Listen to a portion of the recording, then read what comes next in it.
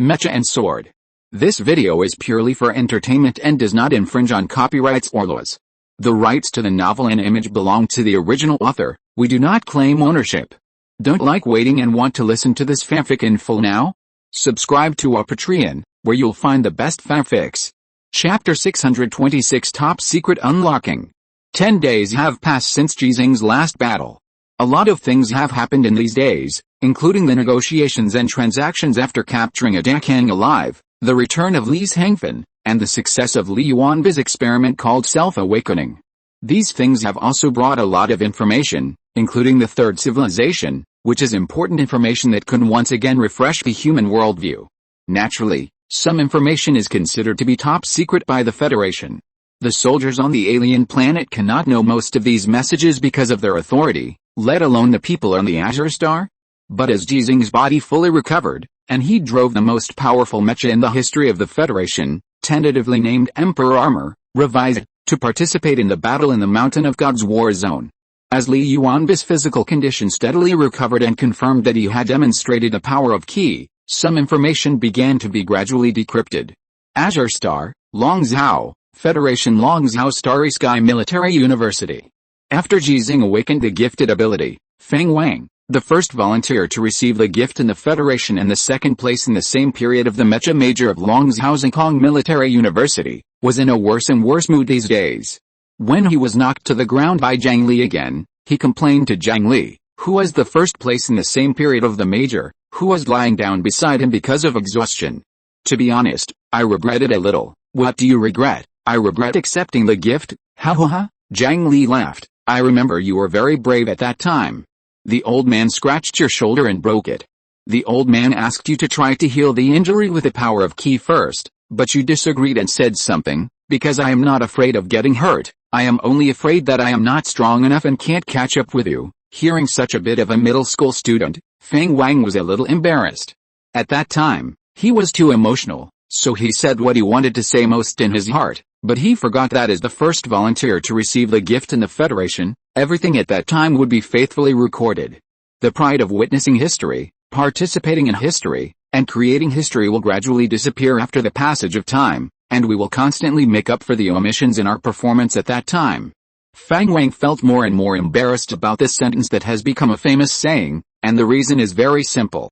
How could I know at that time that the brain-computer interface and the power of Qi would conflict? After accepting the old man's gift, I no longer had the opportunity to drive a real mecha.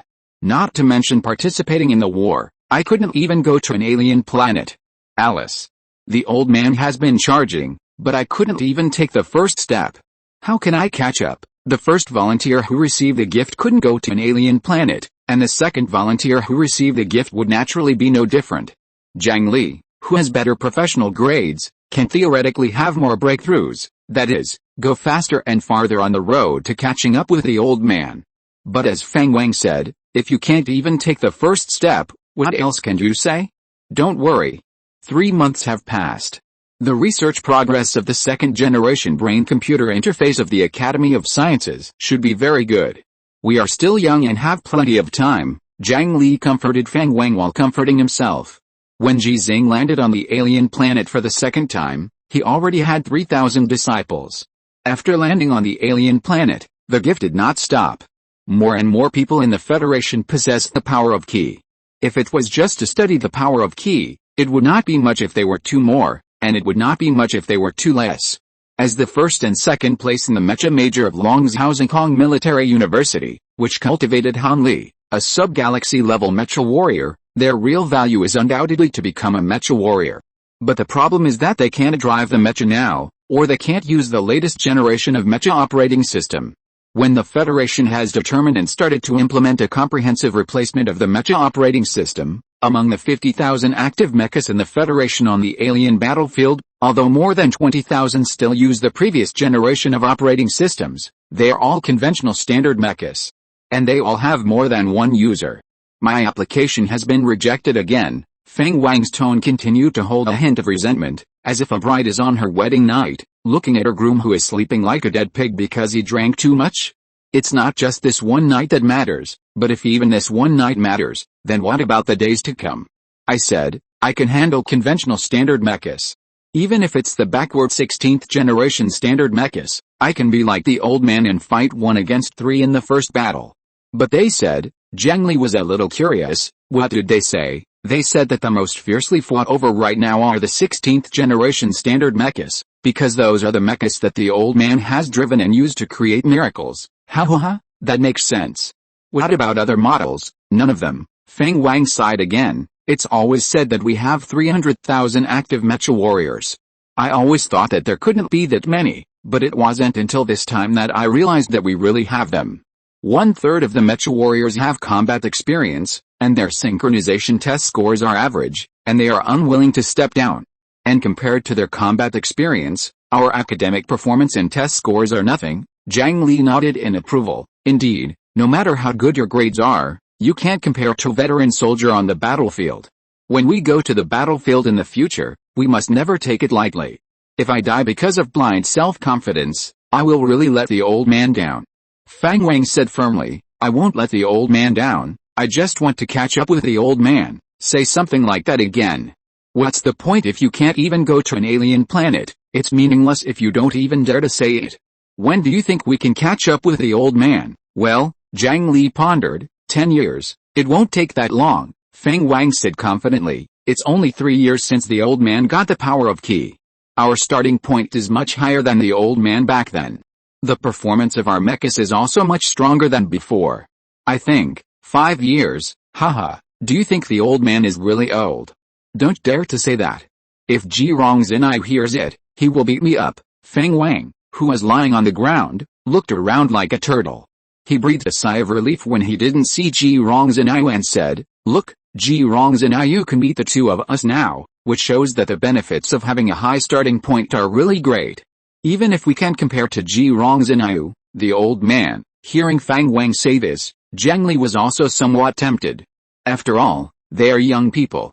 If they don't even have this youthful vigor, what kind of young people are they? Beep. The prompt sound suddenly sounded, and the two looked at their bracelets at the same time. Their eyes became surprised. 9-stage realm? 3 years after Ji Xinghe proposed the 9-stage realm, and 3 years after the Federation lifted the top-secret ban on the existence of Qi, the official finally officially promulgated the 9-stage realm. Unlike what Ji Xinghe said at the time, the reference standard for the first 7 stages is no longer a specific imperial guerrilla, but a related test standard determined after testing, analysis and calculation. After Feng Wang read the standards of the first stage, he was stunned and said, I can kill a cow with 1 punch now, but I'm only in the first stage, who isn't? Zhang Li frowned, not quite believing it. Feng Wang was not bragging, he could really kill a cow with 1 punch now.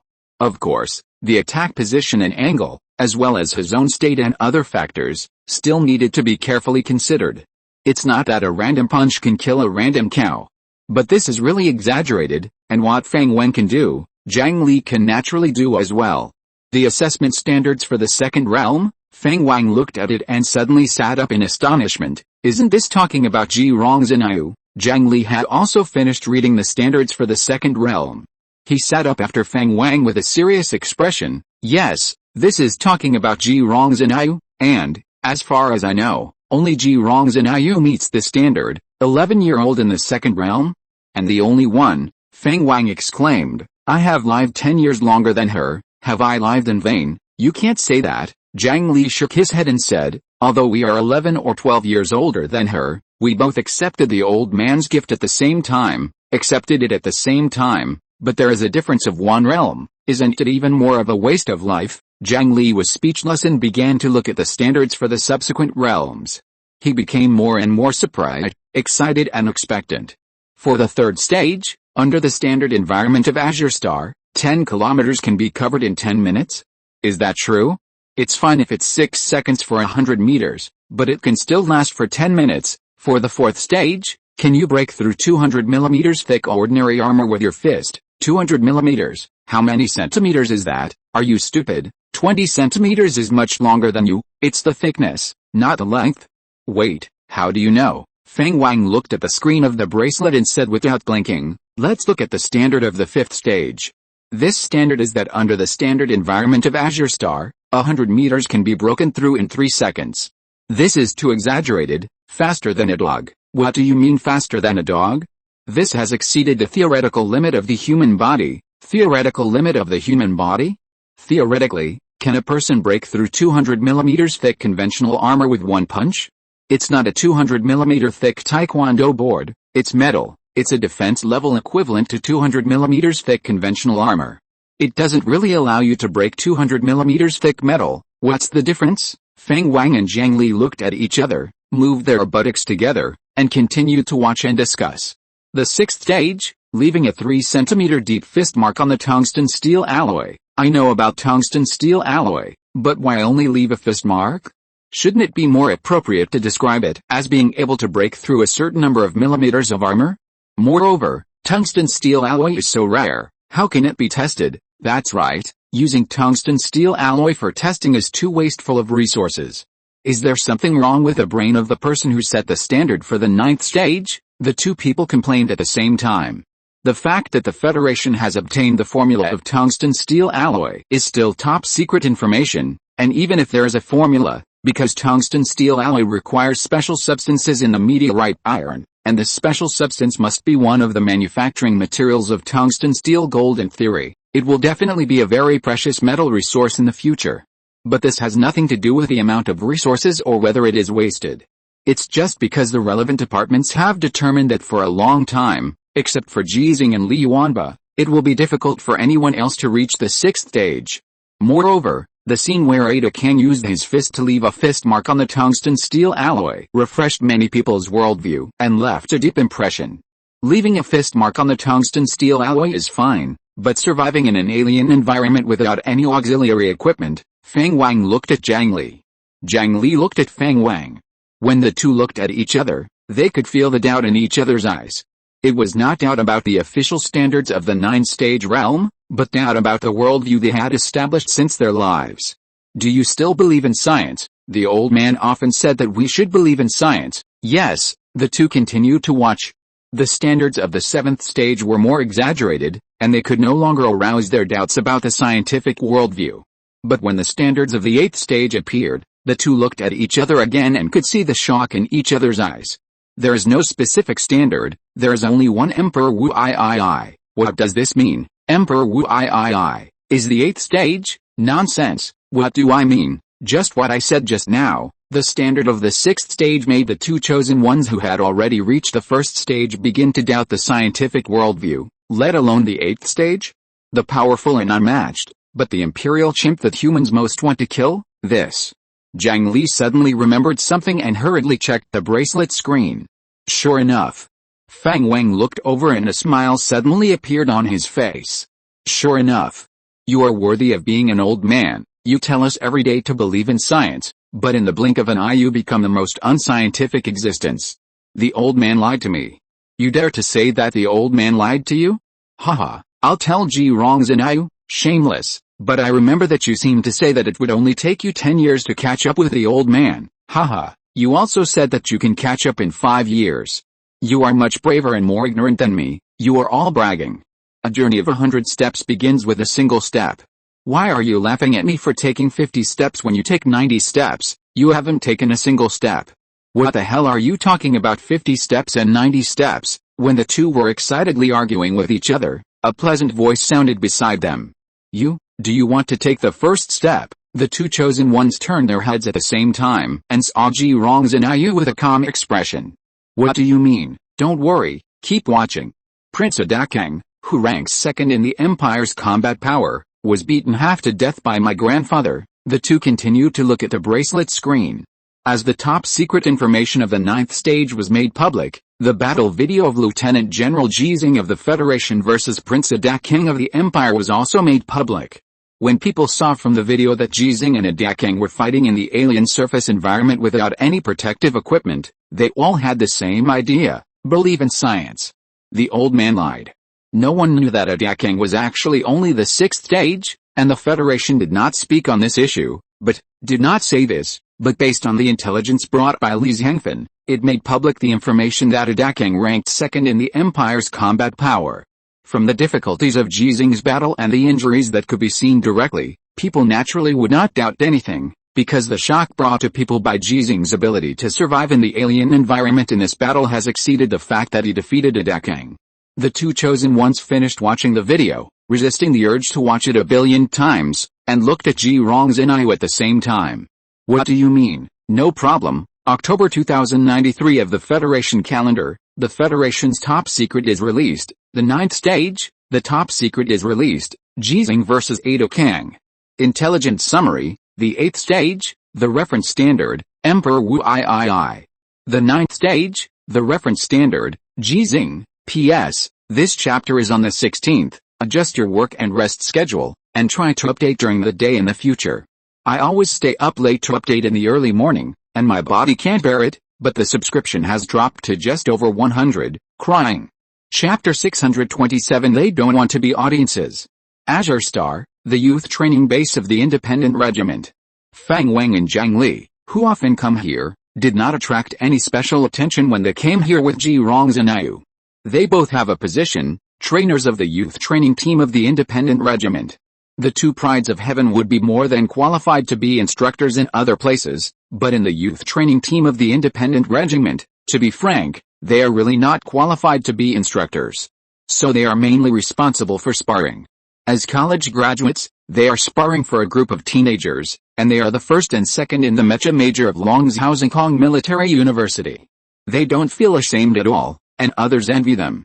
The reason for this, in addition to Ji Xinghe's outstanding performance, is the performance of these children headed by Ji Xinghe. After crossing the training ground and entering a multifunctional classroom, Fang Wang and Zhang Li couldn't help but lift their hips to relieve the psychological tension brought by being bitten by a snake for 10 years, as well as the body's instinctive reaction based on emotions and memories. In short, when they saw the two teenagers in the classroom, they couldn't help but feel a chill down their spines and their balls and ass tightened. Ma Gao, who was 12 years old but had already grown to 172 centimeters in height, showed a clear provocative smile on his face when he saw the two people following behind Ji Xinghe. Here you are, Lin Shu, who was also 12 years old but 6 centimeters taller than Ma Gao, had an enthusiastic expression on his face. Ah, it's Brother Fang Wang and Brother Zhang Li. Yes, they're here. Hey. Hello. Fang Wang and Zhang Li's nervousness had subsided, because they believed that Ji Xinghe had brought them here today, definitely not to train with Ma Gao and Lin Shu in fighting. Speaking of which, Lin Shu and Ma Gao were not their opponents in fighting. After all, there was a difference in physical fitness due to their age differences.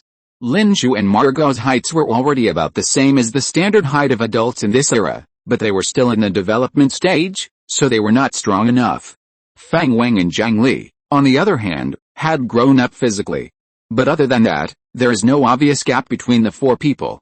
They all have the power of Qi, and they are all in the first stage. Their fighting skills are not much different, and they all practice Ji family boxing. Their fighting awareness is similar, which depends on talent, and age does not have a big impact. In terms of combat experience, Fang Wang and Zhang Li are mecha warriors after all, and they did not spend much energy on combat training before. However, these children have been focusing on combat training under the guidance of Ji Xinghe and many instructors of the alien base since they met Ji Xinghe 5 years ago and the establishment of the independent regiment youth training team 4 years ago. After all, the alien base is on the front line, and Longzhou Starry Sky Military University is in the rear. The gap between the two caused Fang Wang and Zhang Li to subconsciously feel nervous when they saw Ma Gao and Lin Shu, even if they could beat the two children. It's just combat training. Is it necessary to fight to the death? As training officers of the independent regiment youth training team, Fang Wang and Zhang Li both firmly believed that the two children really wanted to bite off a few pieces of flesh from them with their teeth during the battle. They were too fierce. If the two children were not very polite after each battle training, Fang Wang and Zhang Li would definitely think that there was a personal grudge between them. One side was fierce and would do anything to win the battle. The other side was cautious and did not think that daily training was fighting.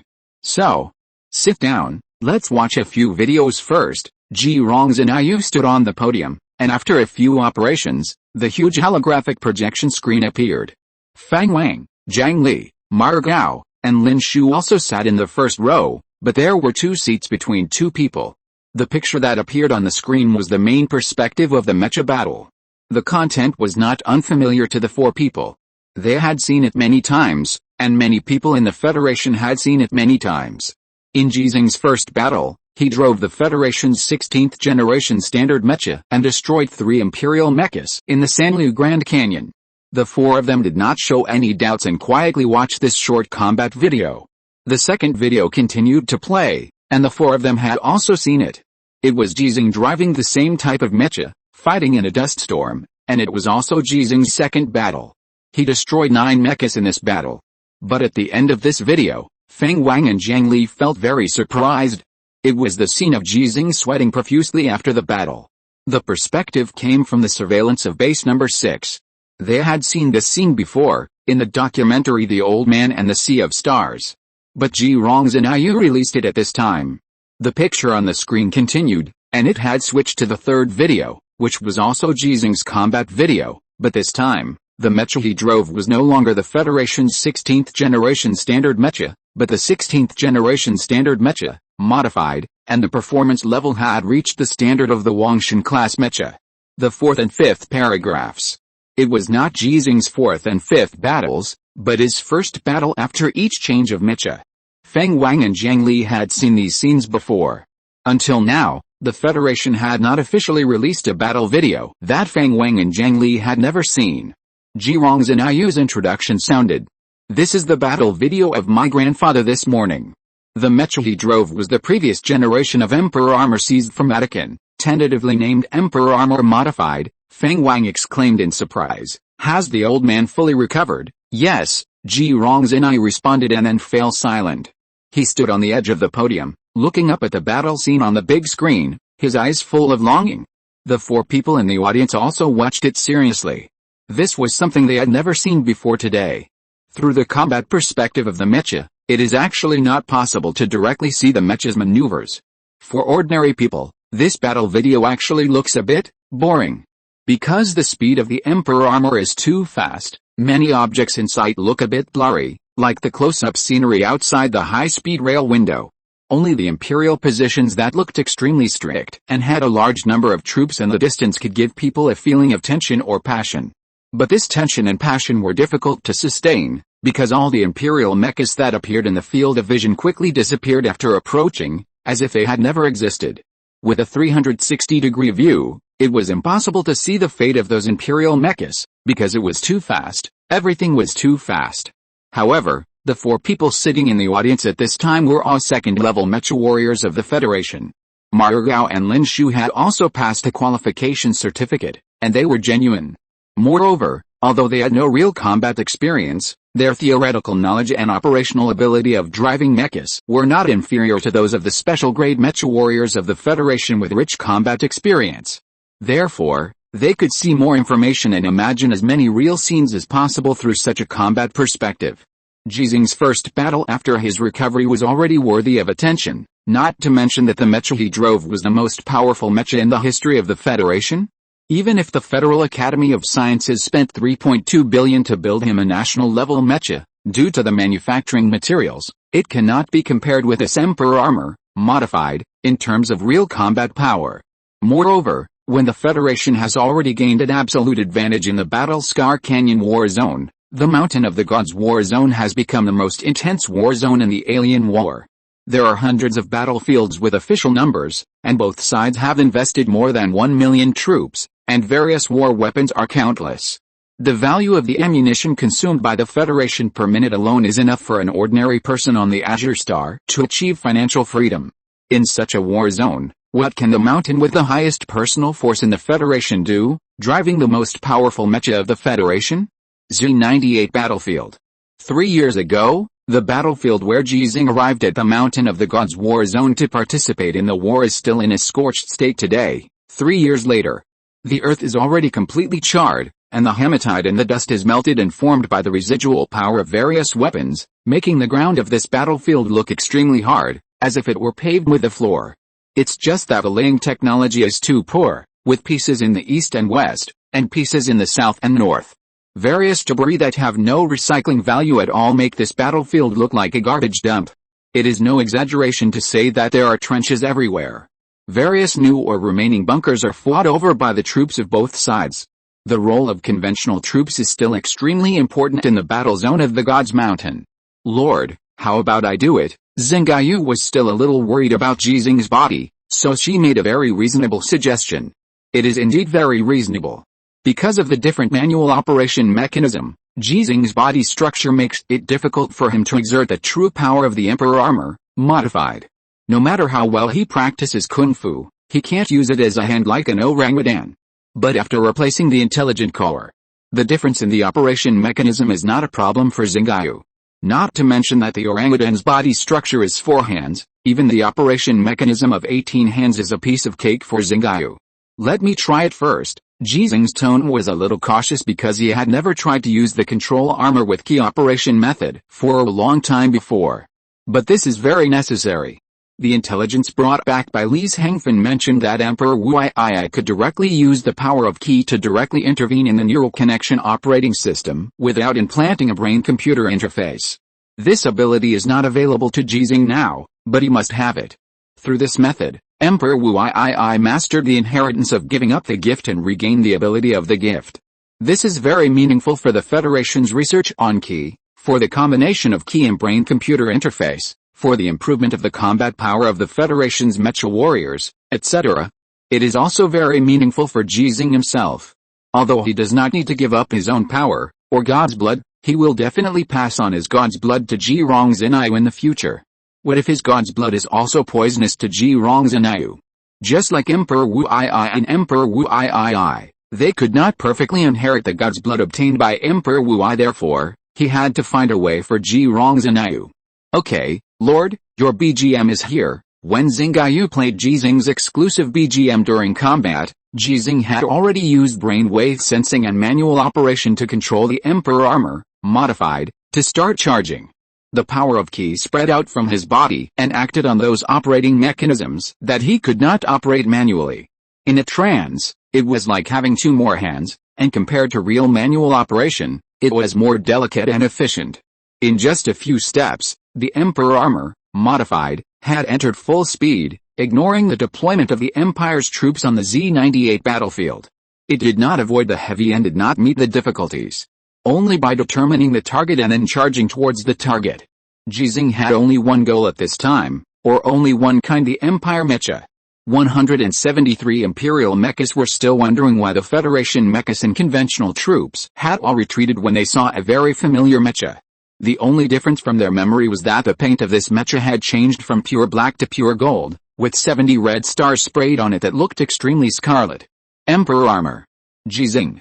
After a moment of daze, the 170 Imperial mechas began to retreat at the first opportunity without any hesitation. The Empire's fire output units also locked onto Ji Xinghe at the same time. Countless artillery fire covered them, but it was like a drizzle and breeze. The Imperial mechas retreating at full speed were like toddlers. The battlefield that had been fighting for years was like a beautiful garden. Chase. Kill. In the 27th minute when Ji Xinghe appeared in the Emperor armor, modified, there was no longer a single Imperial mecha on the Z-98 battlefield, which covered hundreds of square kilometers. Moreover, there were no mecha reinforcements. Moreover, most of the ammunition of the Empire's fire output units on the battlefield was consumed. Moreover, all the Empire's supply lines that could support the battlefield were blocked by a federal mecha. The attack range of a mecha is really short, but when its speed is fast enough and there is no one to stop it, a mecha can control a battlefield. Then began to slaughter and clear. The Z-98 battlefield once again became the occupied area of the Federation, and a lot of spoils were seized. Ji Xinghe, who had been fighting for more than 3.5 hours, did not rest. Under his control, the Emperor armor, modified, rushed to another important battlefield that the Federation and the Empire had fought for many years. Xinghe, Lord, I'm here, after this is over, you come, I'll take a rest. Yes, Xinghe became excited, but a little worried, because with her help, Ji Xinghe, who had been preparing for 3 months, was finally going to start the plan that Ji Xinghe didn't know about. Well, kill more these days, otherwise, the Lord might kill me. Xinghe thought so. After watching Ji Xinghe's latest battle video, the 4 people sitting in the first row couldn't calm down for a long time. Everyone is saying that the era of Mecha as king has arrived, but before today, Mecha was not the real king on the alien battlefield. Fire support, the coordination of conventional forces, etc., are all indispensable. The so-called Mecha as king is nothing more than the Federation and the Empire have become poorer because of this war that has lasted for nearly 30 years. They can't invest more conventional forces, and they can't follow the principle of firepower as king. They can only use Mecha as the main force. To put it bluntly, it's just that when there is no tiger in the mountain, the monkey is king. How could the 4 Mecha warriors be willing to be monkeys? But the education they received and the various facts of the alien war are telling them, you Mecha warriors are monkeys, taking advantage of the tiger's absence for a while. The tiger in the past was the artillery unit, and the tiger in the future is the space fleet. But today, someone proved a fact with facts. In an era where mechas are king, you don't have mechas, and you can't go to the battlefield, Ji Xinghe said calmly. If you are willing to be a spectator and enjoy the victory brought by others, now you can leave. No one left. Although there were only 4 people. Chapter 628, Nobody. Just like when watching movies, TV series, cartoons, and novels, people always unconsciously put themselves into the roles, and no one is willing to be an audience. It is just that due to the limitations of their own abilities, the opportunities that cannot be seen or grasped in ordinary life, most people can only be an audience, watching, listening, or reciting those stories. Many people will say, if I am given a chance, I can create a miracle. Feng Wang and Zhang Li are like this, as are Ma Gao and Lin Shu. And now, someone wants to give them a chance. Captain, what can I take care of? Feng Wang asked with some expectation. He and Zhang Li and others all called Ji Xinghe captain, which originated from the official position of the captain of the Independent Regiment Youth Training Team. Now the Independent Regiment Youth Training Team has more than one team, so Ji Xinghe has become the captain in people's mouths. The name Xinghe is not easy to use in person, even for Feng Wang, Zhang Li and others who can be described as familiar. In private, they use the name Ji Xinghe to show their importance to Ji Xinghe, and a little respect. Although Zhang Li did not speak, his eyes were also expectant. In their opinion, if Ji Xinghe spoke, it would be a natural thing for them to go to the alien planet and become real Mecha warriors, without any difficulty. Ji Xinghe looked at the 2 people. Because of their height and the height of the podium, as well as the 2 people's sitting posture, he actually felt like he was looking down on them. I can send you to the alien planet, and I can also give you mechas that match your operating level. Feng Wang and Zhang Li frowned at the same time. The word I in Ji Xinghe's words has already shown that the problem is not as simple and ideal as they imagined.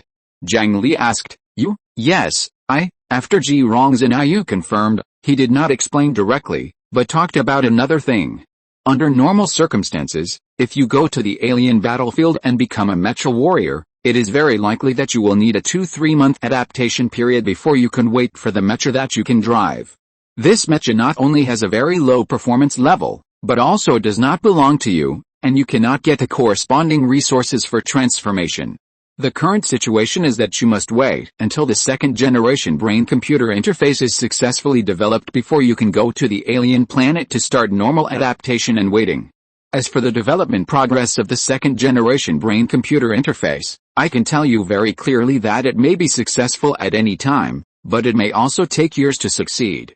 Do you 2 have any questions about what I said? Sure enough, there are only 2 of us. Feng Wang and Zhang Li looked at Ma Gao and Lin Shu at the same time, and noticed that these 2 children who did not look like children looked at them with strange eyes. 12 years old is not too old, but not too young.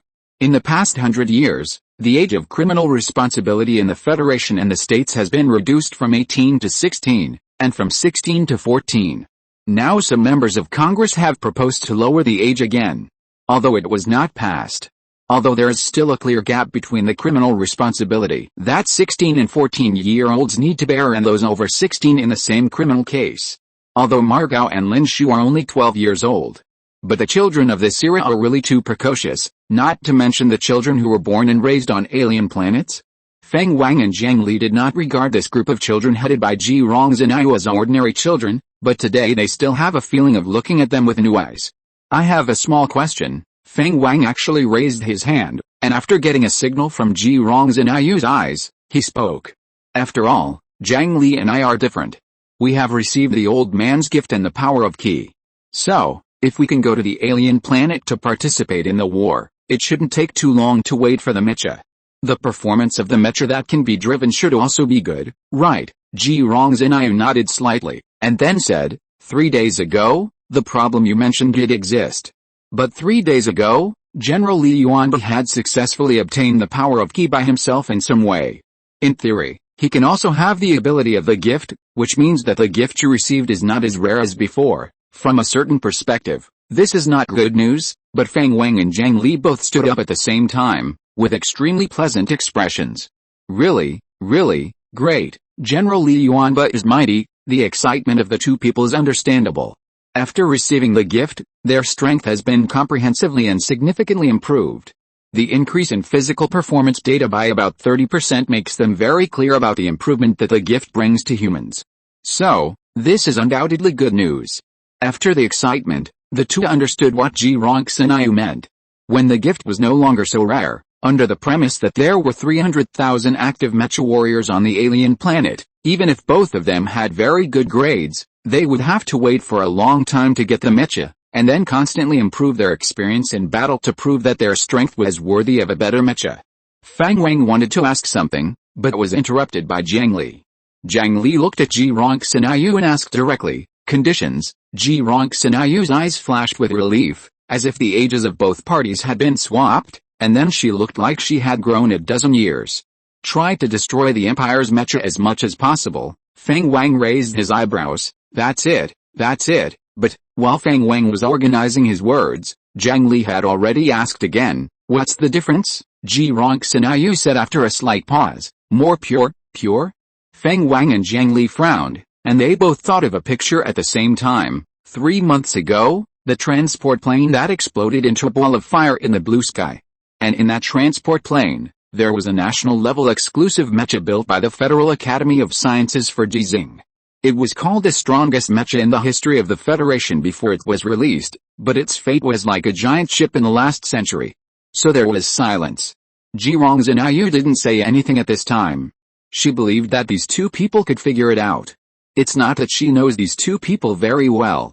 The real reason lies in Xinghe's monitoring, analysis, and selection. Does the old man know? Feng Wang asked. The name of the old man came from the blind man and the mecha warriors on the alien planet. The people on the blue star felt that it was very appropriate, very kind, and very respectful. So they used it. I don't know for now, Ji Xinghe replied, but one day, we will fight alongside him. Zhang Li frowned and said, although I don't know what you will do without the old man knowing, I refuse to go to the alien planet with you now, and you too. Feng Wang realized, that makes sense. I also refuse, but I don't refuse the opportunity you give me, Captain. Margao and Lin Shu stood up at the same time, and an inexplicable sense of oppression suddenly appeared. But neither of them said anything. Ji Xinghe frowned slightly. Can you beat me if you add up? Whether it's armor-piercing or armor-free combat, This, Feng Wang was a little embarrassed, and then said earnestly, Captain, you are still young and don't understand. If you are too reckless, it will bring trouble to the old man and, burden, encumbrance, affect the old man. Zhang Li said what Feng Wang didn't say, looking at Ji Xinghe seriously and said, Captain, I always think you are very sensible, more sensible than the two of us and our classmates. This is really good, so please keep it up. It's a bit difficult, not like the kind of kneeling down like Xinghe said. Ji Xinghe sighed in his heart. I won't go to the alien planet for the time being. When I go, your worries are unnecessary. Great. Feng Wang couldn't wait to say, Captain, you give orders. Zhang Li didn't have any questions to ask, or he didn't want to ask too much. He recognized the word Ji Xinghe just said, pure. Within 3 days, someone will talk to you and ask you to join a security company. If you agree to it, you will take their spaceship to the alien planet. Security company? Mercenaries, that's impossible. We are all military academy students and have signed an agreement. Besides, I don't want to join any security company, Ji Xinghe explained. It is inevitable that mercenaries will participate in the war. Your agreement will be invalid after they pay compensation. Don't say that this is not allowed by law. The law can be changed. Feng Wang and Zhang Li were silent. Ji Xinghe continued, don't think too much. This has nothing to do with the old man, and you will not become mercenaries. When you are on that spaceship, You will use a hibernation capsule to survive the voyage, and your hibernation capsule will malfunction when you approach the alien planet. Malfunction? Feng Wang was shocked. The Federation had hibernation capsule technology a long time ago, but it was not mature enough, and people had a natural fear of hibernation for 2 or 3 months. They were afraid that the hibernation capsule would malfunction or disappear inexplicably during the voyage. Therefore, the federal military will not use hibernation capsules when transporting troops. Ji Xinghe was able to move freely during the voyage before, which is a manifestation of humanity and human rights. But if it is replaced by mercenaries from a security company, they will not tolerate such influence. All they care about is reducing the cost of transportation. Zhang Li has guessed something and his eyes are surprised. You mean, we want to fake our death? Yes, Ji Xinghe nodded and said, you will fake your death for a period of time. During this time, you will land on an alien planet and get your exclusive mecha. As long as you can adapt to the environment of the alien planet, you can participate in the war. Zhang Li pondered. Feng Wang was stunned and said, did you choose the two of us because we are both orphans? There is this reason, Ji Xinghe said bluntly. More importantly, it's your ability. The two adults who were praised by the children actually felt a little happy in their hearts. Feng Wang asked again, if we die, how can we participate in the war? We can't just hide somewhere and train all the time. The alien planet is very large, the Empire has a lot of reconnaissance forces, and they are increasingly inclined to use mechas as the main force. Ji Xinghe said, you will not lack opportunities to fight. The only thing you need to worry about is whether you can do it. Of course you can do it, Feng Wang said with some worry, but your plan is full of mistakes and omissions. We have mastered the air supremacy of the alien planet, and the reconnaissance satellites can even be said to have no blind spots. How can we not be discovered? Which base are we resting in? What if the enemy has too many troops and we don't have support? Ji Xinghe shook his head slightly. You will understand these problems after you go there. Feng Wang and Zhang Li understood that what should be said had been said, and the rest were secrets that could not be told to them. As for whether Ji Xinghe would take the opportunity to kill the two of them, to be honest, they knew very well that they were not worthy of Ji Xinghe's effort. The two sides have never had any grudges, and they have never caused any harm to Ji Xinghe during combat training. Although Margao and Lin Shu had been beaten by them, it was not that bad. Feng Wang thought for a moment and asked again, then when can we come back alive? Ji Xinghe said seriously, when the old man needs you, or when this war needs you, you can come back alive. The two of them instantly imagined a lot of power struggles, but when they thought of the purity of what Ji Xinghe said just now, they gave up those ideas. They, the mecha warriors, really don't need to think so much. It's enough to have a mecha to drive and go to the alien planet to fight and kill gorillas. As for other things, Ji Xinghe is completely worthy of their trust. Zhang Li, who was silent for a long time, suddenly started to ask questions. What level of mecha can we drive? For you two, the first stage is to cut a pangolin. If you can prove that you can still be as good as in school after going to the alien planet, you will soon be able to drive a general level mecha. This sentence made Zhang Li confirm a guess in his heart, and he asked directly after a little hesitation. Besides us, how many other people are there? Are they all military academy graduates like us, or do they all have the power of the gift? I can only tell you that there are about 300 people. As for the others, you will know when you go to the alien planet. So many? My last question. Zhang Li looked into Ji Xinghe's eyes and asked, during the time when we died, what were we? Ji Xinghe pondered for a moment, then whispered, nameless people. Zhang Li suddenly laughed. I like this name, count me in. Feng Wang took a deep breath and asked, we will have a name, right? Ji Xinghe asked back softly. Is it important? Ha, it's really not important. Feng Wang laughed, count me in. Chapter 629 100,000 times. Seeing that the plan of the nameless person was going very smoothly, Xinghe was really getting more and more panicked. Taking advantage of Ji Xinghe's rest time, he reported that he wanted to go back to the Blue Star to see Ji Xinghe. In just 3 minutes, Xinghe crossed the distance of more than 50 million kilometers between the Blue Star and the alien star. In the past few years, the distance between the alien star and the Blue Star was the closest, but now it has begun to become farther, which has increased the supply pressure of the Federation again. Coupled with the news of the third civilization, the pressure on the Federation is even greater. Although the Federation has not made public about the third civilization, the impact of this news has already occurred. For example, the mercenary system, which had been rejected many times by Li Anbang, was finally passed at a certain level and began a small-scale trial. Whether this news is good or bad is not known for the time being, but for Ji Xinghe and Xinghe, it can barely be regarded as good news, because Ji Xinghe's plan does not need to be so intense to execute. Xinghe, although I have created a cyborg for you, who can imitate your every move and live on the Azure Star instead of you, things are different now. Before Xinghe returned to the Azure Star, she already knew a lot of things that happened on the Azure Star, so she started to persuade them as soon as she came back. We never thought that the mercenary system would be so smooth. Although I don't like this system, at least from the current point of view, it is good for us.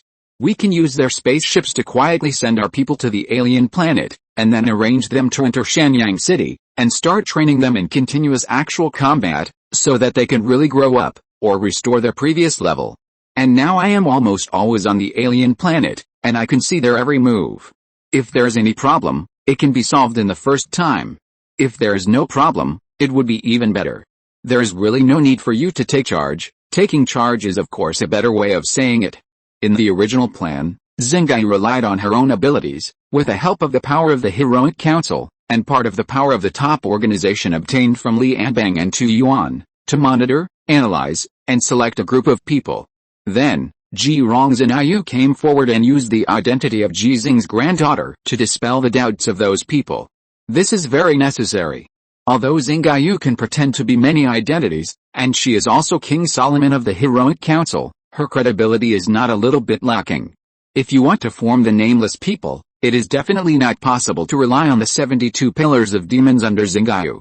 Those guys are all very bad. The last step is to use the spaceship made by Xinghe and the ability to shield Nuwa and other artificial intelligence systems, so that Ji Xinghe can take these people to the alien planet. Even if Ji Xinghe has objections at that time, it is a done deal. The worst case is to send Ji Xinghe back. The Nameless People, Ji Xinghe has to take them. As for why this plan was not approved by Li Anbang and Tu Yuan, it has to do with a past event. Tu Yuan and Li Anbang both wanted to kill Ji Xinghe. Especially Li Anbang. Tu Yuan, who was still a little hesitant, made up his mind because of Li Anbang and began to implement specific actions. Ji Xinghe and Xinghe remember it very clearly. I must go to the alien planet. Facing Xinghe's persuasion, Ji Xinghe suddenly became very ignorant. But was she really ignorant? I'm very strong, you know, no matter how much you say, it can't beat the fact that Xinghe participated in it. Feng Wang and Zhang Li joined forces, and together with the outstanding students of the Mecha Major of the same period, they were not Ji Xinghe's opponents in both armor-removing and armor-piercing battles. In terms of armor-removing battles, part of the reason was that Ji Xinghe had a stronger gift, but it was only part of the reason, because so far, she had never used all her energy in combat training. So Feng Wang and Zhang Li thought that she had only reached the second stage, but in fact, Ji Xinghe had reached the third stage. In terms of armor-piercing warfare, it goes without saying that when using a simulation system to fight, the role of Ki is severely limited. Ji Xinghe can fight 10 people alone because her talent is really outstanding. I really regret that I shouldn't have shown you those battle videos and explained and taught you. Xinghe's tone was a little helpless. When she was on the alien planet before, she had been teaching Ji Xinghe in this way, and she didn't stop after returning to the Blue Star. Not only her, because of Ji Xinghe, Ji Xinghe can also ask Han Li, Li Yuanba, Jackson, Caitlin, Qin Tong and other ace mecha warriors for advice. More importantly, there's Ji Xinghe's personal teaching, especially the teaching during the 3 years on the Blue Star. How can students like Feng Wang and Zhang Li compare with her? I was 12 years old, 13 years old, and even 18 years old, and I would not be much stronger than I was 11 years old, unless my realm could be improved, but at least the strength I have now is enough. The ignorant Ji Xinghe spoke to Xinghe with reason and evidence. First, you said that you built me a general level mecha, which is equivalent to the Imperial Duke level. On a normal alien battlefield, there will be no Imperial mecha stronger than the Duke level. Second, I have the third level key, and the Imperial Dukes are just so-so, even if their physical fitness is stronger than mine. But do I really need to face the Imperial Duke? Those imperial gorillas in the anti-galaxy Mecha Corps are only at the first level at most. Moreover, I can only wear armor to fight them. Third, the mecha you built for me can be upgraded, and my strength will become stronger and stronger. Fourth, I will not fight alone like Grandpa. I have teammates, and I will believe in my teammates. Moreover, now even Grandpa has understood that there will be many sacrifices in the war. How can I not understand it? Fifth, we will not fight with the main Imperial Mecha Corps. Sixth, you can help me operate the Mecha at a critical moment. Seventh, as she spoke, Ji Xinghe suddenly stopped. She felt that these reasons were actually meaningless. So, her tone became heavy. Xinghe, do you remember what I said? I am the champion? Do you remember why I want to be the champion of the Federation? Xinghe was silent. Ji Xinghe did not stop, and there was a hint of crying in her tone. Grandpa is already 70 years old, but he still has to drive a mecha to fight. Why? It's because no one in the entire Federation can replace him. If I can prove that I can replace him, then he can sit in the rear and give more people gifts. Let more people become stronger, so strong that we can end this war, and then face the threat brought by the third civilization more calmly. Xinghe spoke with difficulty. No, there is. Are you going to mention Uncle Li Yuanba to me again? I know, Xinghe, you have changed. You are no longer the Xinghe before. Xinghe knew that Ji Xinghe was acting now, but she was really distressed. Actually, I want to say that there are Han Li and others. I will avenge my revenge myself. Ji Xinghe's tone suddenly became firm, and she said, besides, they are not as strong as me. Xinghe had to admit that this might be a fact. Even Li Yuanba, who had been baptized by the nuclear explosion and awakened on his own, could not compare with Ji Xinghe in other aspects except for his advantage in ki. At least, Ji Xinghe, who is 11 years old, could beat 100 Li Yuanbas, who are 18 years old. Uncle Chen soon said that we should make the best use of things, and so should people. Ji Xinghe looked at a multifunctional robot in front of him with a firm expression. I think he is right. My staying on the Azure Star is the biggest waste of resources. Xinghe was convinced, and this time she was really convinced. The plan of the nameless person was fully implemented. The key point was no longer how to control the carrier spacecraft and fake the fact that there was a problem with the hibernation capsule, but to send Ji Xinghe to the alien planet safely. Xinghe, this time, I might really be beaten to death by the Master. Grandpa can't bear to beat you to death. Without you, how can we face the third civilization? That makes sense. But, what if the Master is too angry and ignores me? Don't worry, I'm here. Then you have to listen to me. If you need to run, you must run. Don't care about other people, including Margao and Lin Shu? Huh? Okay. When I need to run, I will definitely run. The same request has different answers, so this is not a reincarnation, but a new beginning. Ji Xinghe had no idea about the plan of the nameless people. Most of his grasp of various intelligence came from Xinghe, and the rest came from Chen Sun, Tang Qiao, Tu Yuan, Li Yuanba and others, and the transmission of this information required Xinghe to transfer. Therefore, when Xinghe wanted to hide it from Ji Xinghe, she would definitely be able to hide it. Xinghe, my lord, I'm here, you come. Okay, the operating authority of the Emperor armor, revised, once again came into Xinghe's hands, but there was no obvious improvement when fighting. Because Ji Xinghe's controlling armor with ki has become more and more proficient, even if the operating mechanism is a little different, there is no problem in exerting the combat power of this mecha. While the Emperor armor, revised, was killing all around on the battlefield, Ji Xinghe was recovering the ki in his body. About 6 hours is the limit of his ability to operate controlling armor with ki at this stage. After reaching this limit, the ki in his body can almost be said to be exhausted. With the help of high-energy nutrients and artificial radiation sources, his ki in his body was fully restored in just half an hour, and it was improved compared to before.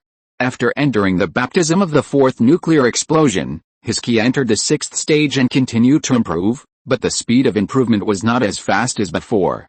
It is difficult to achieve a breakthrough in a short period of time by relying solely on nuclear radiation for cultivation. So he did not try to endure the baptism of the fifth nuclear explosion, but chose to continuously exhaust the ki in his body and then continue to recover. It is similar to the principle of breaking and then building. Just like human physical fitness, it will always improve under long-term exercise until a limit. Combined with the latest research results of the Federation's scientific research, Ji Xinghe knew that this was his gene under pressure, constantly evolving, and the key information was constantly strengthening. The relevant research results were obtained at the cost of some people's lives. After Li Yuanba's success, the Federation launched the Awakening experiment, but so far no third person has been able to succeed. Ji Xinghe can't care about the sacrifices of those people, and can only cherish the results of those people's lives. The greatest harm caused by nuclear radiation to the human body is not a certain disease that is intuitive, but the direct destruction of human genes. The birth and development of humans in the father and mother, the growth after birth, as well as the body's self-healing ability, hematopoietic ability, etc., all come from the relevant information contained in the genes, and when the genes are destroyed, those information will be damaged. Simply put, most of the cells that make up the human body have a lifespan, such as skin cells, which have a lifespan of only 4 weeks, so the skin cells of the human body are constantly being produced and dying. When the information in the gene is damaged, the human body cannot produce new skin cells. The consequence is that all the skin disappears, as if it has been peeled off. Without the protection of the skin, humans can still survive with the technology of this era, but the new cells that can be continuously produced with intact genes are far more than just skin cells. There are also red blood cells in the blood, bone cells, etc. When a person's genes are damaged by nuclear radiation, it means that the person will dissolve little by little. An awakening is to use a strong mental will to prevent the collapse of genes when they are damaged by nuclear radiation, so that the genes can be reorganized and genes that can adapt to nuclear radiation are born. This new gene, the new cells produced during the human body's metabolism, can use nuclear radiation as food to give birth to the power of Qi. Ji Xinghe previously believed that the power of Qi was hidden in cells because of this. But now scientific research results have proved that although Qi lives in cells, the real key point is still genes, or some information contained in genes. Ji Xinghe, Li Yuanba, and those who receive Ji Xinghe's gift, this part of the information in their genes is obviously different, but the specific differences are still under long-term research. However, Li Xingfen's information has been confirmed to be feasible in theory. When more and more humans receive the gift, the gene frequency of humans has changed, and humans born in the future world will be born with the power of Qi. What Ji Xinghe has to do now is to tell his genes with his spiritual will in the process of constantly consuming and restoring the Qi in his body. I am in the 9th stage. If the key information about Qi in his genes is used to determine that Ji Xinghe is in the 9th stage, then Ji Xinghe can become a true 9th stage. Of course, the difficulty of this forced breakthrough is far greater than his awakening after the nuclear explosion. And the difficulty of awakening is far greater than those cancer patients who can survive for a long time because of their spiritual will. It has long been confirmed that spiritual will can affect the body. With the same cancer, some people can live for decades, while others can only hold on for a few years. The difference in spiritual will plays a vital role in this. An expert in the research team who proposed to stop the awakening experiment used cancer as an analogy. The difficulty of self-awakening is equivalent to a patient in the late stage of cancer who directly eradicates all cancer cells in the body with his own spiritual will without receiving any treatment. No, it is 10 times more difficult. He has to get cancer 10 times, enter the late stage 10 times, not receive treatment 10 times, and heal himself 10 times. So, stop it. We don't have so many people to sacrifice. Let's do more research and have truly valuable results. Then we can start the experiment again. It's still in time, really in time. Thinking of what the experts said, Ji Xinghe also told himself in his heart that he still had a lot of time. The genes in his body did not recognize the information he forcibly instilled, and did not allow him to be promoted directly to the 9th stage. But at least, he was constantly improving from the 6th stage to the 9th stage. Xinghe, go back. Yes, after clearing all the imperial mechas on the battlefield again, Ji Xinghe drove the Emperor armor, modified, back to the rear position. The Qi in his body has been fully restored, and the gift has started again, still mainly medical personnel. But after Li Yuanba's success, Ji Xinghe can slow down a bit and improve the quality. His current gift is the 2nd stage. The 2nd stage means that medical personnel can directly use Qi to treat the wounded. At the same time, they can also better cooperate with the research work of the scientific research team. In the process of gifting, Ji Xinghe thought of a Dakang who is released by him. After Ji Xinghe mastered the ability of gifting, which stage of gift will he give to the apes of the anti-galaxy Mecha Corps? Empire Star. Ji Xinghe successfully obtained the gift of power from the hands of Emperor Wu II, and his own ki has also been greatly improved. According to Ji Xinghe's classification method, it has now successfully leaped to the 7th stage, and has the same ability as Ji Xinghe to absorb nuclear radiation for cultivation.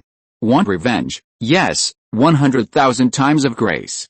When you finish, if Ji Xinghe is still alive, I will give you the chance to kill him, 100,000 times, even if his strength has improved and he can absorb nuclear radiation. This is still an unattainable number. It will take 3 years to perform 100 level graces a day. Do you have any opinions? Emperor Wu II laughed. Well, you do have the strength to make opinions now. I dare not. I will follow your majesty's order. Ji Xinghe lowered his head. His eyes did not change at all. Chapter 630. The enemy dared to fight back against General Ji. Ji Xinghe finally encountered resistance in his sweeping battle in the Mountain of God's war zone. When more than 1,000 imperial mechas rushed towards Ji Xinghe, who has only one man and one armor, the headquarters immediately gave a suggestion to retreat. It was just a suggestion, and it could only be a suggestion. Naturally, Ji Xinghe rejected this suggestion, and the headquarters stopped talking nonsense and immediately activated the emergency plan that had been prepared in an orderly manner. The commander, who is a lieutenant general, had a stern expression and a loud voice.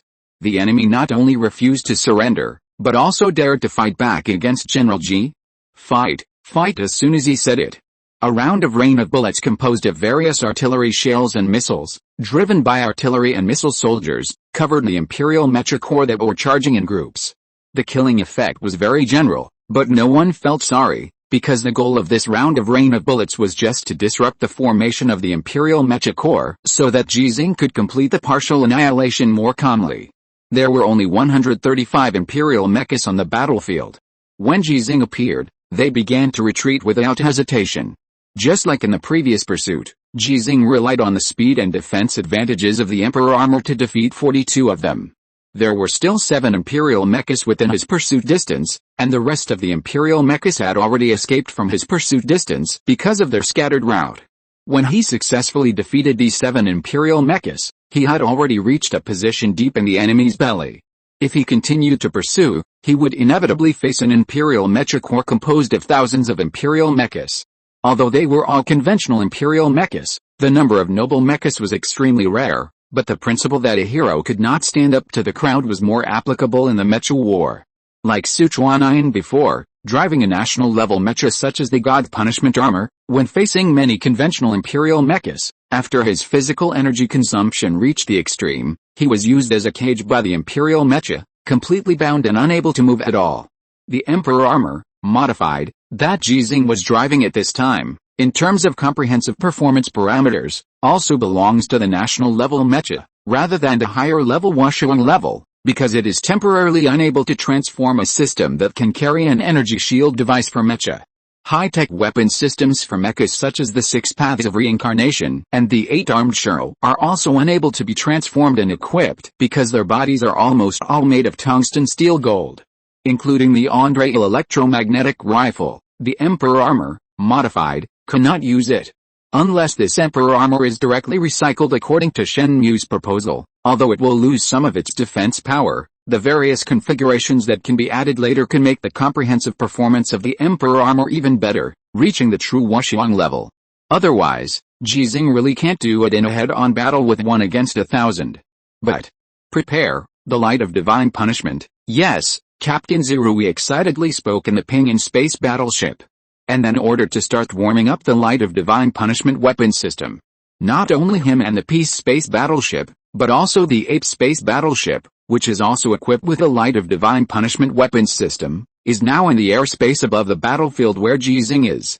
With 2 space battleships as support forces, even if there are no more advanced weapon systems that are suitable, it is entirely possible to try to fight 1 against 1,000. Ji Xinghe, who uses double swords as weapons, once again launched a charge. While raising his feet and stepping, he has already determined his priority target. The left wing of the Imperial Mecha Corps. It has nothing to do with whether there are high-level noble mechas among them. It is purely because when Ji Xinghe and the other side charge and encounter each other in both directions, The ground hardness is extremely high. For the combat of mechas, the hardness of the ground is crucial. Although there are no quagmires and swamps on the alien planet, some areas are severely desertified, which can easily cause the mecha to fall. Ji Xinghe is sure that if he falls into the ground, those imperial mechas will definitely press on his head without hesitation. Even if he can't kill him for a while, he will use him as bait to try to break the federal mechas that will inevitably come to rescue. In such a battle, the Federation will suffer serious losses, because the first to come to support was not Ji Xinghe's independent regiment, nor other independent regiments. The independent regiment's combat effectiveness is indeed strong, but because of the previous battle to kill through the Battle Scar Canyon, the independent regiment's losses have not been fully made up. The losses of Xinghe are relatively easier to make up. What is really rare is the mecha warriors who can pass the independent regiment's assessment. Sichuanyan's challenge is really not that easy. These days, I don't know how many people will scold Sichuanyan for being a pervert after failing the challenge. This scolding is not derogatory, but an indisputable compliment. After Sichuanyan learned about it, he was also very excited. My strength, except for pervert, there is no other word to describe it. Before the independent regiment rested and recovered, Ji Xinghe, Chen Sun, Qin Tong and others all suggested that the independent regiment avoid participating in large-scale frontal team battles. Instead, they chose the right battlefield to participate in the battle among the hundreds of battlefields in the Mountain of Gods.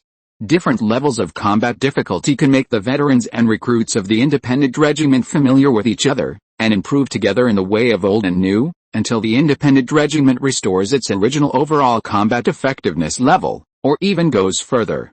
Finally, face the real anti-galaxy mecha corps that Ada Kang said before, which will appear within 3 months. Ji Xinghe, who has no support from the independent regiment, chose a suitable battlefield. The solid earth allows his combat effectiveness to be truly exerted. Although the momentum of the charge has slowed down due to the encounter with the imperial mecha, the number of broken ones is constantly increasing. 77 red stars, achieved, an excited announcement sounded in the headquarters. From the time Ji Xinghe recovered and joined the war to now, it has only been a week. And he has destroyed a total of 700 imperial mechas. On average, 100 imperial mechas can be destroyed every day, covering 2 battlefields. Although there are no dukes or marquises among them, there are many earls. If the destruction is calculated according to the method of non-galaxy level mecha warriors, his current number of red stars is definitely more than 77. Can we break through to 80 red stars today? Some people looked at the thousands of imperial mechas that had already surrounded Ji Xinghe on the battlefield, and had an expectation. Some people felt that this expectation was not an expectation at all. Be bold, at least 85 red stars is also called bold. The Empire must have reinforcements, and according to General Ji's habit, today must be rounded up. How to round it up? I'll count. Red stars, 90, hiss. It's really bold. The headquarters responsible for the battlefield where Ji Xinghe is currently located, as well as multiple battlefields in the area, are still optimistic about today's battle. It has something to do with the various long-range firepower supports they have prepared, and the Federal Mecha Corps on standby, but the relationship is not great. What really allows them to remain optimistic is that in the past week, Ji Xinghe has swept across more than a dozen battlefields like an autumn wind, and those imperial mechas facing Ji Xinghe are all like fallen leaves. No matter how many fallen leaves there are, how can they defeat the autumn wind? The progress on the battlefield, up to now, is still within the expectations of the command. When Ji Xinghe's charge slowed down and many conventional imperial mechas completed the encirclement of him, the Pingan space battleship took the lead in launching the light of divine punishment. The beam of light that fell from the sky, with Ji Xinghe's position as the precise strike coordinate, began to spread to the surroundings the moment it encountered an obstacle. The energy shock wave visible to the naked eye seemed to have the superpower of time stopping. In the process of spreading, more than 200 imperial mechas lost their mobility and stagnated on the battlefield like puppets.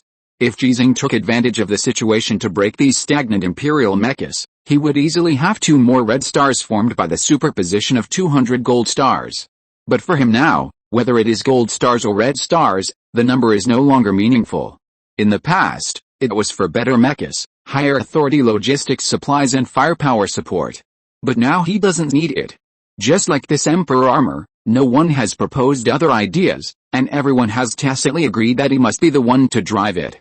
Just like when he was about to join the war, in addition to the peace space battleship theoretically belonging to him, the ape space battleship would also directly abandon other tasks such as supporting operations, detecting the enemy, and carrying supplies when he did not make any requests.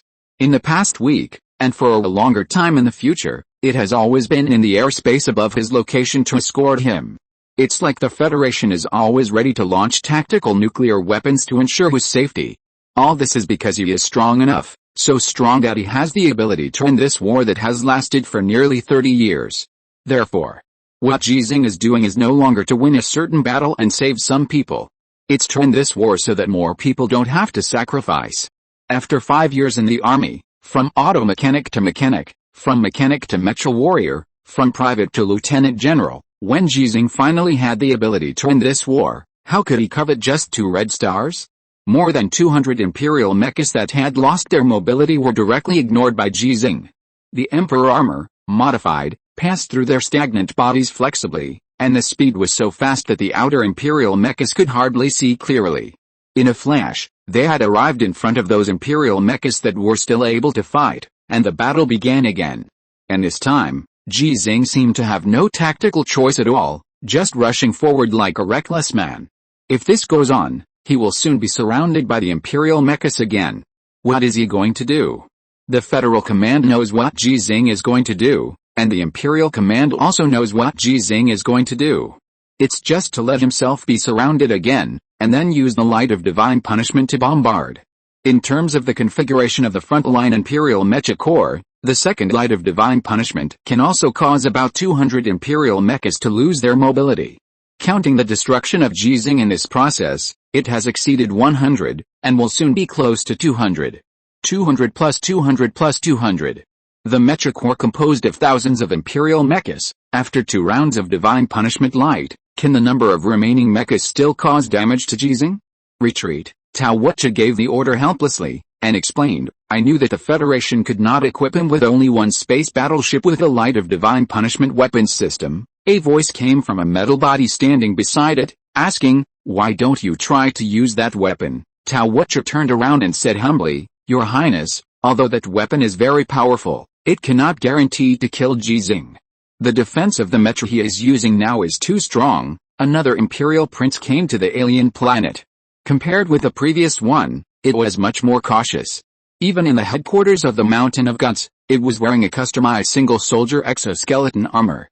In fact, it wanted to wear a mecha all the time, but the problem was that the strongest mecha it had ever obtained was now driven by Ji Xinghe, slaughtering its people and its soldiers.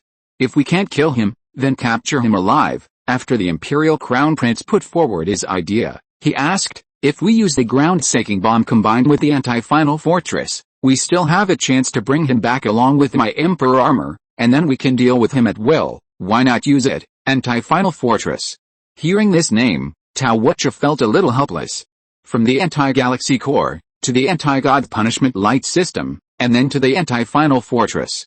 The new weapons researched by the Imperial Royal Academy of Sciences were all passively researched. Except for that weapon, there has been no useful new stuff for a long time, and I don't know what the monkeys in the Royal Academy of Sciences are busy with every day. In theory, this weapon system designed to capture Ji Xinghe alive together with the Emperor armor does have the possibility of success. Tao Wucha explained, but he is Ji Xinghe after all, and the Federation will never mind using nuclear weapons for him.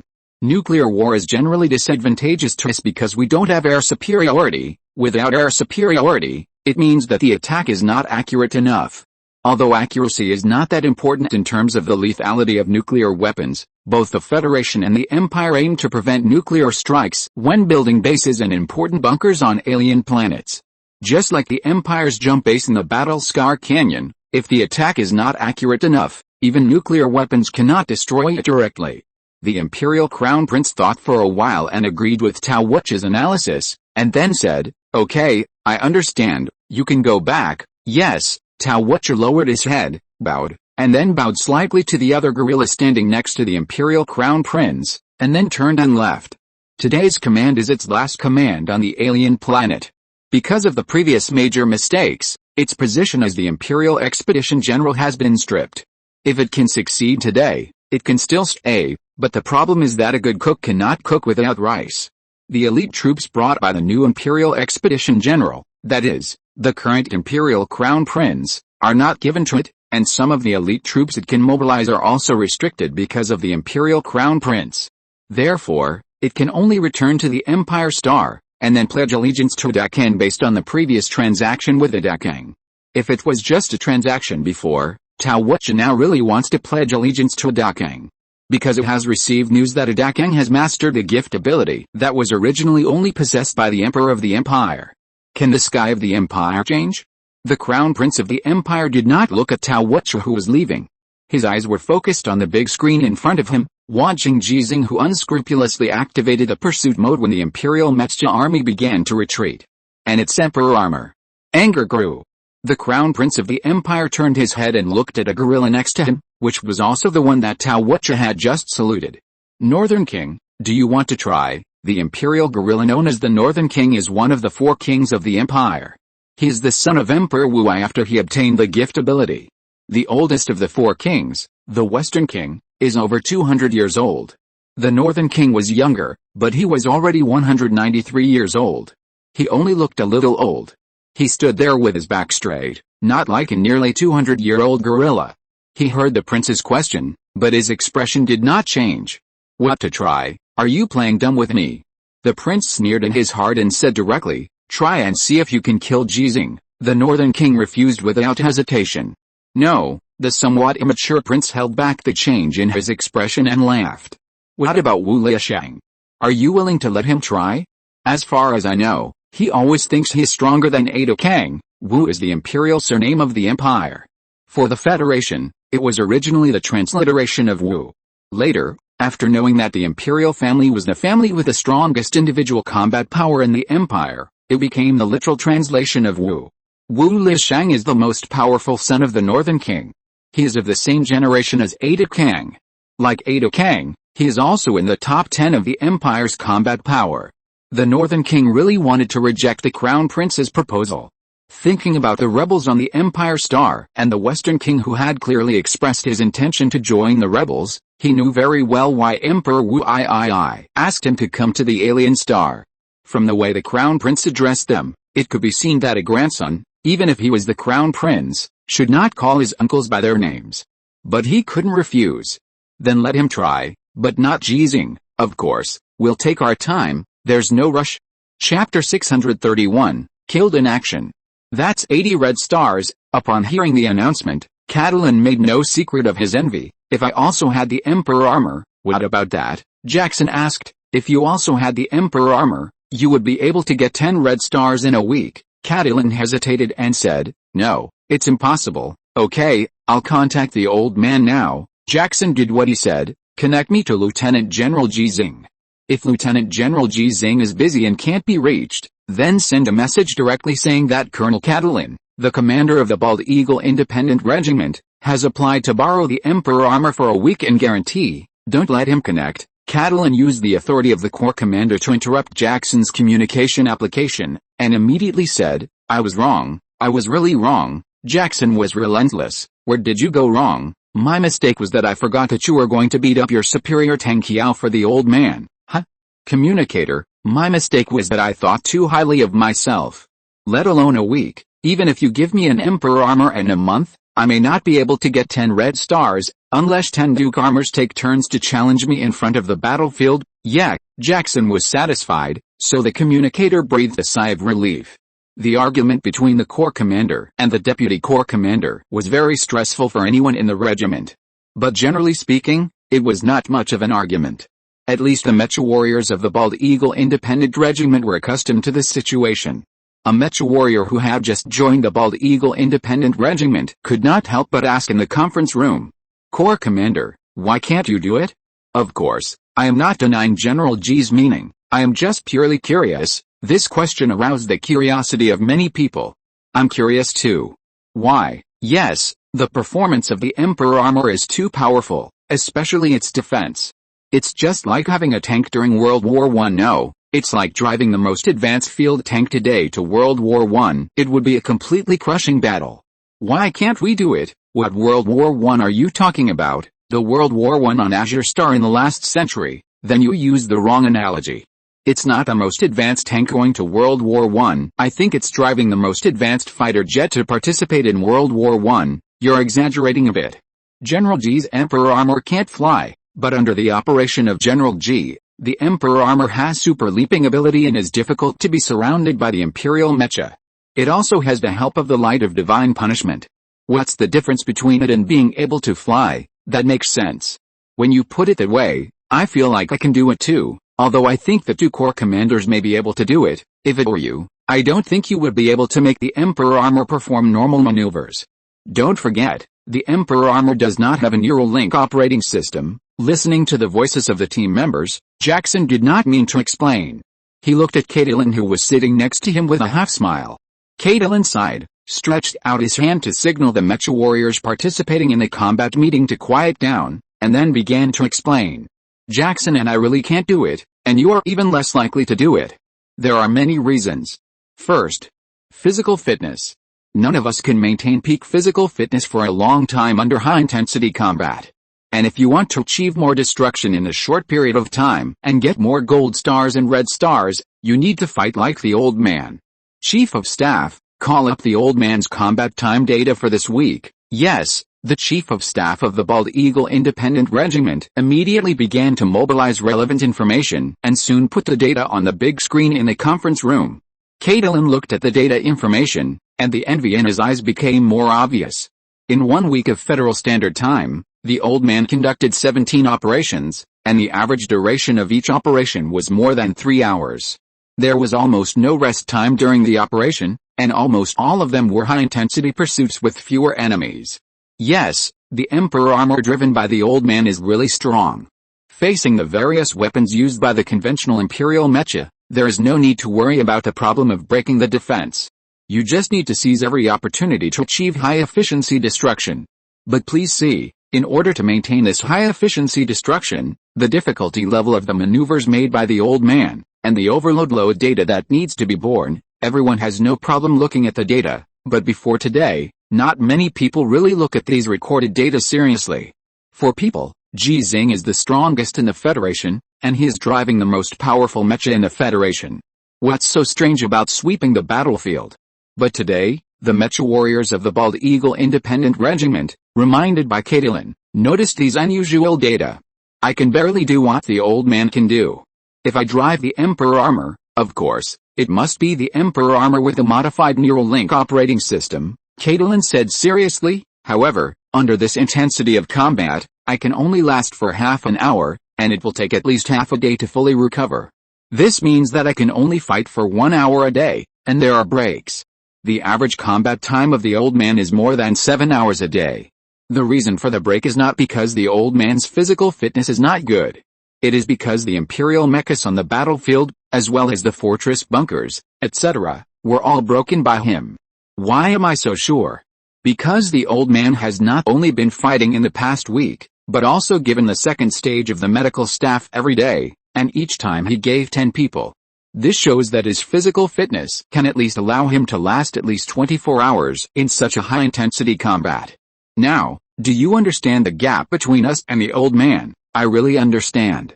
Caitlin can only last for half an hour, let alone them? Although the usual combat missions all lasted more than half an hour, the problem was that the intensity was completely different. Ji Xinghe's combat was like the intensity of a 100-meter sprint, while the combat they needed to carry out was equivalent to the students running to the cafeteria when the bell rang. The issue of physical fitness has been clarified, and Caitlin added, we are all lucky, because it won't be too long before we can all receive the grace of the old man or General Li Yuanba.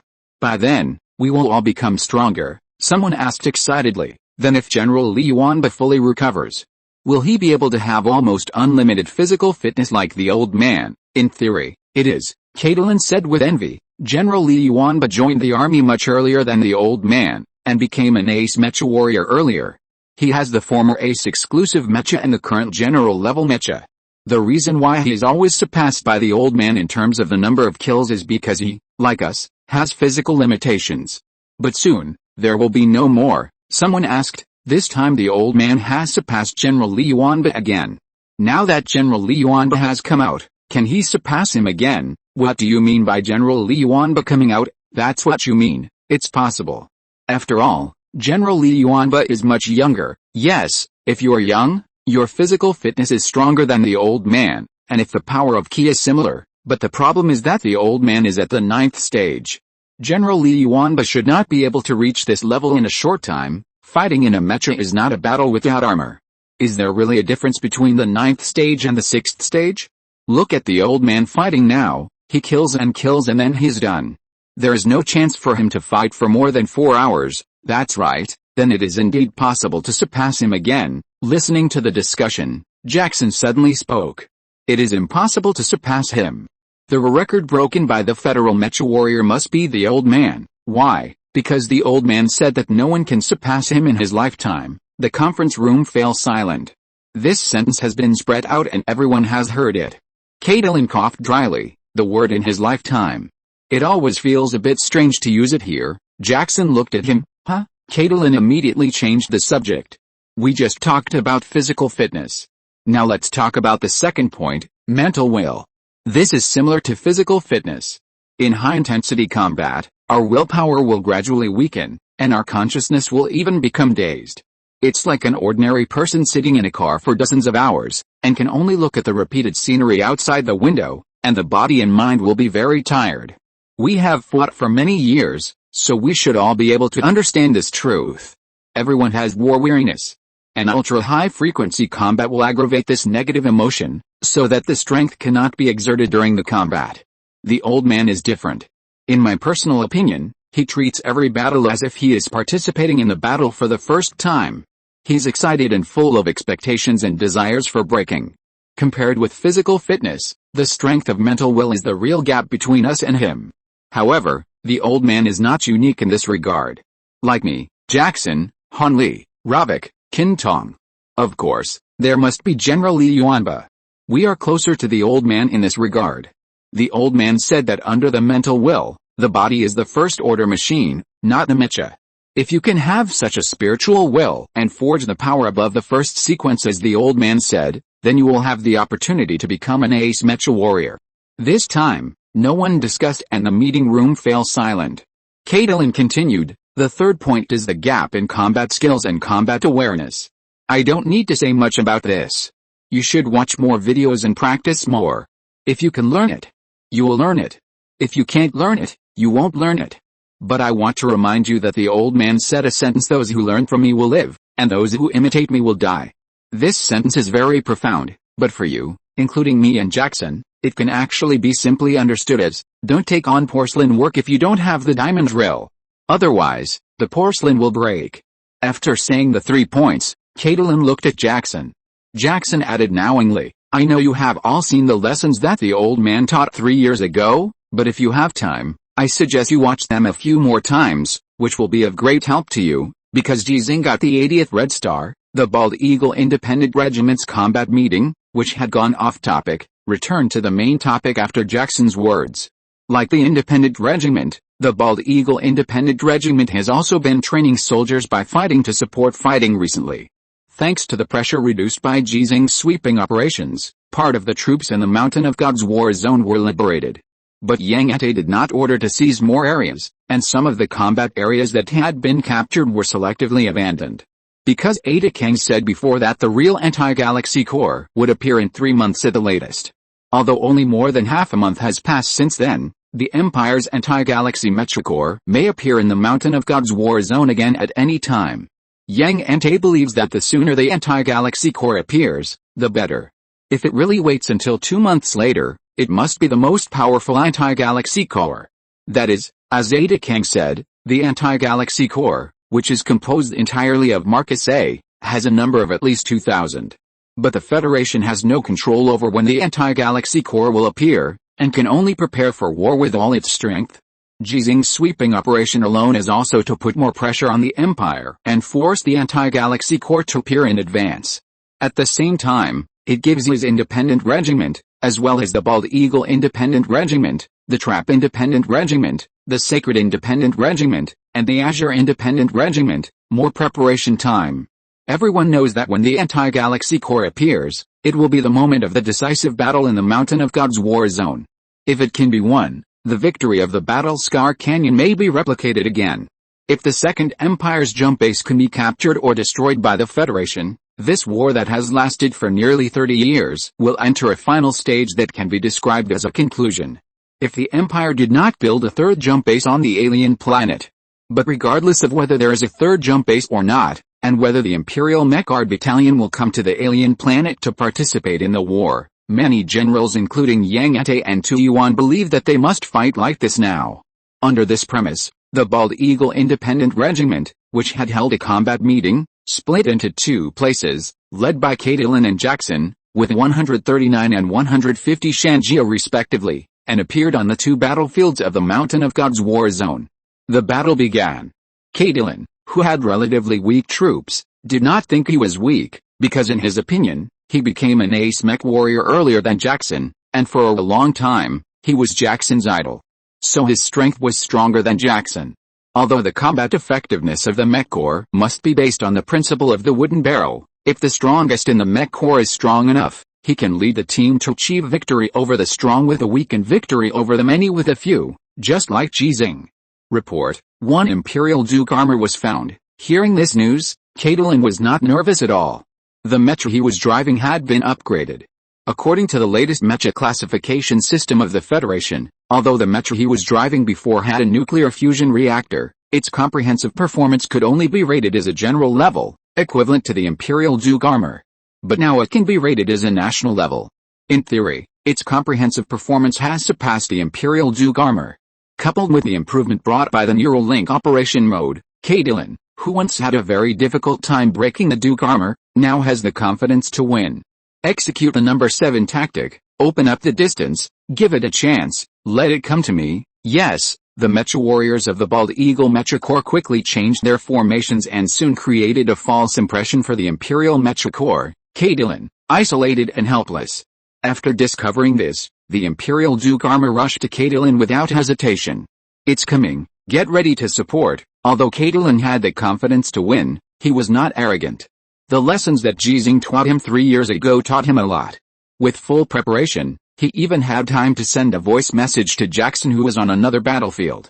Jackson, I'm going to get another red star, aren't you envious? He was indeed a little envious. On the battlefield where Jackson was, there were no Duke armor of the Empire, not even Marcus armor. He didn't need to take action on several Earl armor. His current combat mission was actually equivalent to that of a firefighter, creating a better combat environment for his comrades. Just like what Ji Xinghe did when he led the independent regiment before. Why didn't the Duke armor come to find me? During the battle, Jackson thought with some regret. Then, a sad voice sounded. Colonel Jackson, Colonel Caitlin, killed in action. Chapter 632, A Simple Old Man. Do you know why the rank of general is not given to mecha warriors easily? Yang Ate looked at the silent Ji Xinghe, and continued without waiting for an answer. Many people think that they are worried that after the mecha warriors get the rank of general, they will ignore the orders of the commander and disobey the military orders. After you, more people think so. But in fact, it is not the case. Yang Ate's tone was very calm, and the others present were also very quiet. Mecha warriors who are qualified to get the rank of general must have the military qualities that match the rank. Li Yuanba, the first to get the rank, and you, the second to get the rank, both have strategic level command capabilities. Yes, you have violated and disobeyed military orders many times, and Li Yuanba has done the same. But later, you and Li Yuanba were always able to prove through facts that your choices were correct, no matter what the process was. The reason why we don't easily grant mecha warriors the rank of general is very simple. The death rate of mecha warriors is too high. No matter what level you reach or what kind of mecha you drive, as long as you still participate in the war as a mecha warrior, there is a great possibility that you will die on the battlefield. Just like Caitlin, the meeting room was even more silent, and people were deliberately suppressing their breathing. Caitlin, the ace mecha warrior of the Federation and the commander of the Bald Eagle Independent Regiment, died on the battlefield 3 hours ago. The sacrifice of mecha warriors is very common. On average, 3-digit federal mecha warriors die every day on alien planets, and everyone has gotten used to it. But ace mecha warriors are destined to be different. Combat power is one reason, and the other reason is even more cruel. Since 10 years ago, the Federation has maintained the number of active mecha warriors at around 300,000. On average, 3-digit Mecha warriors sacrifice every day, which means that on average, 3-digit federal soldiers become formal Mecha warriors every day. Counting those Mecha warriors who are transferred to the residual soldier company sequence or directly retired due to injuries and aging. 10 years, millions of Mecha warriors, in the waves of blood and fire. How many ace Mecha warriors have been found? The curse that the Federation has at most 9 active ace Mecha warriors has only been broken for 4 years. 3 hours ago, before Catilin's death, there were only 17 active ace Mecha warriors in the Federation, and 2 galaxy-level Mecha warriors. Under such premises, the importance of each ace Mecha warrior is self-evident. They not only represent themselves, but also represent millions of Mecha warriors. And the millions of Mecha warriors of the Federation in the past 10 years have all been carefully selected. Therefore, it can be said that ace Mecha warriors are the glory of human force. Among these honors, Catilin represents an even greater significance. He was or always has been the idol of Jackson, the active ace Mecha warrior. He is the strongest ace Mecha warrior in Eagle Continent, the second Mecha warrior in the Federation to obtain a nuclear fusion reactor for Mecha, the commander of the Bald Eagle Independent Regiment, one of the strongest Mecha Corps in the Federation, and the commander of the Mecha warrior sequence in the Battle Scar Canyon War Zone. Since joining the army, he has destroyed and cast 32 red stars. Together with Jackson, Ravitch, and Han Li, he is known as one of the 4 subgalactic Mecha warriors. General, of course you can die in battle, but you shouldn't die like this. Yang Ate's tone changed a little, like the drizzle in spring, which instantly crossed the summer and autumn seasons and turned into cold icy rain. Some people say that generals can plan and strategize, and should be able to plan everything and always have wisdom in hand. But no one says that generals must be the last barrier in the war. I have never been the first to lead the troops, but if necessary, I can sacrifice myself at any time. And before I sacrifice, I should not sacrifice so easily. Because, if even I, a 3-star admiral of the Federation, sacrifice, how far has this war gone? To what extent will the people who have placed their hopes on us be disappointed? No, they will not be disappointed anymore, they will only be desperate. Yang Ate's meaning was very straightforward. When the news of the death and sacrifice of generals continued to come from the front line, few people would look forward to victory as before, and there would not be so many people who would choose to join the army for victory. The generals sacrificed casually, and ordinary soldiers were really no different from cannon fodder. No one would want to be cannon fodder. Yang Ante was silent for a moment, trying to see any changes in Ji Xinghe's expression and eyes, but he could not see anything. He sighed in his heart and spoke again. Catilin's sacrifice has nothing to do with you. Although in the eyes of many people, it was you who made Catilin recall his original intention and fight like an ordinary Mecha warrior, no longer considering himself as an ace Mecha warrior, but as a soldier. But even if you had not taught Catilin 3 years ago, he would still choose to face the Prince Armor disguised as a Duke Armor in today's battle, and he would still sacrifice. Facing the most powerful Imperial Mecha on the battlefield is his duty. Moreover, before he met you 3 years ago, even if he sacrificed, it would not be able to exchange for the successful retreat of the Bald Eagle Independent Regiment today. The fighting style of the Federal Ace Mecha warriors was different before Ji Xinghe took those classes in the Battle Scar Canyon. They are like nuclear weapons and will not easily join the battlefield. 3 years ago, Catilin had an argument with Ji Xinghe because of the problem of fighting style. Afterwards, Catilin made it clear that he would not choose Ji Xinghe's fighting style. In fact, Catilin did not choose Ji Xinghe's fighting style, but continued to fight according to the previous fighting style. The reason for the sacrifice today was that he did not expect that another Prince Armor would come to the alien planet, and it was disguised as a Duke Armor. The more than 100 Mecha warriors of the Bald Eagle Independent Regiment, led by Catilin, had to fight for as much retreat time as possible under the battle situation at the time, so that they had a chance to preserve their strength. So Ji Xinghe cannot be blamed for Catilin's sacrifice. But there will still be people who don't understand, and don't want to understand, and those who understand will worry about the impact of this matter on Ji Xinghe. The sacrifice of the blind man, as well as the many sacrifices of the independent regiment, including the ace Mecha warriors, have proved that Ji Xinghe will do things that make people worry because of people's sacrifices. Stop for a while. Yang Ante couldn't wait for Ji Xinghe to speak, so he could only express his opinions and ideas. We are not sure whether the Prince Armor disguised as the Duke Armor is the only Prince Armor on the alien planet. Even if it is the only one, theoretically, there is at least one general armor of the Empire on the alien planet. And I am more inclined to believe that this time, the Empire is very well prepared for this level of combat power. Even if you face 3 mechas of this level at the same time, it is difficult to fight like before. If they entangle you, and with a large number of conventional mechas, or even the anti-galaxy mecha corps joining the battle in advance, we will send a large number of mecha warriors to rescue you. Although we have been preparing for a large-scale mecha frontal team battle, we will be very passive if we fight like this. You and the independent regiment should take on more important combat tasks in that large-scale frontal team battle with an active attitude. Just like what you did before, combined with what Yang Ate said before, people all understood that Yang Ate meant that if Ji Xinghe continued to fight like before, he would most likely sacrifice like Caitlin. Although this is not appropriate, Ji Xinghe is undoubtedly more important than Caitlin. Let's not talk about other things, just a rank. When Caitlin died, he was still a colonel, and he was already a lieutenant general. A general should not be sacrificed so easily. People can understand the truth, and Ji Xinghe can certainly understand it. He looked at Yang Ate and still said nothing, but it brought unprecedented pressure to Yang Ate. So Yang Ate played a card. The military has approved your rank promotion plan. You will become the first mecha warrior in the Federation to be awarded the rank of general. From auto mechanic to mechanic, from mechanic to mecha warrior, from private to federal general, all your honors are earned by you step by step on the ground, one knife after another.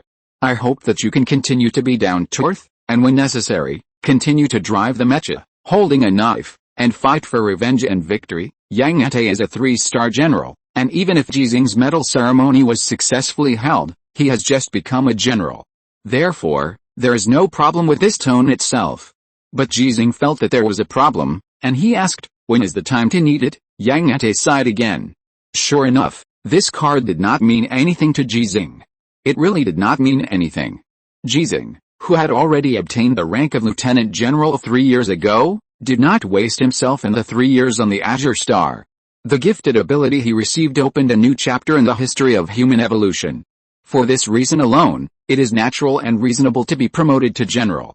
What's more, after returning to the alien planet, Ji Xinghe took the lead and, to a certain extent, ended the Federation's war in the Battle Scar Canyon War Zone, bringing an unprecedented victory to the Federation. There is also the capture of the Imperial Prince Ada Kang, and the rescue of Li Hangfen, the only recipient of the Federation's Azure Medal. Yang Ante felt that the military was a little stingy. Although it was unprecedented to be promoted directly from a lieutenant general to a 3-star general, what Ji Xinghe has achieved so far is also unprecedented. If Yang Ante were to arrange it, he would even dare to directly grant Ji Xinghe the rank of 5-star general. If he is already a 5-star general, he will no longer think about fighting in the front, right? Unfortunately, he can't arrange it, and no one can arrange it. When the anti-galaxy corps appeared, Yang Ante replied, "You know very well that they are very strong. If you let them go, they can sweep all our positions just like you swept the Empire's positions. Moreover, their speed will be much faster than you, because you only have one person and one mecha. The anti-galaxy corps composed of 2,000 or 3,000 Marcus armor can indeed sweep all the positions of the Federation. The Federation can certainly assemble 5 independent regiments and more mechas for targeted operations, but just like the independent regiment led by Ji Xinghe before, the anti-galaxy corps can also rely on its rapid mobility to avoid the main mechas of the Federation, and then continue to use the strong to attack the weak, and beat all the positions of the Federation in the Mountain of God's War Zone intrusive. Moreover, the Empire not only has the anti-galaxy corps, but also has conventional mechas that are no less than the Federation. In terms of various resources related to the war, the Federation has always been less than the Empire. At that time, I will be there, and before that, I will continue to fight, Ji Xinghe said stubbornly. I know that many of you think that I have always been just a reckless man, an old man. Yes, you are right, I am an old man, so I want to solve the problem in the way of an old man. Yang Ante took a deep breath. How to solve it? Ji Xinghe looked into Yang Ante's eyes. Kill one less. Destroy one less. Yang Ante couldn't refute it, because Ji Xinghe was telling the truth, and the fact that Ji Xinghe didn't say was that Ji Xinghe's recent operations, including the operations in the past week and before in the Battle Scar Canyon, all of them can allow the Federation to obtain a large amount of spoils, including but not limited to the Empire's mechas, ammunition and weapons. The Empire's mechas can be repaired and modified to become the Federation's mechas. Those ammunition and weapons, in addition to medicines, oxygen, drinking water, food and other survival supplies needed by the Imperial apes, can also be used by the Federation. In short, the more Ji Xinghe kills, the stronger the Federation will be. But, Yang Ante hesitated. Will I die? Ji Xinghe raised his eyebrows.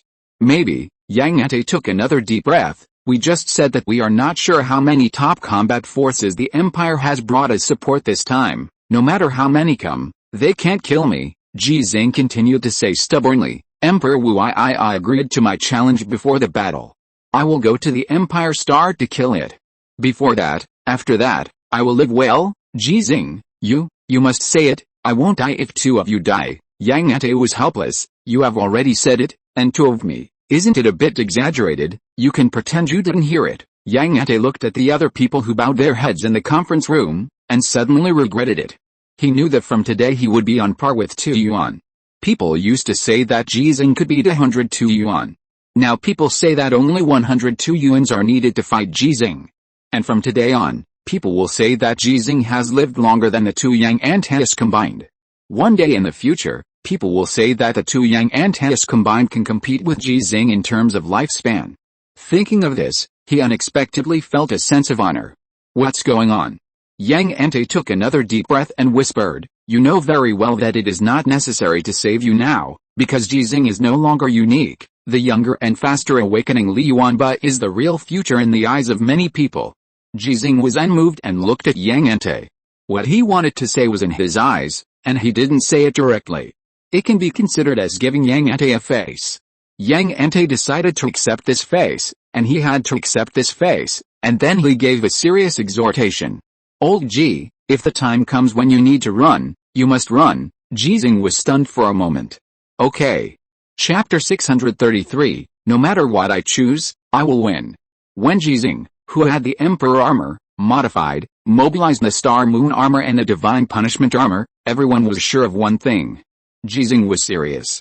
He really wanted to end this war in a common way, kill one less.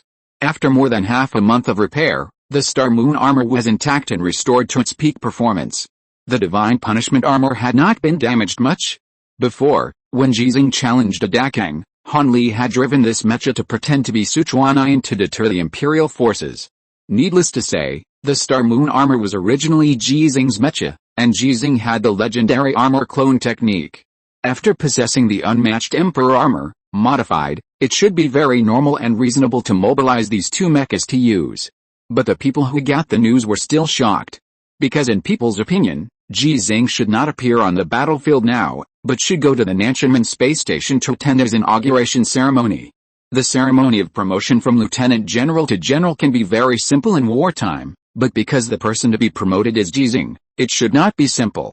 People have been looking forward to the ceremony. Ji Xinghe, the old father of 300,000 mecha warriors in the Federation, will say some words and give some lessons. People also believe that after being promoted to general, Ji Xinghe will no longer lead by example, but will sit in the rear to give gifts to more people and personally train more and more powerful mecha warriors. People even fantasize whether Ji Xinghe's mecha will be given to other mecha warriors.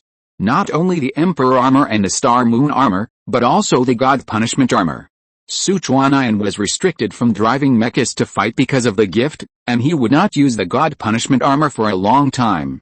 Ji Xinghe has always recognized Colonel Chen Sun's philosophy, make the best use of things and people, and will definitely not let these three national-level mechas be shelved. Although Li Yuanba can also use the Star Moon armor because he learned the art of armor clone from Ji Xinghe, and he has used it many times before. Theoretically, it is still possible to use the Emperor armor and the Divine Punishment armor, but now Li Yuanba is also in seclusion. Considering that Ji Xinghe had been in seclusion for 3 years before mastering the power of the gift, no matter how talented Li Yuanba is, it is impossible for him to end his seclusion in just 3 or 2 months, right? In this case, many special mecha warriors, as well as several ace mecha warriors, have some expectations for the Emperor armor, the Star Moon armor, the Divine Punishment armor, and the Overlord armor. Not asking for eternity, just asking for having it once. But today, all these expectations have disappeared, replaced by another expectation. Old man, did you refuse to be promoted to general? That should be the case. Otherwise, how could you lead the troops in battle with the rank of general as before? Moreover, you didn't receive a notification from the whole army. I don't think so. I think that even if you have been promoted to general, or even become a 5-star general in the future, the old man will still lead the troops. Impossible. Why not? How can a general be a general and lead the troops? Have you ever seen a lieutenant general who leads the troops? The old man is the first. And he will be the first general who leads the troops. A general who can lead the troops was very rare in ancient times, let alone in this era. People subconsciously feel that this is wrong, but the emotion of expectation arises involuntarily. Many mecha warriors who do not need to participate in the war for the time being are also shocked by Ji Xinghe's choice and have different expectations. Compared with most people, mecha warriors, especially the special and ace mecha warriors, know better what Ji Xinghe's choice means.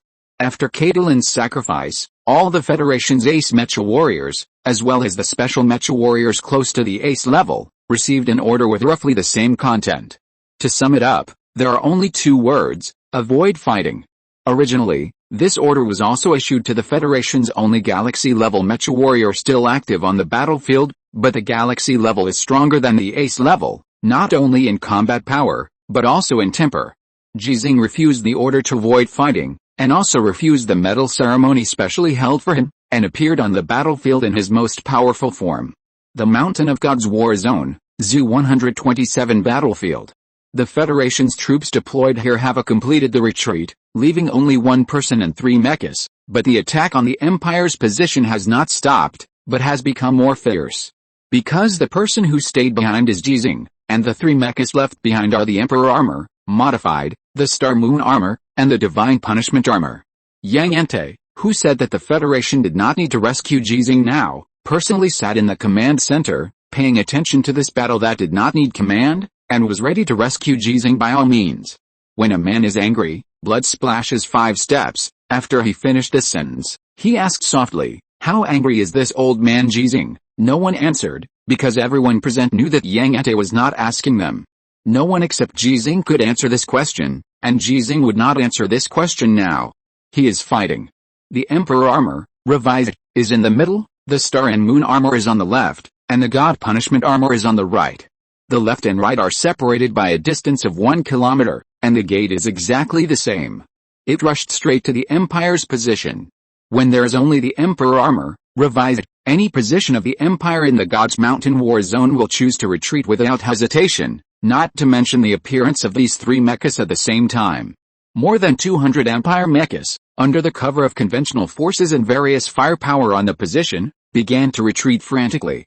Compared with conventional troops and weapons deployed on the battlefield, the value of mechas is naturally higher.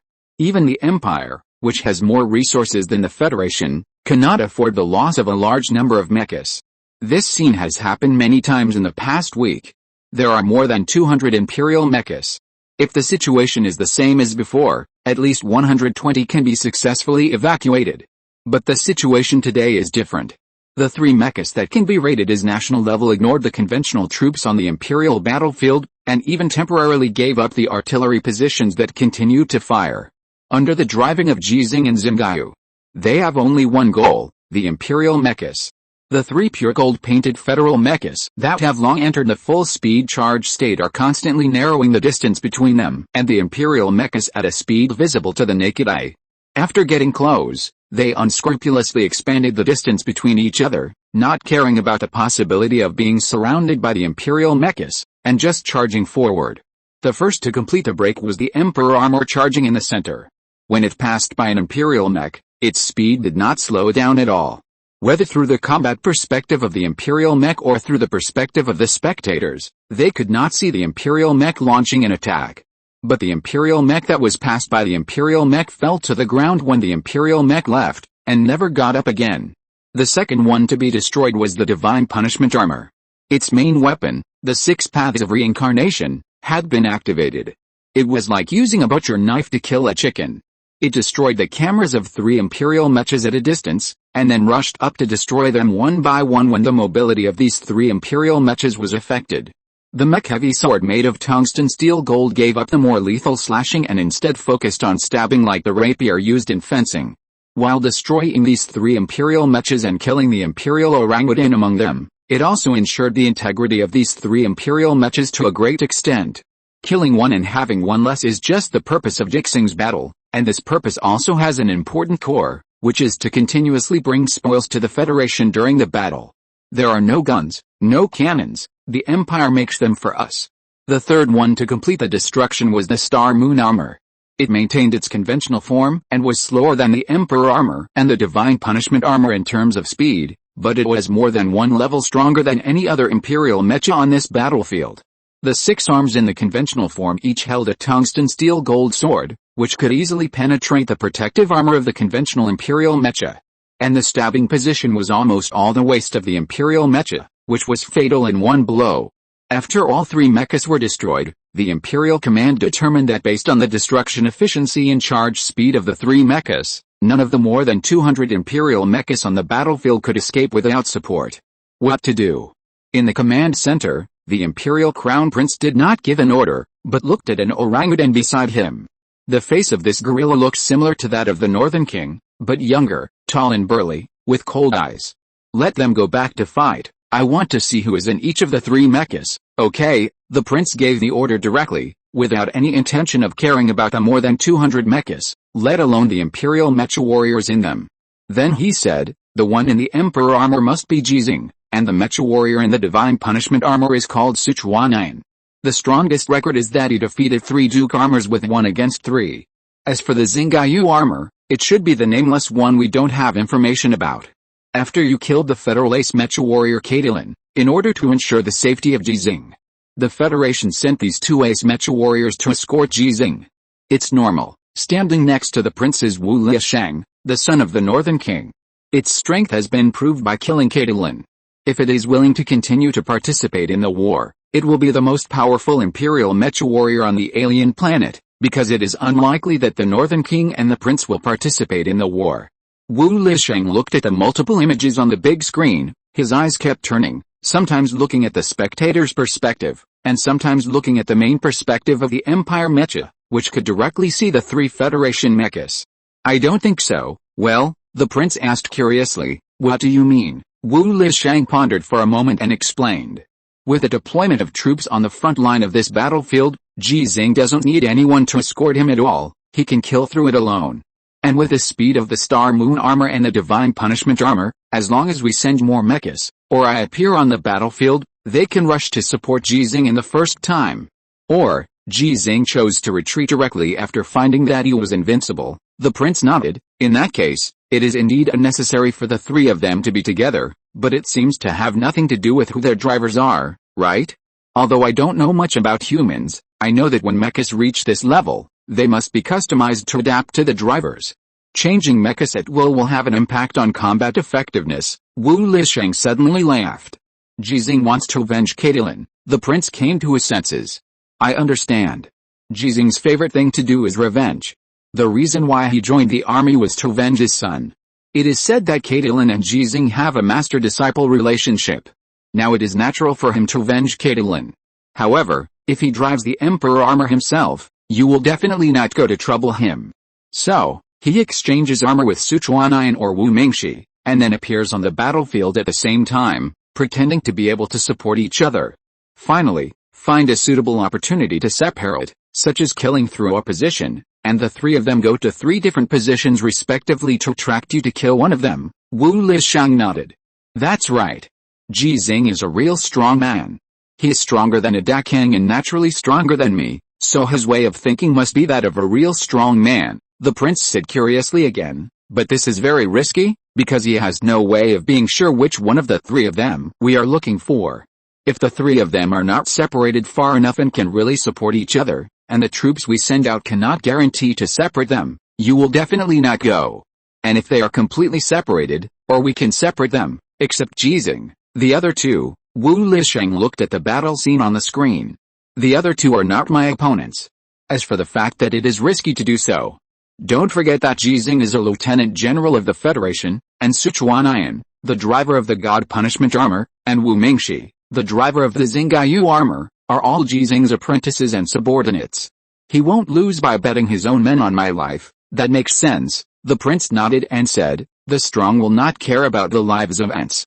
As a truly strong man, Ji Xinghe, it is easy for him to have apprentices and subordinates when the Federation has more than 7 billion people. Wu Lisheng fell silent and watched seriously.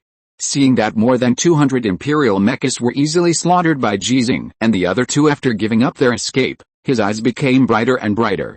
Ji Xinghe should not be in the Emperor armor. The prince was also watching and analyzed. In the normal thinking mode, he must be driving the Emperor armor, but the Emperor armor's defense is too strong, and it is difficult to completely break it in a short time. The other two mechas have enough time to support. It's called analysis, but it's actually pressure. Wu Lisheng heard it and laughed. Divine punishment armor? Ji Xinghe is in the divine punishment armor? Huh? Why? Because the Xinghe armor has an overclocked form and runs too fast. My mecha can't catch up. Moreover, the fighting style of the Xinghe armor imitates Ji Xinghe too closely. Then what's your choice? The prince asked. Take back the Emperor armor, or destroy the Xinghe armor, or try to kill Ji Xinghe.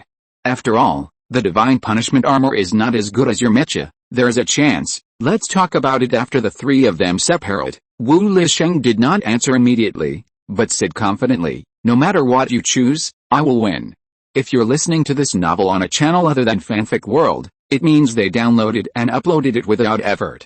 We cordially invite you to visit our channel, Mundo Fanfic Novelis. There you'll find the original version of this story and you can explore many other novels of various genres. We're waiting for you to immerse yourself in a world of incredible novels. Chapter 634, Killing Its 9 Clans. Ji Xinghe, who got 2 more red stars, made the choice that the Imperial Crown Prince and Imperial Prince Wu Lisheng were most looking forward to. The 3 mechas that formed a horn with each other seemed to have discovered that all the nearby Imperial positions were not worthy of their 3 joining forces, so they ran to 3 battlefields at the same time in a very reasonable way. The distance between them was more than 20 kilometers at the closest.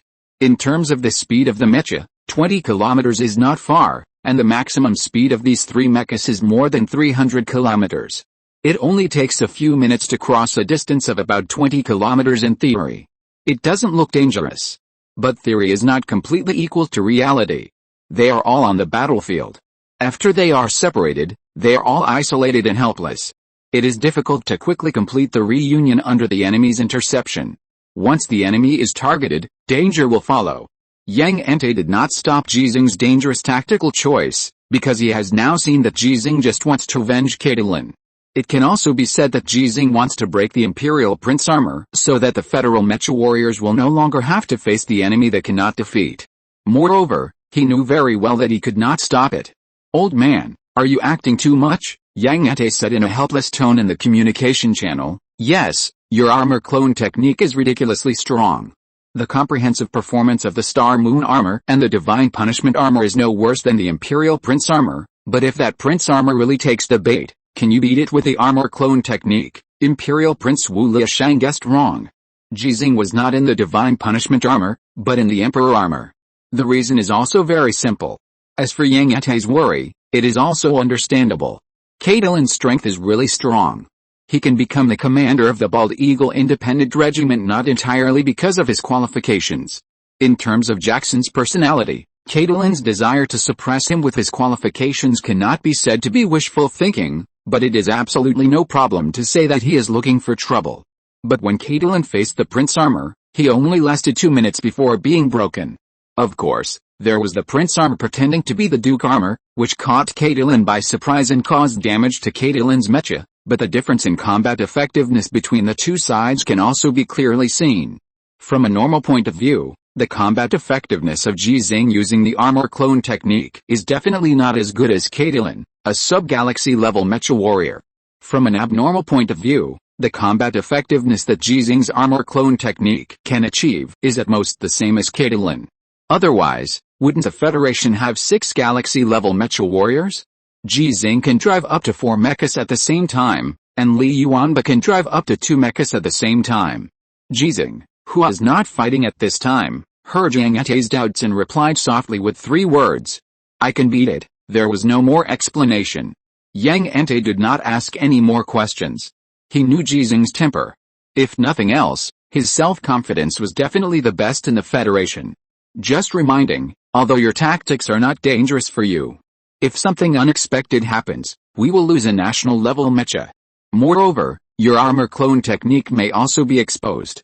Of course, based on previous intelligence, the Empire may also think that Li Yuanba, Han Li, Sichuanian and others used the remote driving operation mode. When Ji Xinghe fought with Ada Kang before, Ada Kang said that it knew that the Federation's remote driving mecha technology was very strong, and there was also a war god mode. This is one of the loopholes in Ji Xinghe's tactics today, but under normal circumstances, no one and no gorilla monkey can think that the Federation will choose to use the remote operation mode to operate the Star Moon armor, God Punishment armor, Emperor armor and other level mechas. Because this operation mode is too easy to be cracked, it only needs to use signal interference and shielding devices, and the remotely operated mecha can only rely on the War God mode to fight, and its combat effectiveness will naturally decrease sharply. I know it in my heart. Ji Xinghe's response was as stubborn as ever. Yang Ente said nothing more, because the battle had already begun, and 3 battles started at the same time. Knowing that Ji Xinghe used the art of armor clone and operated the 3 mechas at the same time, how dare he interfere? On 3 battlefields that were not close to each other, 3 pure gold-painted mechas simultaneously opened the sweeping mode with overwhelming force, and the combat effectiveness of each one was no different from before. Some mecha warriors who watched the battle even believed that if 2 ace mecha warriors were to drive the 2 mechas without Ji Xinghe in the cockpit, the combat effectiveness and efficiency of braking would not be better. As the owner of the God's Punishment armor, Sichuanian was restricted from driving mechas to fight, and was naturally in the perspective of the spectators at this time. He said in person, "Even if I am so strong that I can only be described as perverted, I can't do better than the old man when driving the God's Punishment armor." This kind of words sounded like flattery, and Sichuanian did have reasons to flatter Ji Xinghe. But the people who heard it generally took it for granted, and gained more confidence because of Sichuanian's words. After all, it was Ji Xinghe. People had confidence, and they had already known Ji Xinghe's thoughts, so they naturally had more expectations. Catalan's supporters far exceeded Jackson. Until now, some people were unwilling to believe that he had sacrificed. It was too sudden. But whether they were willing to believe it or not, Catalan's sacrifice was an unchangeable fact. Many people wanted to avenge Catalan, but they knew very well that it was almost impossible to avenge him. Those who were unable to avenge Catalan, needless to say, met the fate of the Prince Armor. And there are only 2 people in the Federation who are capable of avenging Catalan: Ji Xinghe and Li Yuanba, but when the 2 of them participated in the war, the Prince Armor, General Armor, Duke Armor, and even Marcus Armor of the Empire would not appear on the battlefield. How can you take revenge if you can't meet the Prince Armor at all? But now, Ji Xinghe has formulated a somewhat naive tactic. Can it succeed? In people's expectation, the Empire finally responded. More than 1,000 mechas appeared from multiple locations on the Mountain of the Gods, and then rushed to the 3 battlefields where Ji Xinghe was. Their intention was very obvious, which was to cut off the support routes between the 3 Ji Xinghes. The Imperial Command saw Ji Xinghe's intention, but I don't know if it was Ada Kang or Tao Wucha. Yang Ente frowned. The Imperial mechas rushing down from the Mountain of the Gods would take enough time for Ji Xinghe to retreat or reunite in the 3 battlefields. Regardless of whether Ji Xinghe chooses to retreat or reunite, the appearance of 2,000 Imperial mechas will lose its meaning, and there is even a risk of huge losses. But they still came. "Commander," a staff officer asked, "do you want to send the Overlord armor now?"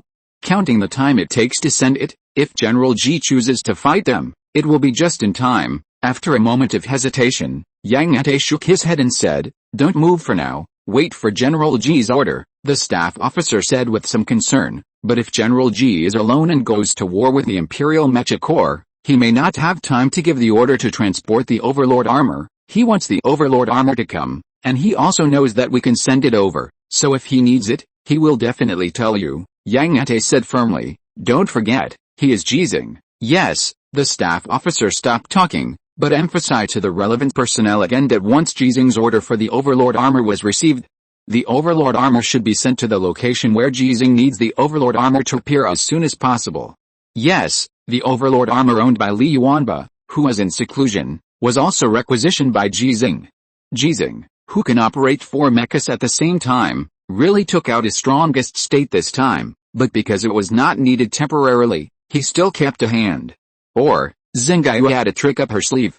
"My lord, they are testing us." Xinghe was a little excited at this moment. Since Ji Xinghe returned to the alien planet, she had not really participated in the battle. Assisting Ji Xinghe in driving a mecha in combat certainly did not count, and independently driving a mecha in combat was not considered a real battle for Xinghe, because it was far from her level. At least when operating two mechas in combat at the same time, Xinghe could feel a little bit of satisfaction. That means you've taken the bait. Ji Xinghe was prepared and had the energy to do so. But will the Imperial Prince really come to you? Xinghe said curiously. In theory, the Emperor armor with the strongest defense cannot be broken in a short time, even if you are not driving it. Once it is restricted by the Emperor armor, and you drive other mechas to support it, it will not be able to escape even if it wants to. Ji Xinghe did not answer, but asked, which of these three mechas do you want? Xinghe answered without hesitation, I want them all. Ji Xinghe asked again, do you understand? I understand, Xinghe said in an affirmative tone. The Prince armor is not as good as the Emperor armor. The Imperial Prince must want the mecha that a Dakang wants. As long as it thinks that you are not driving the Emperor armor, it will come to snatch it, and you can kill it directly. Yeah, Ji Xinghe added, the most important thing is that it wants to kill me, so it must get the Emperor armor, although a Dakang, who had the Emperor armor, lost to Ji Xinghe. That was a battle to remove the armor. Wu Lisheng always believed that if a Dakang had not foolishly chosen to fight a disarming battle with Ji Xinghe, he could have relied on the power of the Emperor armor to directly kill or capture Ji Xinghe. So, how could Wu Lisheng, who wanted to kill Ji Xinghe, give up the Emperor armor that was not driven by Ji Xinghe? Hiding among more than 1,000 Imperial mechas, driving the disguised Prince armor, Wu Lisheng had an urge to drool when looking at the Emperor armor. Ji Xinghe, you should be able to guess that my target will be the Emperor armor. Because you know that if I want to kill you, I must get the Emperor armor. Wu Lisheng's speed of charging with many Imperial mechas was not fast, because it was pretending to be an Earl armor today, not the Duke armor before. What royal honor is not important to Wu Lisheng, the son of the Northern King, especially when the Empire has sacrificed a prince, 2 generals, and a prince on the alien battlefield. If you really count it, Prince Adakan can also be said to be sacrificed. The prince of the empire who died before was the son of the king of Xiangxi, one of the 4 kings of the empire.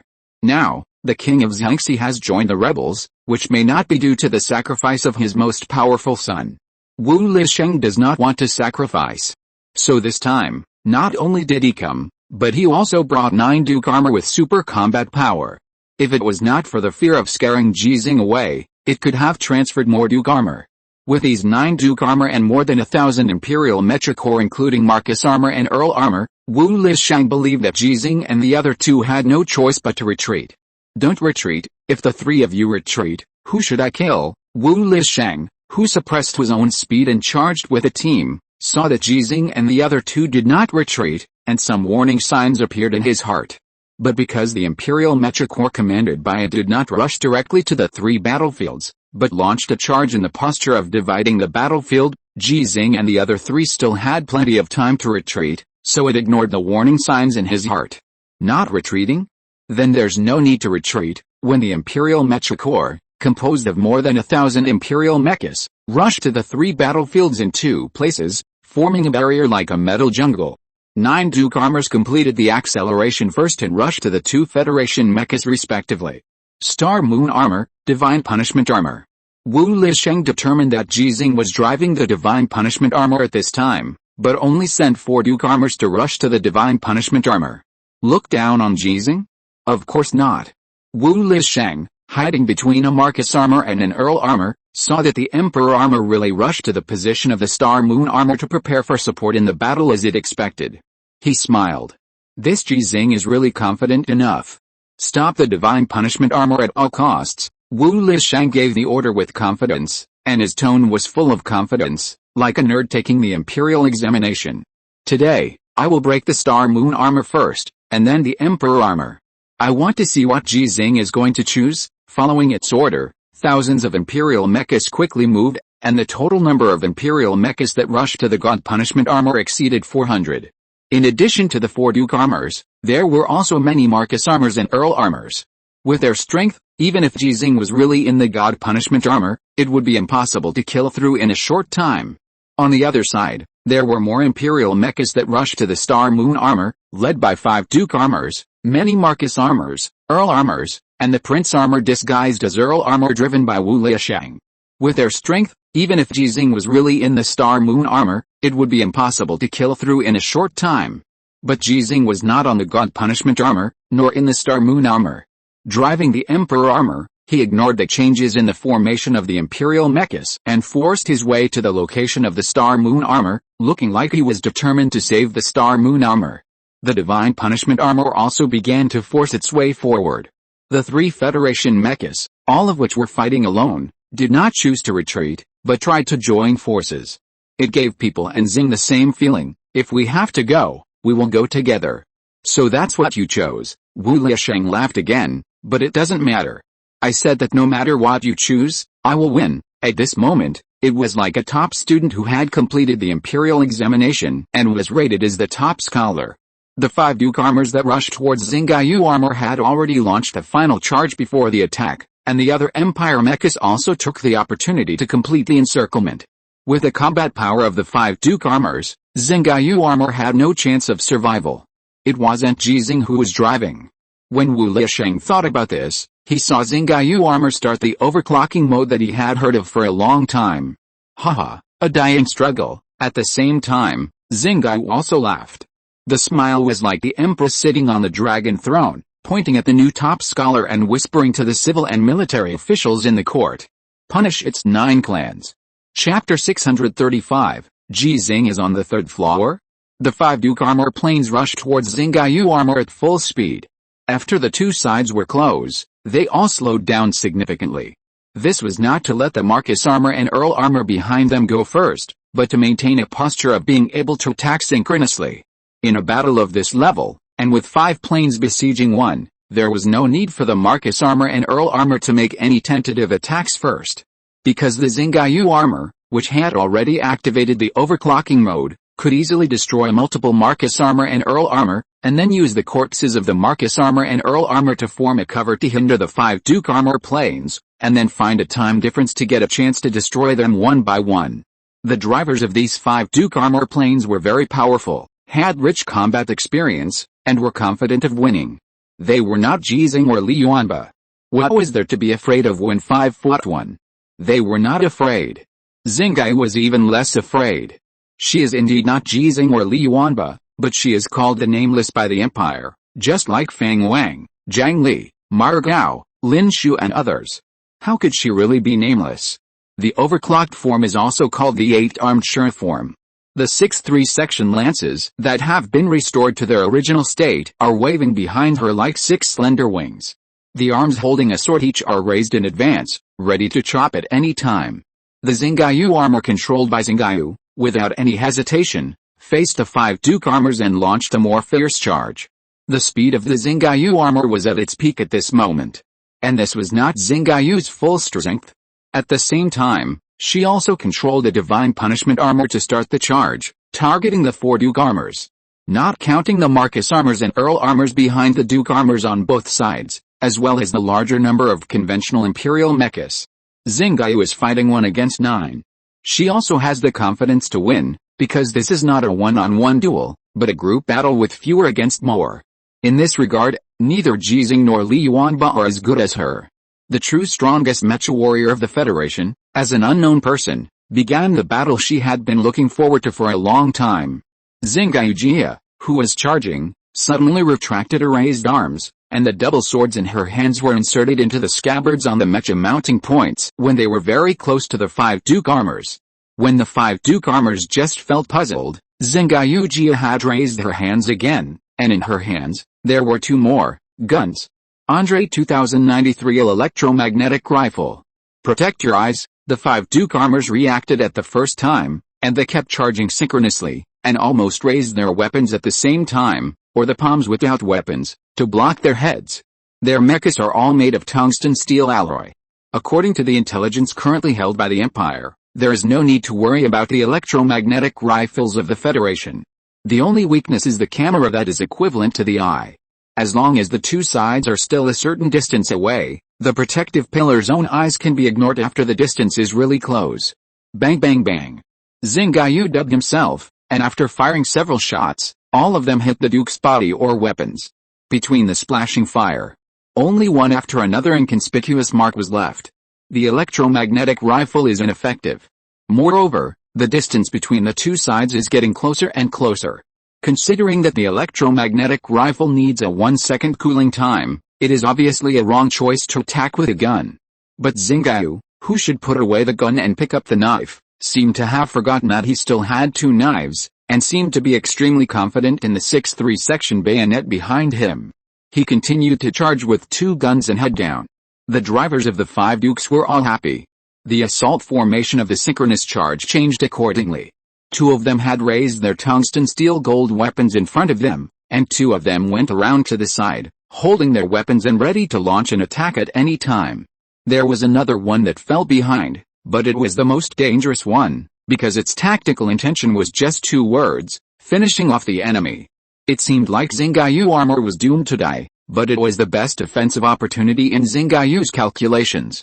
Because they had to launch an offensive maneuver, the palms or weapons used to cover their eyes had all lost their defensive functions. The target was revealed. Bang bang. 2 gunshots were heard in succession, and the 2 Duke armors that were charging head-on had one eye each destroyed by the electromagnetic rifle on the spot. However, this attack seemed a bit painless, because all Duke armors had more than one eye on the front. It was also difficult to destroy the control system of the Duke armor, which was extremely expensive to manufacture, with one shot. At least 2 shots were needed to have a real impact. But the problem was that the cooling time of the electromagnetic rifle was 1 second, and at the current charging speed of both sides. 1 second later, the 2 Duke armors, each with one eye destroyed, could hit Xinghe's armor with the weapons in their hands. It was a critical moment. The Star Moon armor suddenly stopped.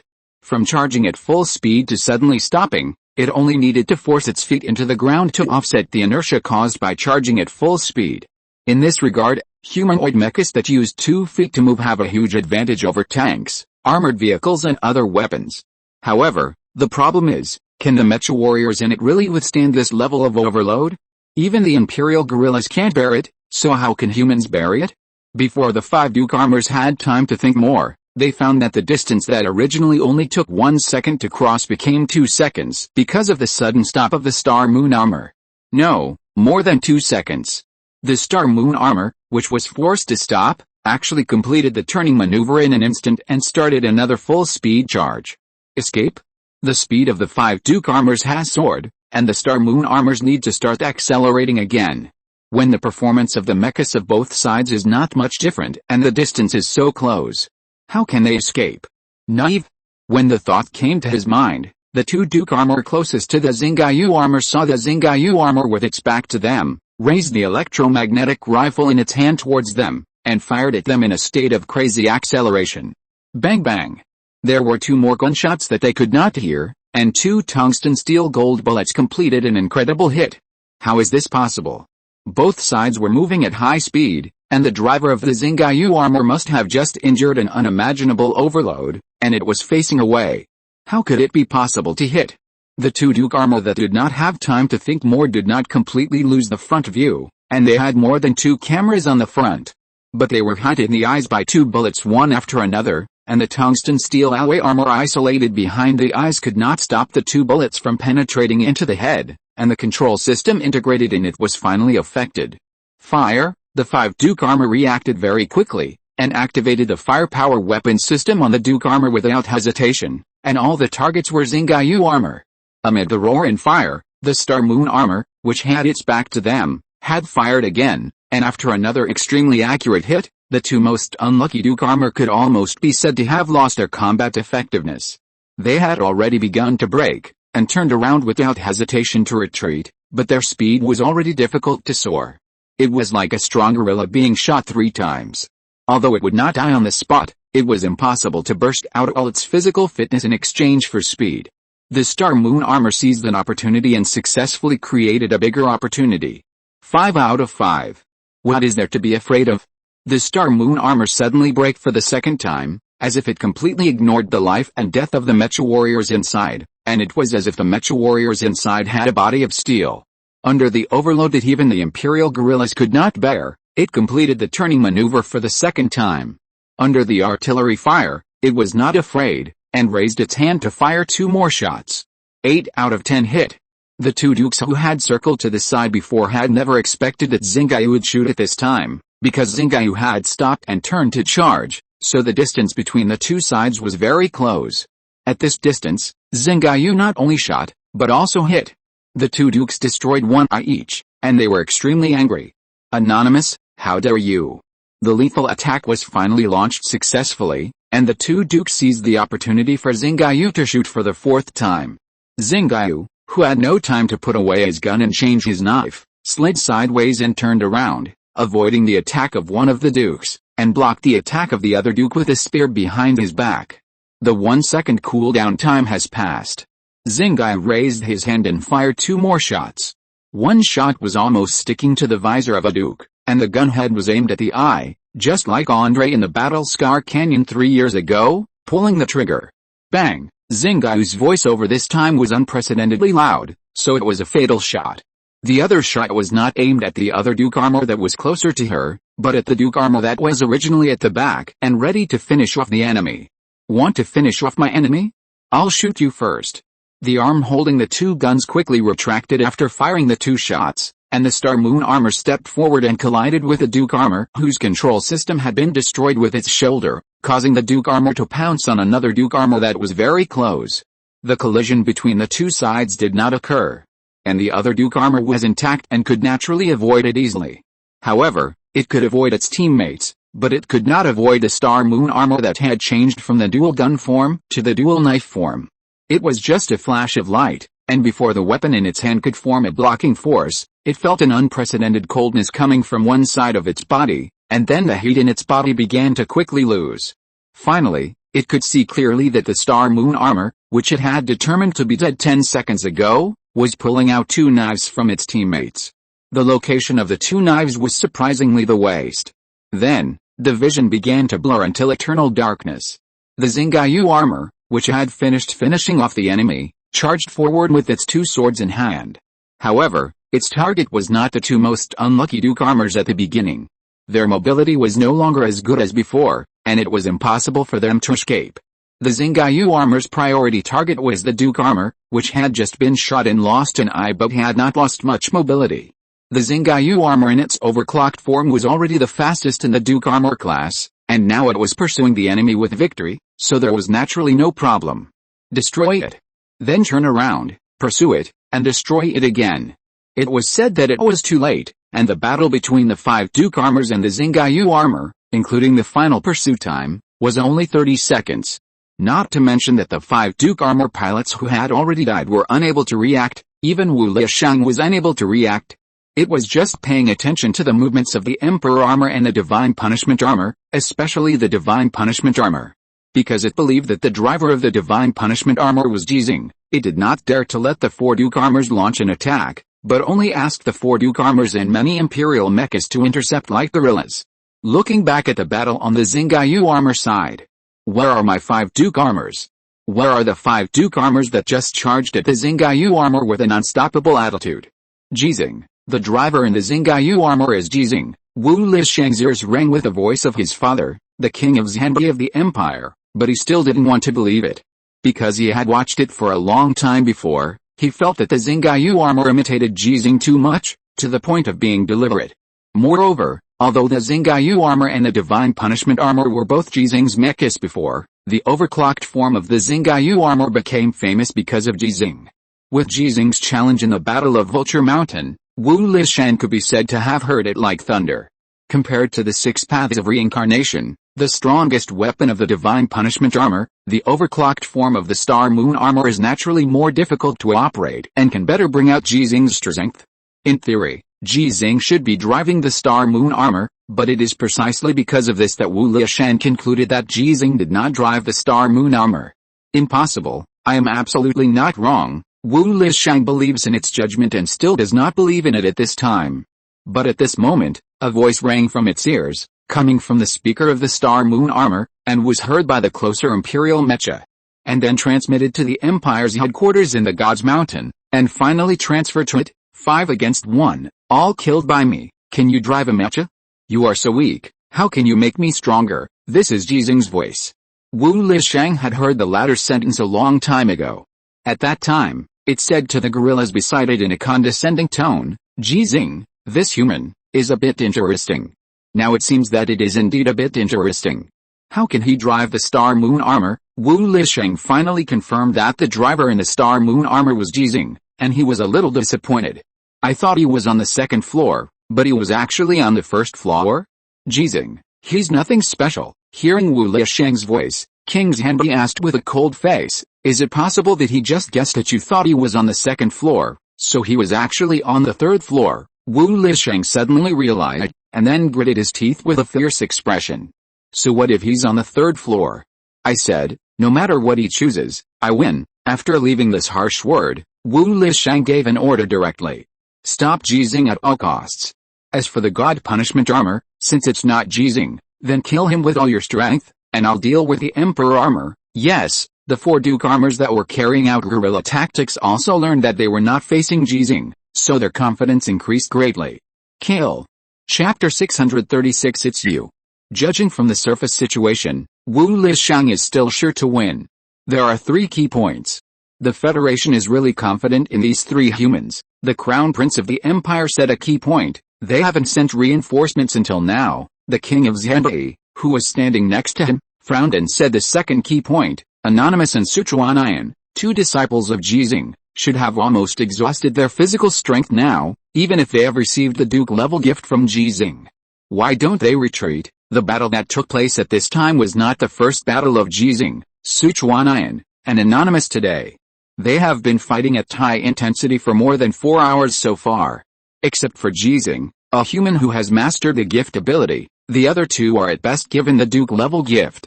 In terms of the basic physical fitness of humans, it is difficult to last longer. Caitlin did not receive the gift, and frankly said that he could only hold on for half an hour. How many times can the energy brought by the Duke-level gift be increased? Not only did the 3 of them not retreat, they haven't even reunited yet. The prince pointed out the third key point, with a curious tone, and I think they don't seem to be in a hurry to reunite now. The King of Zhanbi also saw this. The Emperor armor, which seemed to be desperate to reunite with the Star Moon armor before, chose to fight with a goal of breaking it when it encountered the obstruction of many imperial mechas, instead of relying on its mobility and combat effectiveness to forcibly break out of the siege. The same performance was also shown by the Divine Punishment armor. When the 4 Duke armors confirmed that the mecha warriors in the Divine Punishment armor were not Ji Xinghe, who frightened them, they had already given up the guerrilla tactics and led a large number of imperial mechas to launch a frontal attack. In theory, the driver of the Divine Punishment armor, Sichuan or Wu Mingxi, is also capable of trying to kill through the blocking imperial mechas. But the Divine Punishment armor did not do so. Judging from the current maneuvers of the Divine Punishment armor, it seems to have chosen a tactic of breaking it. The Xinghe armor, which was driven by Ji Xinghe and had destroyed 5 Duke armors, should have joined the Emperor armor at the fastest speed without the top-level mecha combat power to stop it.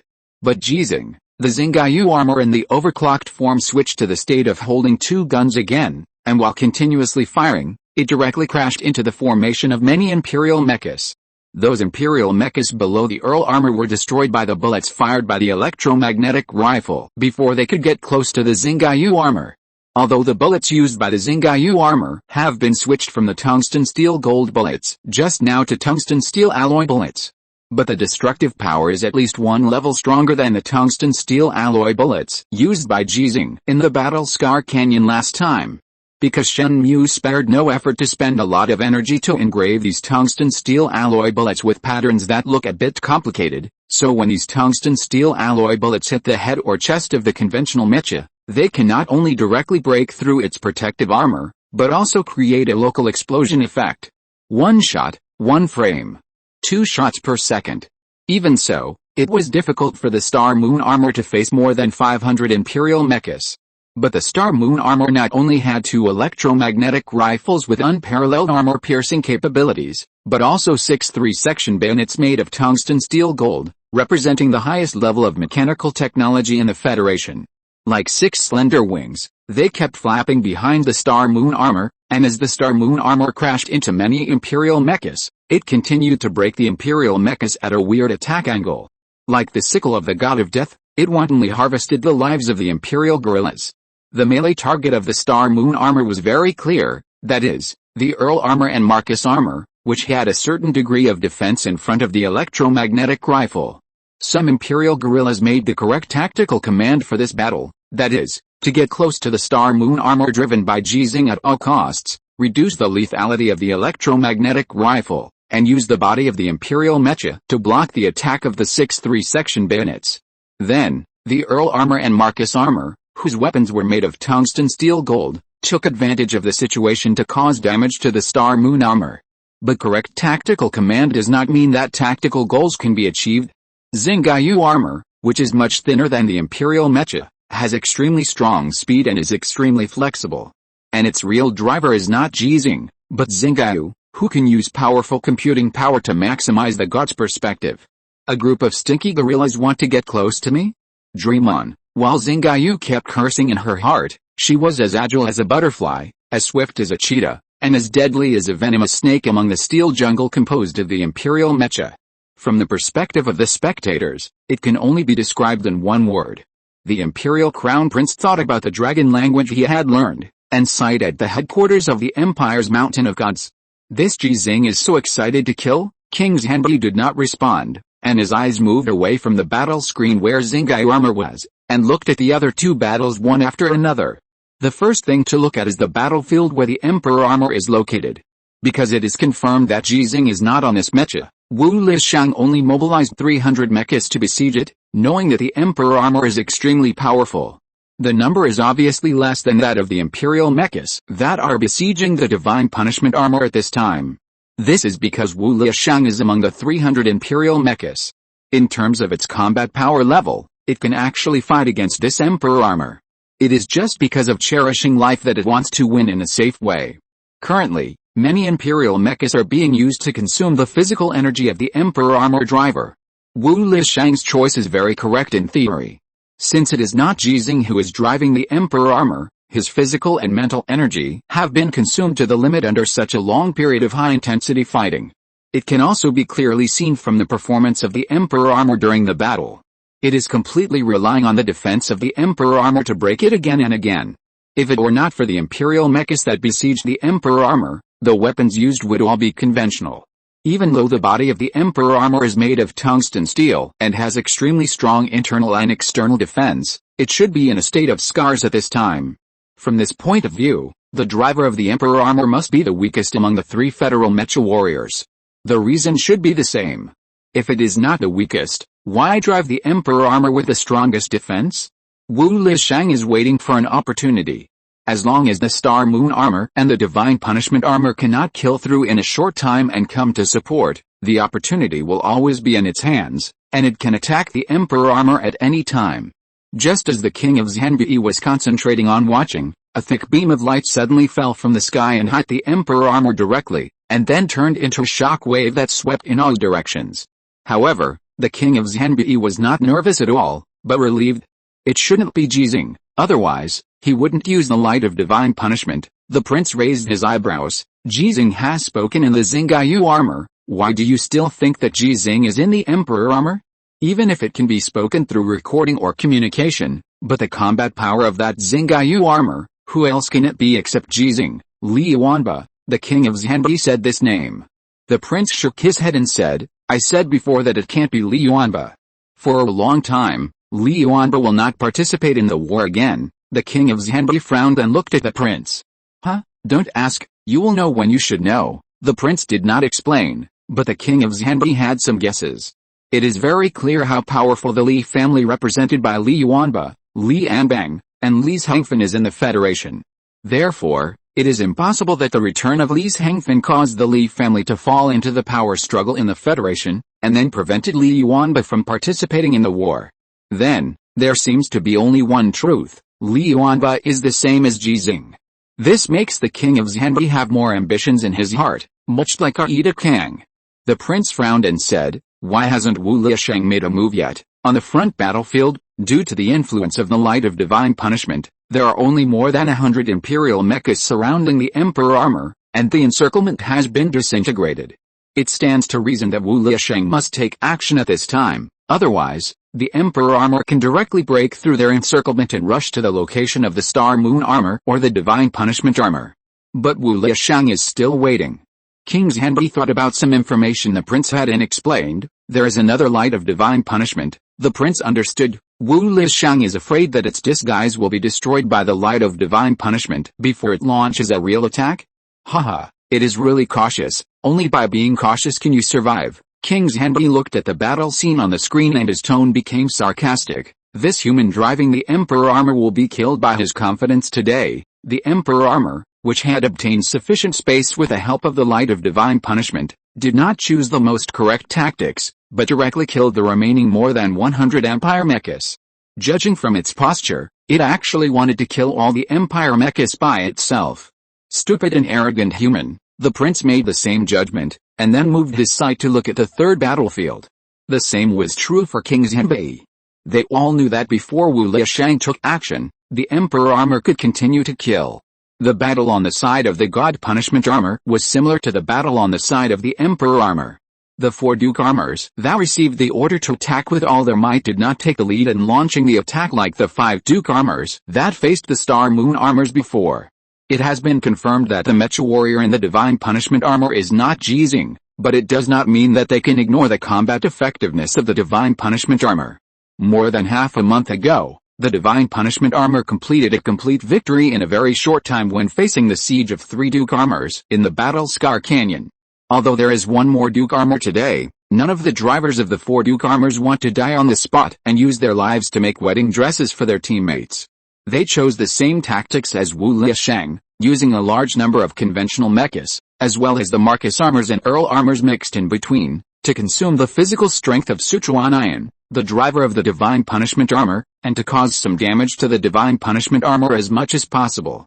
The Divine Punishment armor without an electromagnetic rifle, under siege, is actually not weaker than the Star Moon armor in combat effectiveness.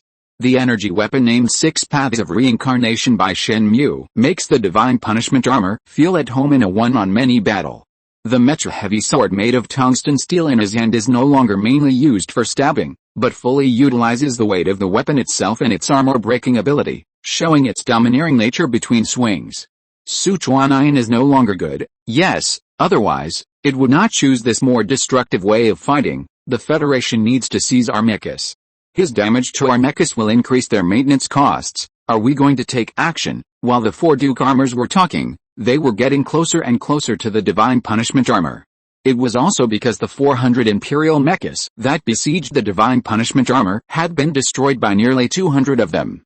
The strong combat power is worthy of the name of Divine Punishment.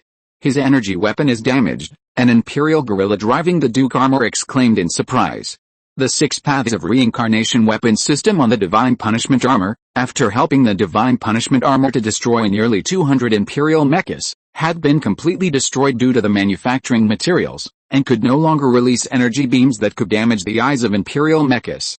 Go, okay, together, kill. The 4 Duke armors finally waited for the opportunity they had been waiting for a long time, and it can be said that they rushed towards the Divine Punishment armor in a rush. And the Divine Punishment armor, as they expected, gave up the opportunity to destroy a Marcus armor and turned around and ran. Sure enough, this human can't beat the 4 of us together. Sure enough, his physical and mental energy has been exhausted to the extreme. Sure enough, we seized the opportunity to kill one of the strongest humans. In the cockpits of the 4 Duke armors, the faces of the guerrillas reflected in the visual windows all showed smiles that could not be suppressed. The pursuit began. Not only the 4 Duke armors, but also many Imperial mechas, all turned on the pursuit mode. It's just that the speed of the 4 Duke armors is relatively much faster, and they gradually open up the distance between them and the other Imperial mechas. So, Xinghe smiled. Turn around, charge, and swing the sword. When 1 Duke armor was broken by the Divine Punishment armor, the other 3 Duke armors thought it was the Divine Punishment armor's dying struggle. 3 weapons made of tungsten steel gold attacked the Divine Punishment armor at the same time, but the Divine Punishment armor used the broken Duke armor to block 2 of the weapons, and blocked the 3rd weapon with the Mecha heavy sword in his hand. In the blink of an eye before he could react, the Mecha heavy sword in the Divine Punishment armor's hand had already pierced into the cockpit of another Duke armor. At this time, the other 2 surviving Duke armors finally realized that something was wrong. They were fooled. Both Duke armors understood this, but their reactions were different. The driver of one of the Duke armors knew very well that it had no chance of escape. Turning its back to the divine punishment armor that could kill 2 Duke armors in seconds was no different from seeking death. It chose to take the opportunity to attack. But the footsteps of the god's punishment armor were very flexible. When the orange dust was trampled and soared, it used the destroyed 2nd Duke armor as a pillar and nimbly bypassed the attack of the 3rd Duke armor. The body disappeared from the side of the 3rd Duke armor, and when it appeared again, it turned the 3rd Duke armor into the 3rd destroyed Duke armor. It was also a fatal blow. Its flexible maneuvers, fast attack speed, and strong lethality were even better than the Xinghe armor driven by Ji Xinghe, which activated the overclocked form and had an electromagnetic rifle as a weapon. Ji Xinghe? After realizing that something was wrong, the Duke armor chose to escape, and this name flashed in his mind. Then he was very lucky. It also knew what would happen if it turned its back to the god's punishment armor with explosive combat power, and it was impossible to escape. But it thought more, so it thought that it didn't need to outrun the god's punishment armor, but only needed to outrun its teammates to get a chance to escape. This is exactly the case. In order to destroy the 3rd Duke armor, the god punishment armor's pursuit was a beat slower. And more imperial mechas have already chased in this short battle. The 4th Duke armor frantically ordered other imperial mechas to stop the god punishment armor, but he ran desperately without looking back. When life was just around the corner, within reach. But he was directly destroyed by a beam of light that fell from the sky. The 2nd beam of god punishment light was not used on the battlefield where the emperor armor was, but on the battlefield where the god punishment armor was. Most of the imperial mechas that rushed towards the god punishment armor were affected by the god punishment light without any defense, and more than 100 imperial mechas directly lost their mobility. Without the imperial mecha to block it, the god punishment armor was able to continue chasing the 4th Duke armor. However, the speed of the god punishment armor was a little slower than its peak speed, so the pursuit distance was not significantly shortened, but there was a feeling of being continuously pulled away. Why? Duke armor, who noticed this, suddenly became excited. The divine punishment armor was also affected by the divine punishment light, because the divine punishment armor had suffered some damage in the previous battle. It guessed correctly, the divine punishment armor was indeed affected by the divine punishment light, but the reason was not that the divine punishment armor was damaged, but because the divine punishment light interfered with the communication. Xinghe had to activate the God of War mode to replace the divine punishment armor. But this interference would not last too long, and the divine punishment armor, which was chasing Duke armor at high speed, soon rushed out of the influence range of the divine punishment light that had dissipated. The God of War mode was cancelled, and Xinghe took over the divine punishment armor. Duke armor, who was still rejoicing in his heart, saw that the speed of the divine punishment armor suddenly increased. It's over. When the 9 Duke armors participating in the battle today were about to be annihilated, Wu Lisheng finally couldn't help it. Although the divine punishment armor was much more powerful than it expected, it could not interfere with its battle in a short period of time. When the 2nd divine punishment light dissipated, it was sure that there would be at least 8 minutes before the next divine punishment light appeared. This was its last chance today. The loss of 9 Duke armor, as well as the loss of those Marcus armor and Earl armor, was unbearable even for it and its father, the king of Xianbei. It must recover the losses. 1 emperor armor is enough. Wu Lisheng ordered all the imperial mechas around it to attack the emperor armor in a huge crowd. He hid among them, preparing to launch the most deadly attack. It did not believe that without the help of the divine punishment light, the driver of the emperor armor could see through its disguise. The cicada knows the autumn wind before it blows. Not seeing or hearing, sensing danger and avoiding it? Wu Lisheng knew that in the human world, there was a sensing ability similar to the bloodline secret technique in the imperial warfare. It had it, and Ada King had it too. But as far as it knew, among the mecha warriors of the Federation, only Ji Xinghe and Li Yuanba had this ability. The crown prince of the empire was sure that Li Yuanba would not participate in the war, and Ji Xinghe was not on the emperor's armor, so how could he have noticed it? Wu Lisheng drove the prince's armor disguised as the earl's armor and finally approached the emperor's armor. The opportunity to attack was right in front of him, but his bloodline secret skill sensing suddenly sent a warning. No. Wu Lisheng, who chose to retreat without hesitation, didn't know that Ji Xinghe in the imperial armor had produced a warning sign before him. The meaningless win was extremely clear at this moment. Ji Xinghe saw the mecha driven by Wu Lisheng among the many imperial mechas around him. It's you. Chapter 637 9 minutes. It's over so soon. Li Xinghe looked at Li Yuanba, who came out of the remote control cockpit with a look of amazement. Because from the time Li Yuanba entered and activated the remote control mode to the time Li Yuanba came out, only 1 minute had passed. My battle today is over, Li Yuanba nodded and said. The old man's battle today is almost over. Li Xinghe's eyes were even more surprised. He knew today's tactical plan because of Li Yuanba. Ji Xinghe used the armor clone technique to drive 3 mechas to participate in the battle at the same time, and Li Yuanba, who was in seclusion, needed to provide support tasks, which was to be responsible for accepting the operating authority of Xinghe armor and divine punishment armor when Ji Xinghe needed to use the light of divine punishment. Although the tungsten steel gold fuselage of the Emperor armor driven by Ji Xinghe can completely isolate the light of divine punishment, the electromagnetic pulse contained in the energy beam of the light of divine punishment will have a significant impact on the transmission of surrounding signals. The road was destroyed. How could Ji Xinghe's remote control signal in the cockpit of the Emperor armor be transmitted in place?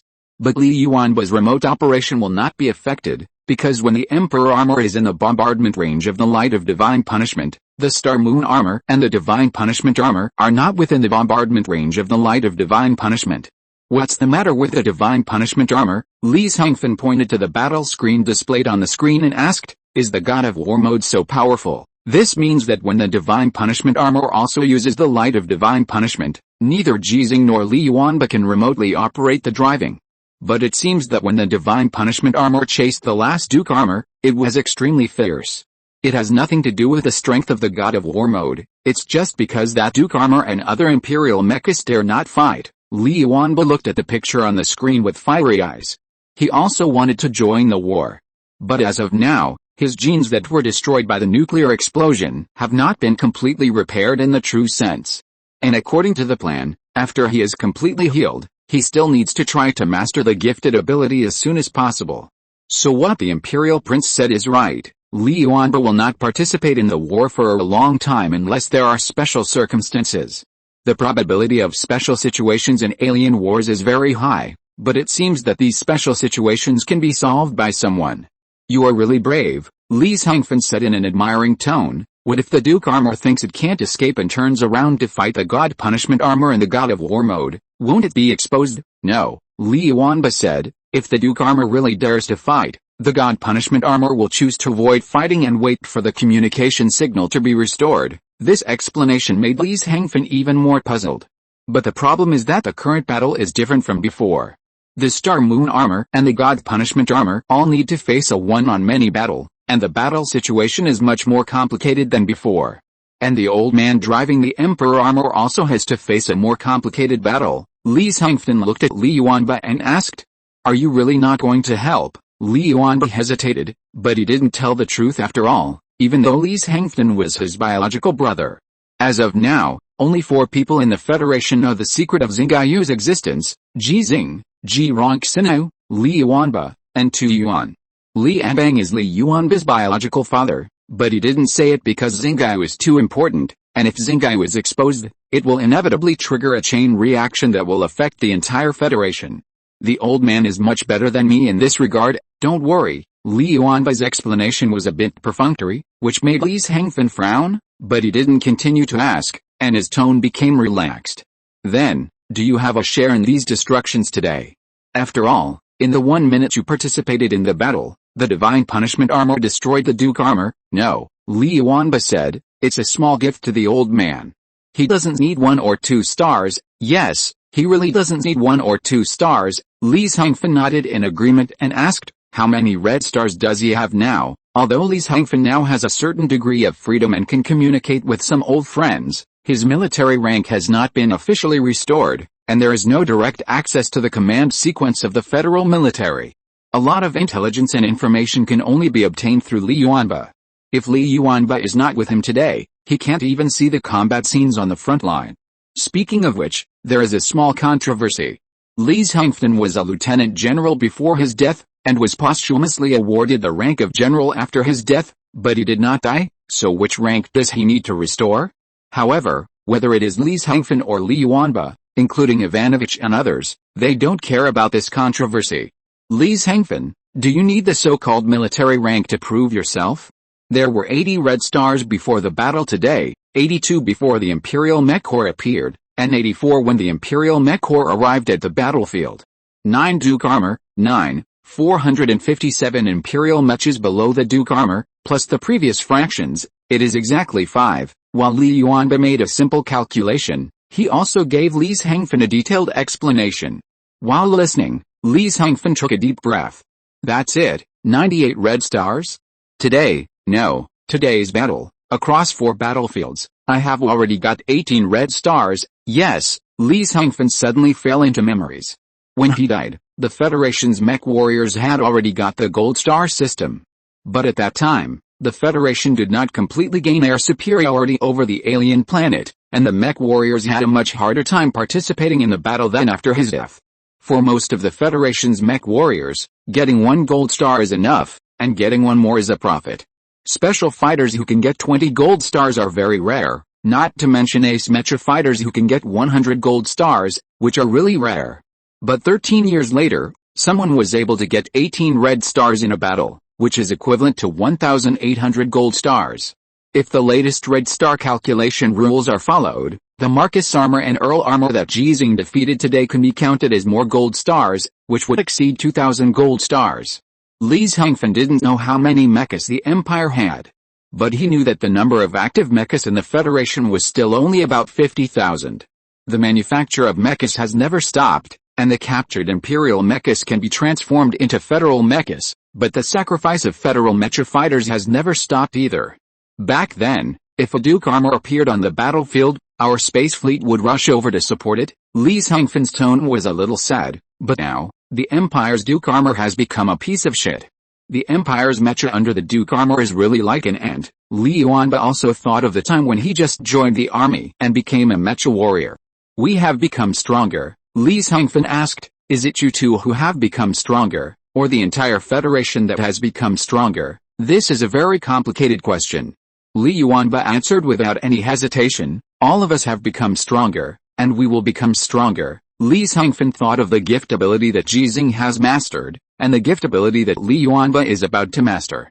Yes, many people can become stronger. But this kind of strength can only be limited to the surface. Li Yuanba looked at Li Xinghe. Is it not enough? Li Xinghe looked at him. Not enough. The two brothers who had not seen each other for 13 years finally had some ideological conflicts, which is also normal. One is the commander of the former Federation space fleet, and the other is the current Federation Galaxy-class mecha warrior. But neither of them wanted to argue, because they both knew that such an argument was meaningless at this stage. Their eyes turned to the screen at the same time, and Li Xinghe frowned. Old man, why are you chasing that Imperial mecha? Because my target today is that Imperial mecha, the Imperial Prince armor that destroyed Caitlin. Li Xinghe explained. I really don't know much about their mechas. Yeah, Li Yuanba said softly. It doesn't matter, just kill them one by one, and after you're done, it won't matter whether you know them or not. That's right. Li Xinghe nodded, and suddenly thought of what Li Yuanba had said just now, and asked curiously, then you mean that the 18 red stars that the old man won today are all incidental? Not incidental. After Li Yuanba denied it, he explained in a deep tone, that Imperial Prince armor is the revenge of Caitlin. And today's 18 red stars, the 180 red stars in the future or even more, are all the revenge of another person, the hatred of many people. Li Xinghe understood, and looked at the battle scene on the screen, looking forward to the moment when Ji Xinghe would achieve the destruction or capture and reveal the identity of the other party. Wu Lishang ran cleanly without looking back, and ordered all the Imperial mechas to stop the Emperor armor at all costs. Although it didn't know who the driver of the Emperor armor was until now, the warning in its heart made it know that it was in great danger today. Or, the driver of the Emperor armor was powerful, not weaker than Ji Xinghe and Li Yuanba. Wu Lisheng thought this possibility was very low. Where did so many human strongmen come from? After all, it ranked in the top 10 in the Empire's combat power, and it couldn't lose to Deking for a while, whether it was armor piercing or armor removing. Or, the Federation prepared a weapon for this Emperor armor that was enough to break its Prince armor. Wu Lisheng tended to this possibility. Just like the Empire prepared that weapon to kill and capture Ji Xinghe alive, how could the Federation not have special weapons for the Prince armor? But no matter what it was, it would not put itself in mortal danger.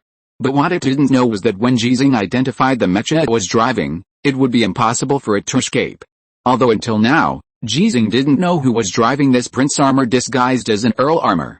The emperor armor, which was more than 7 meters high, relied on its tungsten steel gold fuselage that was as one inside and outside, and ignored all attacks from the imperial mechas, and began to chase among many empires.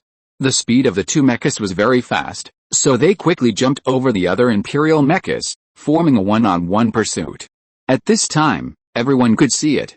The prince armor is the prince armor that defeated Colonel Caitlin. From the performance it showed, it is indeed at the level of the prince armor, but the appearance is completely different. Is it possible that it is another prince armor? Where do so many prince armors come from? How many princes are there in the empire? How many will come to the alien planet to participate in the war? It is camouflage.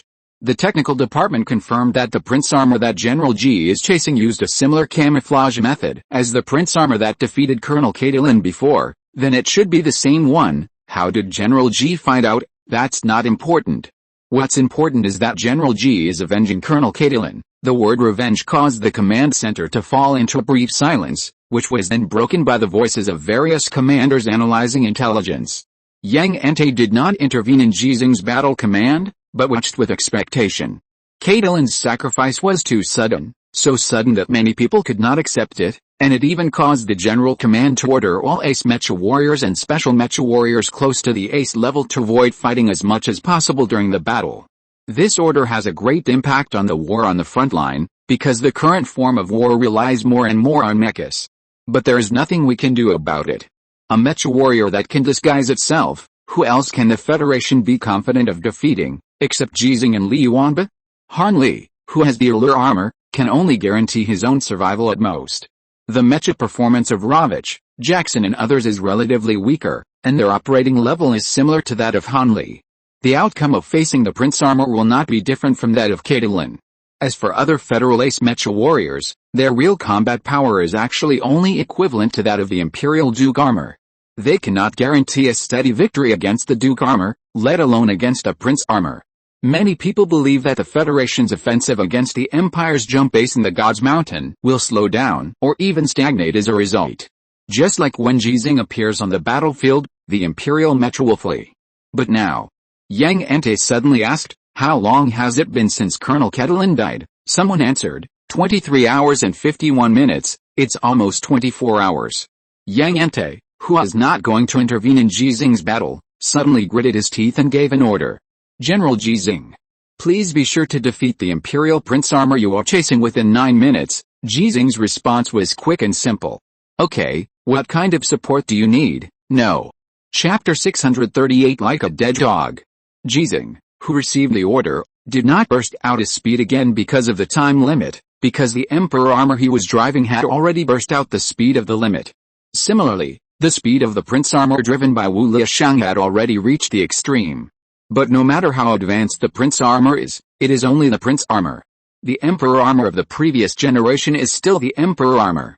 The performance gap between the two mechas, as well as the performance gap between them and other Imperial mechas, made them farther and farther away from many Imperial mechas, and closer to each other. The voice of the technicians rang out in the headquarters of the Federal God's Mountain War Zone. 3 minutes. It is estimated that in about 3 minutes, General Ji will be able to catch up with the Prince armor. Some time has passed since Yang Ente issued the order. Someone has already started a holographic projection screen, which is specially used to display a countdown. The data displayed at this time is 7 minutes and 43 seconds. When the countdown ends, Caitlin's sacrifice time exceeds 24 hours. It seems that Ji Xinghe still has plenty of time, so the people in the headquarters are worried. The 3-minute pursuit time is calculated based on the speed difference between the two sides at this time. But the Empire will certainly use whatever means to rescue the Prince armor, and these means will inevitably have an impact on Ji Xinghe's pursuit. Can you catch up? This is indeed the case. The Empire has used long-range firepower to cover it at all costs, and various forces have rushed down from the Mountain of the Gods, showing a posture to respond to the Prince armor. Let's talk about the interference of long-range firepower first. The Prince armor driven by Wu Liashang can be said to be running away in a straight line. Ji Xinghe, who wants to catch up with it as soon as possible, is also chasing in a straight line, which means that the maneuvering route of the Emperor armor is completely predictable. Combined with its constant extreme speed, it is easy to calculate that the Empire's long-range firepower is very accurate. Avoiding will slow down, and not avoiding will also slow down. The calculated 3 minutes, after taking these variables into account, is possible to multiply it by 10 times. This is only one aspect, let's talk about the other. The battlefield where the Emperor armor was originally located was very close to the Imperial camp on the Mountain of Gods. At this time, the speed of the Emperor armor and the Prince armor soared to the extreme, which looked like the maneuvering behavior of Ji Xinghe and Li Yuanba trying to go up the mountain 3 years ago. Similarly, there were the Imperial troops rushing down from the Mountain of Gods to intercept. Although it was difficult for them to cause substantial damage to the Emperor armor, as long as they could slow down the pursuit speed of the Emperor armor, the Prince armor would be able to escape. Combining the two factors, the expectations that the people in the Federal Command had just generated gradually dissipated with the passage of time. It's impossible to catch up. Commander, a staff officer reminded, I think we should remind General Ji to prepare for retreat. There are many opportunities to defeat the Prince armor, not necessarily today, not necessarily within 24 hours. The implication is very obvious. If he continues to chase, Ji Xinghe may be in danger. If the Empire can send one Prince armor, it can send 2 Prince armors. Although the Imperial princes are much rarer than the dukes, 2 slaps are definitely countless. If there are multiple Prince armor aircrafts at the same time, Ji Xinghe, who is fighting alone, may lose the chance to retreat because of the fierce pursuit. After a moment of hesitation, Yang Ate shook his head. He agreed, huh? The people in the command center were stunned. They certainly knew that Ji Xinghe agreed to destroy the Prince armor within 9 minutes, but the problem is that there is no chance now. A staff officer changed direction and said, if you insist on this battle, we should provide some support. Yang Ate's refusal this time was very decisive. He said that it is not necessary, huh? People were shocked. Did the commander have any opinions about General Ji Xinghe? As if he noticed the strange looks of people, Yang Ate whispered, is it because he didn't ask that question today, so you all forgot it, that question? People all thought of Ji Xinghe's question, the question that no longer needed to be asked 3 years ago. Do you believe me?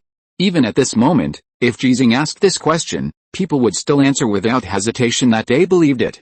But the problem is, General Ji Xinghe didn't ask that question. Is it because the staff officer didn't finish his words, but everyone understood what he meant and had the same meaning? Because there is no need to ask, Yang Ate didn't know why, but suddenly he had unprecedented confidence, and said in a firm tone, I gave the order. General Ji accepted the order, so he didn't need to ask that question. People suddenly realized. Yang Ate wanted to find a reason that would not make people lose confidence in Ji Xinghe for the possible breaking his promise today. The key point is that it was Yang Ate who gave the order, not Ji Xinghe himself who wanted to do this. There is a big difference between the two. The former is like parents asking their children to get good grades in the college entrance examination. The children agreed and worked hard, and it is not wrong for the children to not get good grades. The latter is like a child telling his parents before the college entrance examination that as long as you buy me a mecha, I can become the top scorer in the college entrance examination. The parents bought it, but the child failed to get good grades, so it can be said that the child is wrong. When Yang Ate's good intentions were clearly expressed, the 3 minutes calculated before had passed. As expected, the Emperor armor driven by Ji Xinghe failed to catch up with the Prince armor because of those variables. The distance between the two mechas, without considering the variables, still requires 2 minutes of pursuit time. As the Emperor armor gets closer and closer to the Imperial camp of the Gods Mountain, the maneuvering path becomes more and more obvious, and the interference variables are increasing. It seems that this pursuit is already far away. On the countdown screen of the headquarters, the countdown time has reached 4 minutes. Even if all the interference disappears at this time, Ji Xinghe catches up with the Prince armor in 2 minutes. Can he really destroy it within 2 minutes? The same body is made of tungsten steel gold, and the overall performance is not much different. In terms of operating level, the driver of the Prince armor can make the Federal ace mecha warrior Caitlin look like he has no power to fight back. Even if Ji Xinghe takes action personally, 2 minutes is too hasty, right?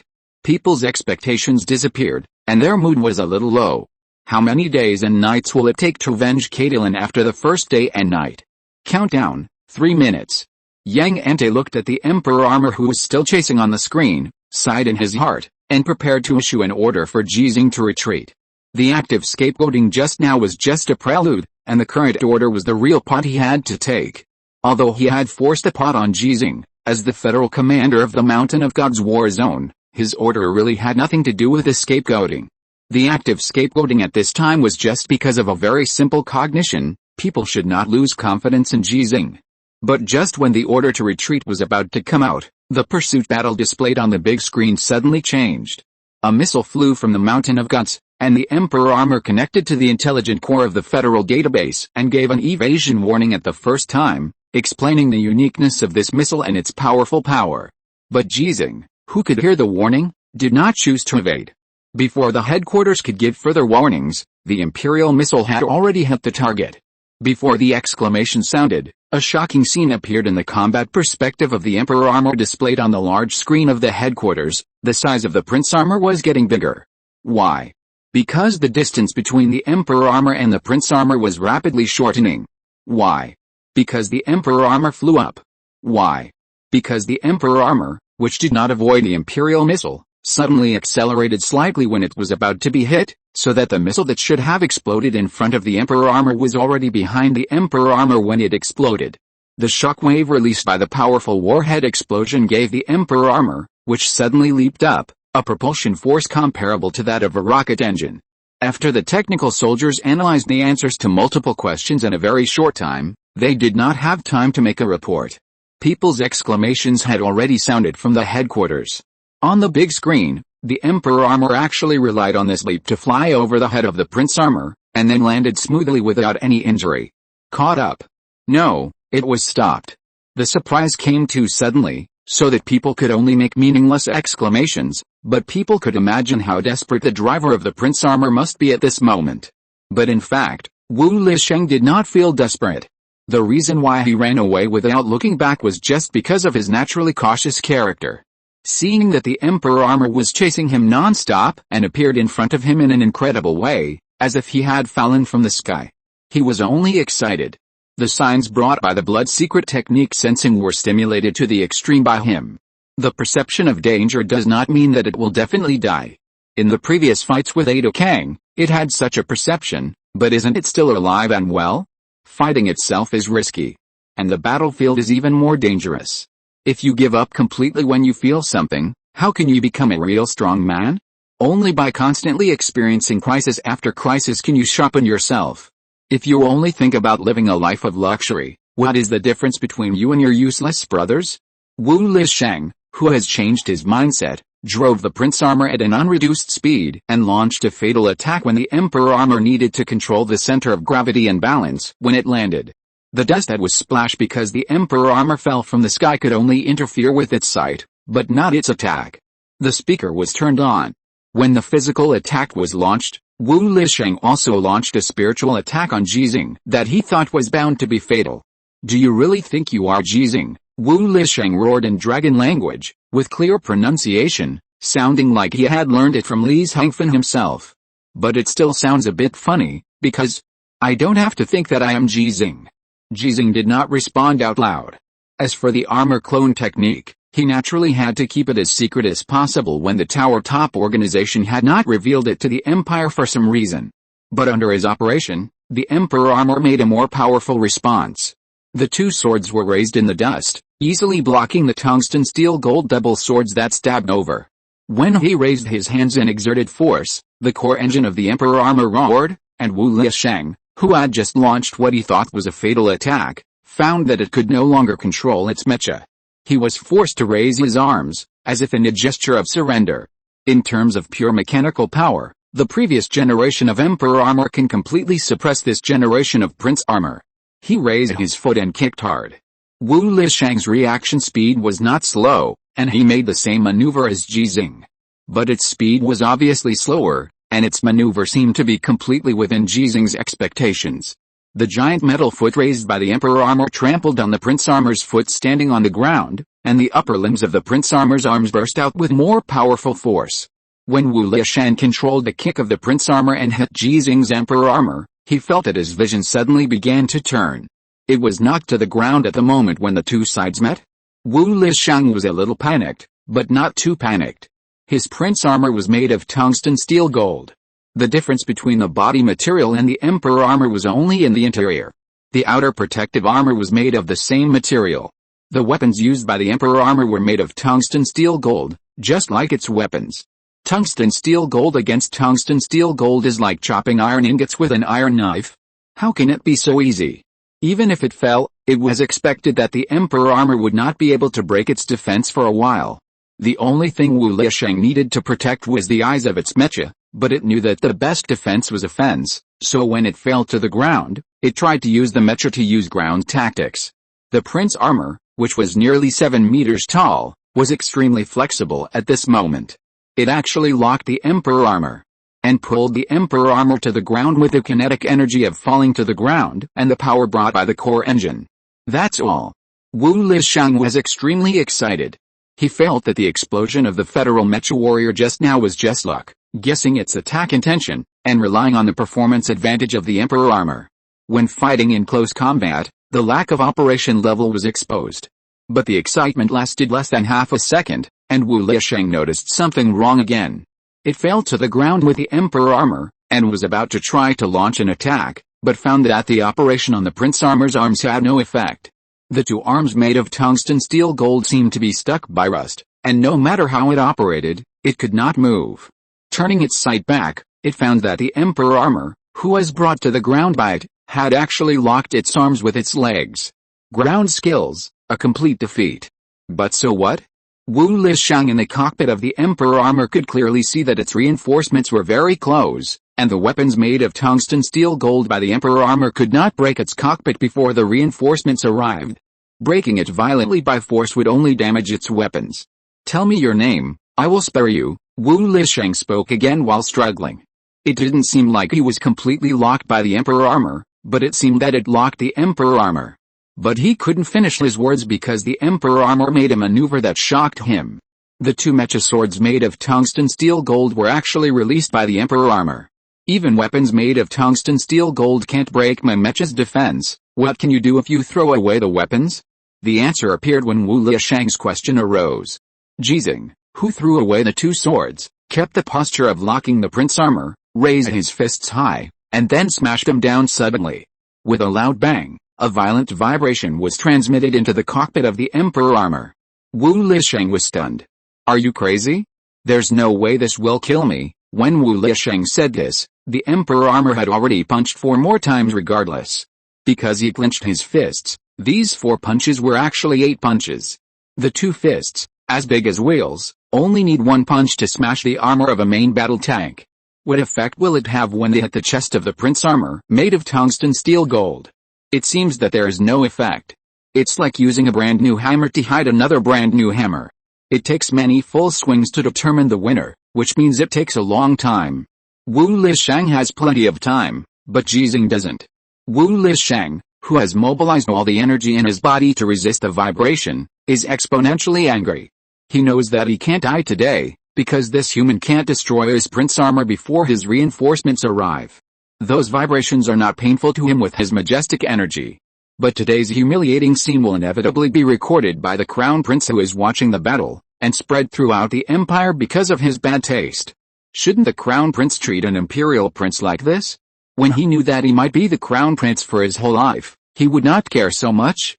As long as he didn't anger Emperor Wu II, he could do whatever he wanted. Willfully offending any prince and the various dignitaries of the empire could even make Emperor Wu II happier.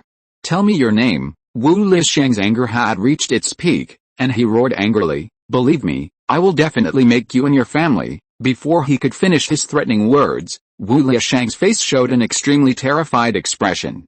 The protective armor of the prince's armor was still intact, and the vibrations were still painless, but a familiar and unfamiliar force directly penetrated the protective armor of the prince's armor, the cockpit bulkhead, and the expensive combat uniform, and descended directly on his body. It was the heart. In order to resist the damage caused by the vibration, the ki throughout the body suddenly began to recycle. But it was too late, and it was not enough. You are, Wu Lisheng, who finally woke up, once again couldn't finish what he wanted to say, and his heart meridian was completely shattered by the key that Ji Xinghe sent into Prince's armor. The key violently knocked open the key in Wu Liasheng's body and directly penetrated into his brain. Crushed it. If Wu Liasheng was still conscious, he would be able to find that Ji Xinghe's key did not completely knock open his key, but while smashing it, it was also hurting it with a key that originally belonged to it.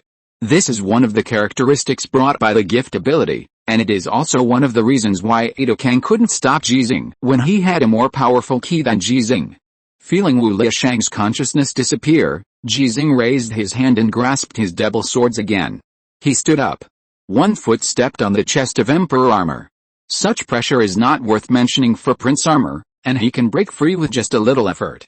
But the imperial mechs that came to support clearly saw that the Emperor armor did not move at all. Dead? It has not been long since he came to the alien planet, and it has only been about a day since his first battle. It is rumored that Prince Wu Liasheng, who is ranked in the top 10 in the Empire's combat power, died just like that?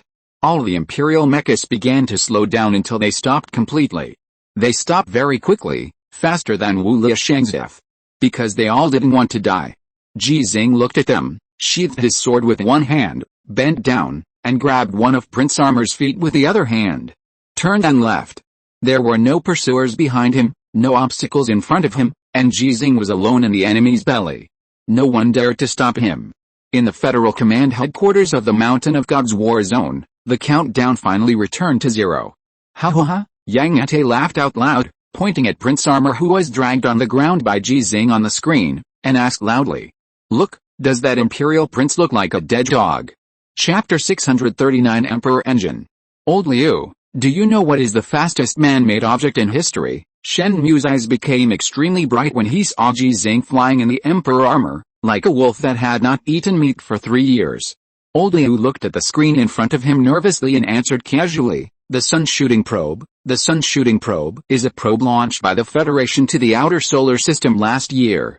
After several accelerations, its speed has reached 150 kilometers per second, 540,000 kilometers per hour, equivalent to 1/2000th of the speed of light.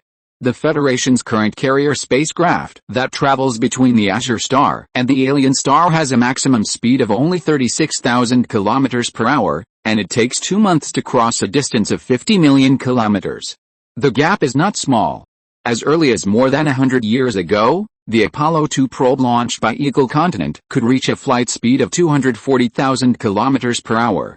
At that time, Eagle Continent, the fastest spacecraft in the entire Federation at that time, could reach a speed of 38,400 kilometers per hour. More than 100 years have passed, and the flight speed of the probe has doubled, but the speed of the spacecraft has decreased. The reason is still the problem between mass and speed. The larger the mass of the aircraft, the easier it is to reach the limit of human technology, or the limit of human physical knowledge. Today's carrier spacecraft is much larger than the spacecraft that could only carry out moon landing missions at that time. How to solve the problem between mass and speed is the key issue for the Federation to explore the universe. No, Shen Mu denied Lao Liu's answer. He was also watching the battle scene on the screen. When he saw Ji Xinghe blocking the Emperor's armor, he completely relaxed, completely different from Lao Liu. Lao Liu also heard the ease in Shen Mu's tone. Thinking of Ji Xinghe's past achievements, the tension in his heart eased a little. How can it be wrong, really wrong? Shen Mu denied it again and gave the answer, it's a manhole cover. Huh? Lao Liu frowned and recalled a rumor. You mean the manhole cover that was blown away at the nuclear explosion test site? Let's not talk about the question of whether this is true or not. Even if it is true, the theoretical speed of the manhole cover after being blown away by the nuclear weapon is only 70 kilometers per second, which is more than a little bit behind the Sun Shooting Probe. It is rumored that in a nuclear explosion experiment in the last century, due to a miscalculation by scientists, a manhole cover at the explosion site was blown away by the shock wave released by the nuclear weapon. Before it was destroyed, it completely disappeared from the world that humans can detect. It doesn't matter whether it is true or not. What matters is that in theory, the manhole cover is possible to exist. When Shen Mu spoke, the light in his eyes became brighter and brighter, giving people a sense of substance, and he looked very much like Ji Xinghe. But he only got the second stage of key from Ji Xinghe's gift. In theory, this situation should not occur, so it is worth studying. It's just that no one can find this point at present. Lao Liu's attention is all on the screen, and Shenmue himself didn't notice it at all, and his tone was a little excited. Although the theoretical speed of the manual cover is only 70 kilometers per second. Don't forget that it has only been accelerated once. And how many times has the sun shooting probe been accelerated?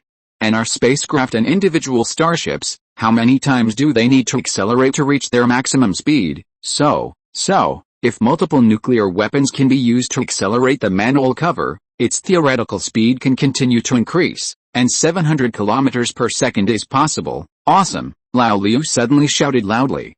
This exclamation was certainly not because of Shenmue's statement, but because the battle on the screen had ended.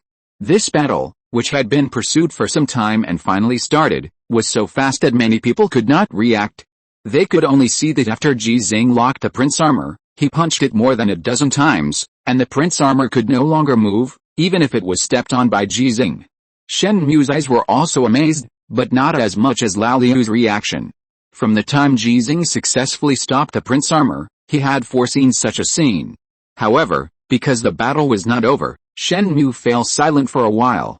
It was not until Ji Xinghe dragged the prince armor away like a dead dog without encountering any pursuit or obstruction that he spoke again.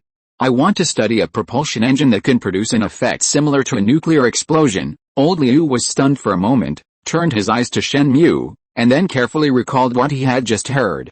He was indeed a little careless just now, and now that he recalled it, his eyes became weird. Are you crazy? I'm not crazy. In theory, the manhole cover was not directly destroyed, but that's because the manhole cover itself is not capable of being destroyed. If it were a spaceship, no, even if it were an aircraft, it would be destroyed or at least damaged if it were subjected to a nuclear explosion. Excuse me, what's the point of this propulsion engine that you dreamed of in the daytime, using the power of a nuclear explosion? Nuclear explosion engine? What a good name, Shenmue exclaimed, and then said, yes, our aircraft, spaceships, etc., currently do not have the ability to directly withstand a nuclear explosion. But the problem is that we now have the formula of tungsten steel alloy and energy shield technology, and I have never thought about using the nuclear explosion engine on aircraft and spaceships in a short period of time. I want to use it in. Shenmue's eyes moved away from Lao Liu's face and looked back at the screen. There were 3 pictures displayed on it. In the center was still the Emperor armor dragging the Prince armor, and on the left and right sides were the Star Moon armor and the Divine Punishment armor that were killing people.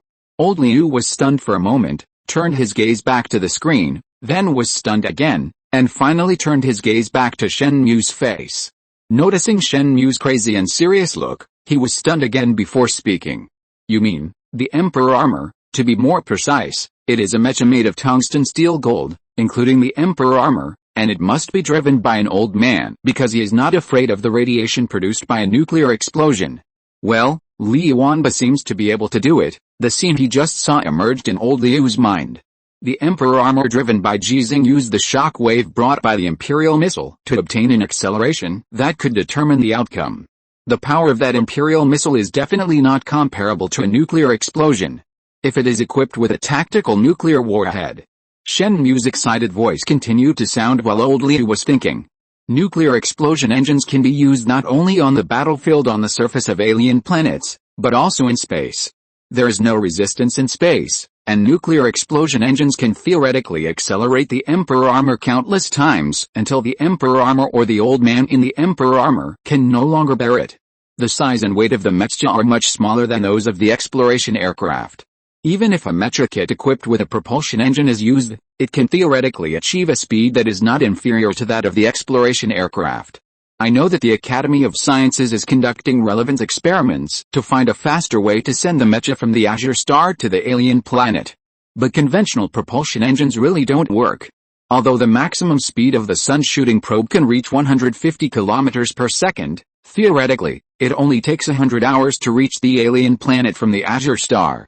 But it can reach such a fast speed because it uses the acceleration of Jupiter's gravity, and Jupiter is not between the Azure Star and the alien planet. The nuclear explosion engine is different. It does not need to use the acceleration of planetary gravity.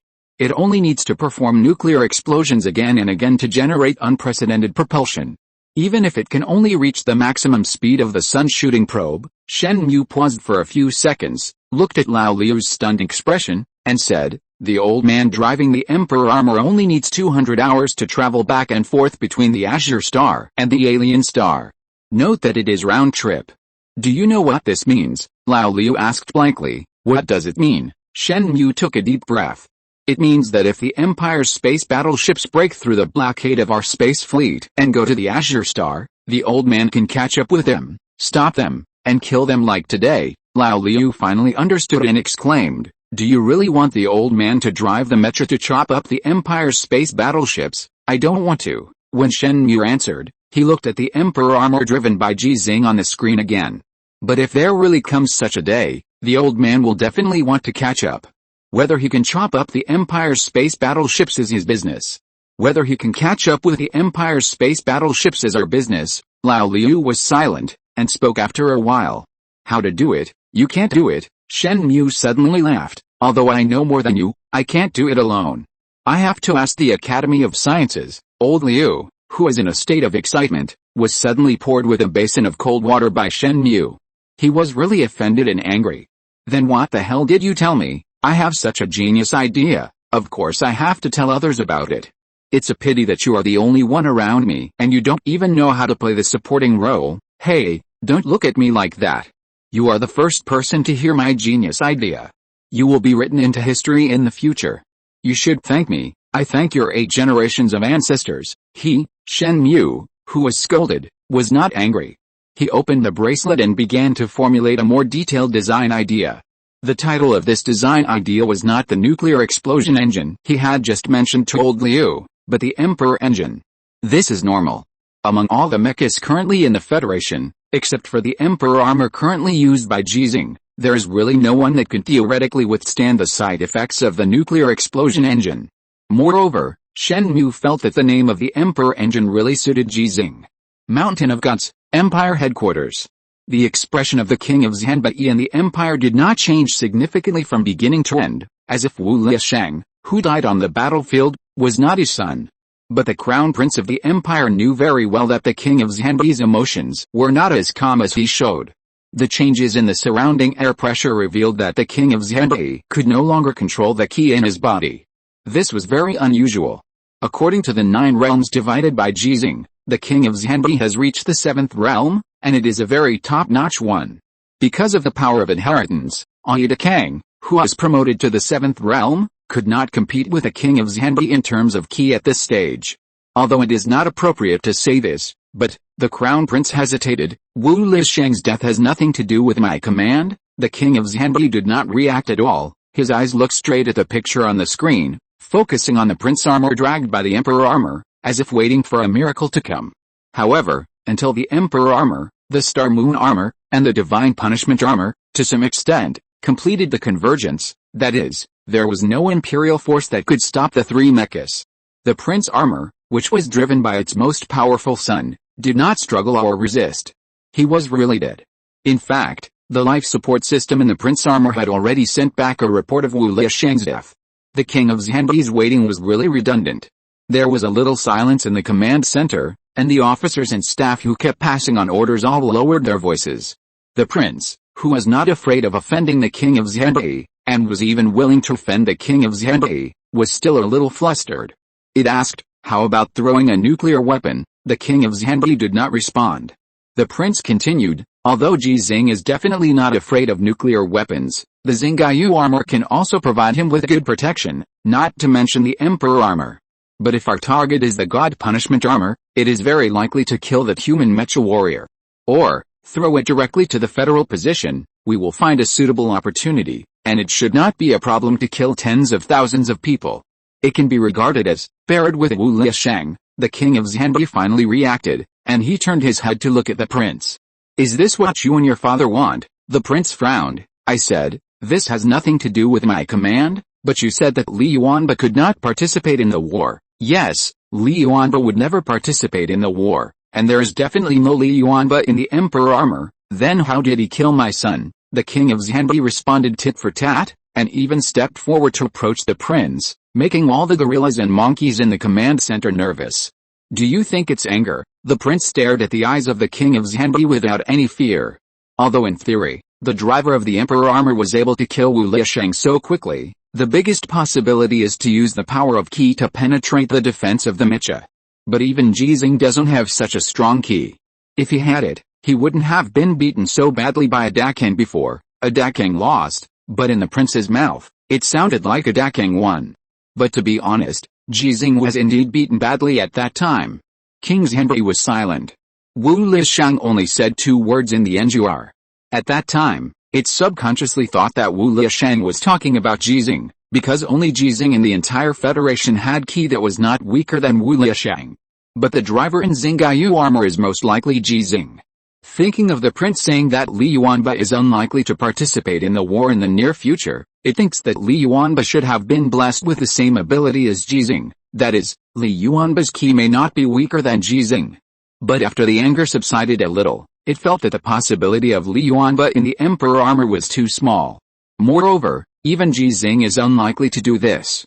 Then my son, King Xinghe looked at the prince and asked, "How did he die?" "I don't know for the time being, because we can't get Wu Liasheng's mecha," the prince replied, "but I will find a way to know." "You know, I have a way." King Xinghe took a deep breath. "You'd better know as soon as possible. This is already a very obvious threat." But because the gorilla who said this is King Xinghe, the prince has no choice but to be obedient and try to find out the truth in some way. The 4 kings of the empire, King Xinghe, has clearly joined the rebels, and King Xinghe's current actions are also somewhat obvious. If King Xinghe is also brought to the rebels, his father, Emperor Wu Ii, will probably find it a bit troublesome, let alone him. Of course.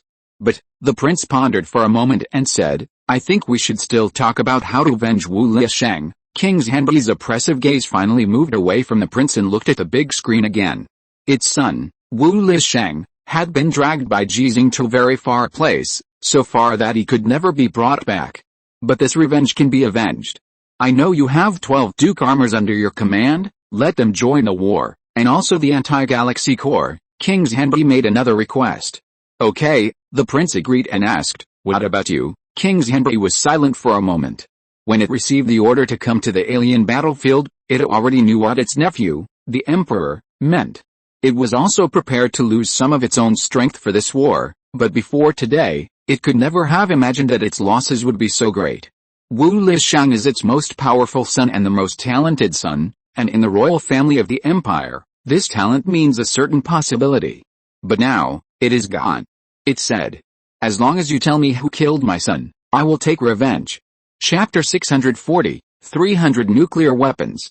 Dongo Cillian didn't want to come to the alien planet at all, it was too dangerous. Not only was it dangerous on the way back and forth, but it was also very dangerous on the alien planet. It had not forgotten that it had cheated the Federation before.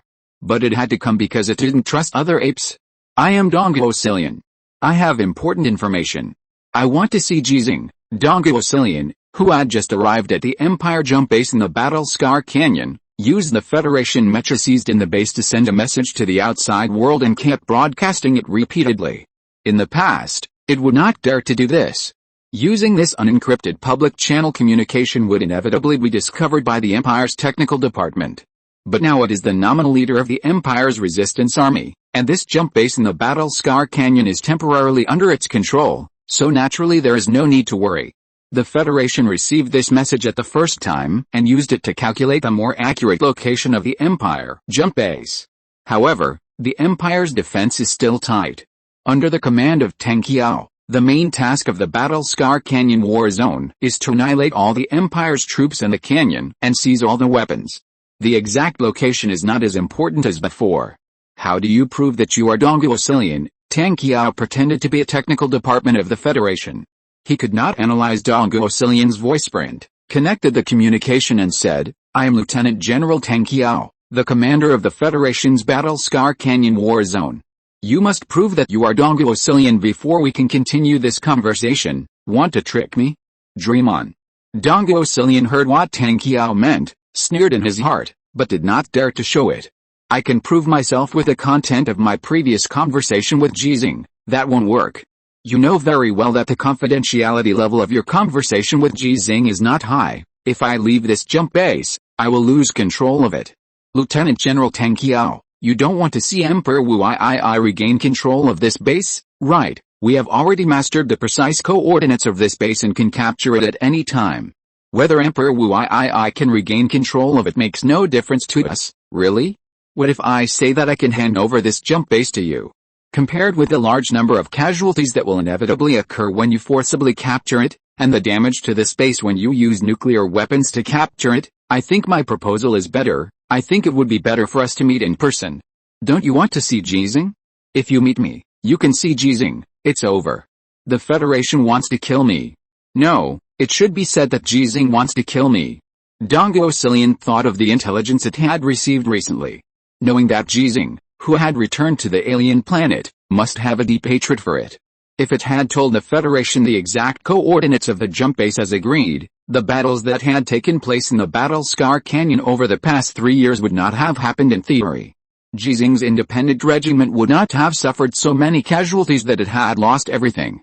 Although there was no Battle Scar Canyon, there was still the Mountain of the Gods war zone.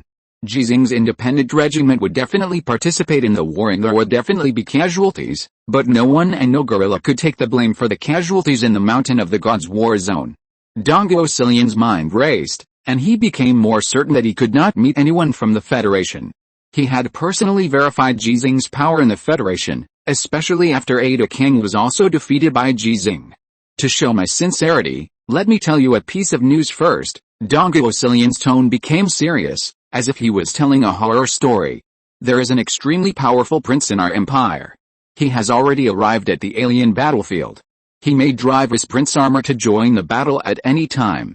Moreover, his prince armor likes to be camouflaged. You should know how strong the combat effectiveness of the prince armor is. If you are not prepared, even Ji Xinghe will be in trouble. Because the combat effectiveness of that prince ranks in the top 10 in the empire, Tang Qiao frowned. What's its name? What's the point of telling you its name? You don't know who is who. What I want to say is that I have a way to identify its mecha camouflage. As long as you master this method, you will not be attacked by it. Tell me its name, Tang Qiao insisted. Dong Osilian hesitated for a moment, and finally said, Wu Lisheng, the son of the king of Zhenghe. Oh, Dong Osilian was a little confused, then frowned and said, Lieutenant General Tang Qiao, did you not hear clearly? Wu Lisheng's combat effectiveness ranks in the top 10 in our empire. Even if a Daking fights it, it will be very difficult. Oh, Dong Osilian emphasized again, I know that Ji Xinghe defeated a Daking, which gave you great confidence, but that was a battle without armor. Armor-wearing battles and battles without armor are different. Even if Ji Xinghe has the Emperor's armor, it won't work, because the Prince's armor is also made of tungsten steel gold. The weapons you have are difficult to cause fatal damage to the Prince's armor. Hearing Tang Qiao's third Dong Osilian, no matter how stupid he was, he realized that something was wrong, not to mention that he was really not stupid. It can be seen from the speed of his surrender when he faced Ji Xinghe before, which was so clean and neat that even Ji Xinghe was surprised. What happened? Tang Qiao laughed. Aren't you from the Empire Star? Aren't you one of the troops sent to the alien planet by the Empire, and you have a lot of sources of information? Why, you don't know anything. It takes time to pass on information, and it's troublesome for me to come to this jump base, Dong Osilian explained, and said helplessly, Lieutenant General Tang Qiao, I really don't have much time. If you continue to talk to me like this, I believe that the interests of the Federation will be damaged in the end, Tang Qiao sneered. Although he has been successfully promoted to the rank of Lieutenant General because of the battle in the Battle Scar Canyon and because he is a secret member of the Tower Top organization. But he is not happy, because in the past 3 years, he has not been able to help Ji Xinghe guard the independent regiment. And if someone must be found to take the blame for this blackpot, Dong Osilian is definitely the most suitable. If Dong Osilian can be deceived, the transaction will definitely continue. And the Federation will not suffer any losses.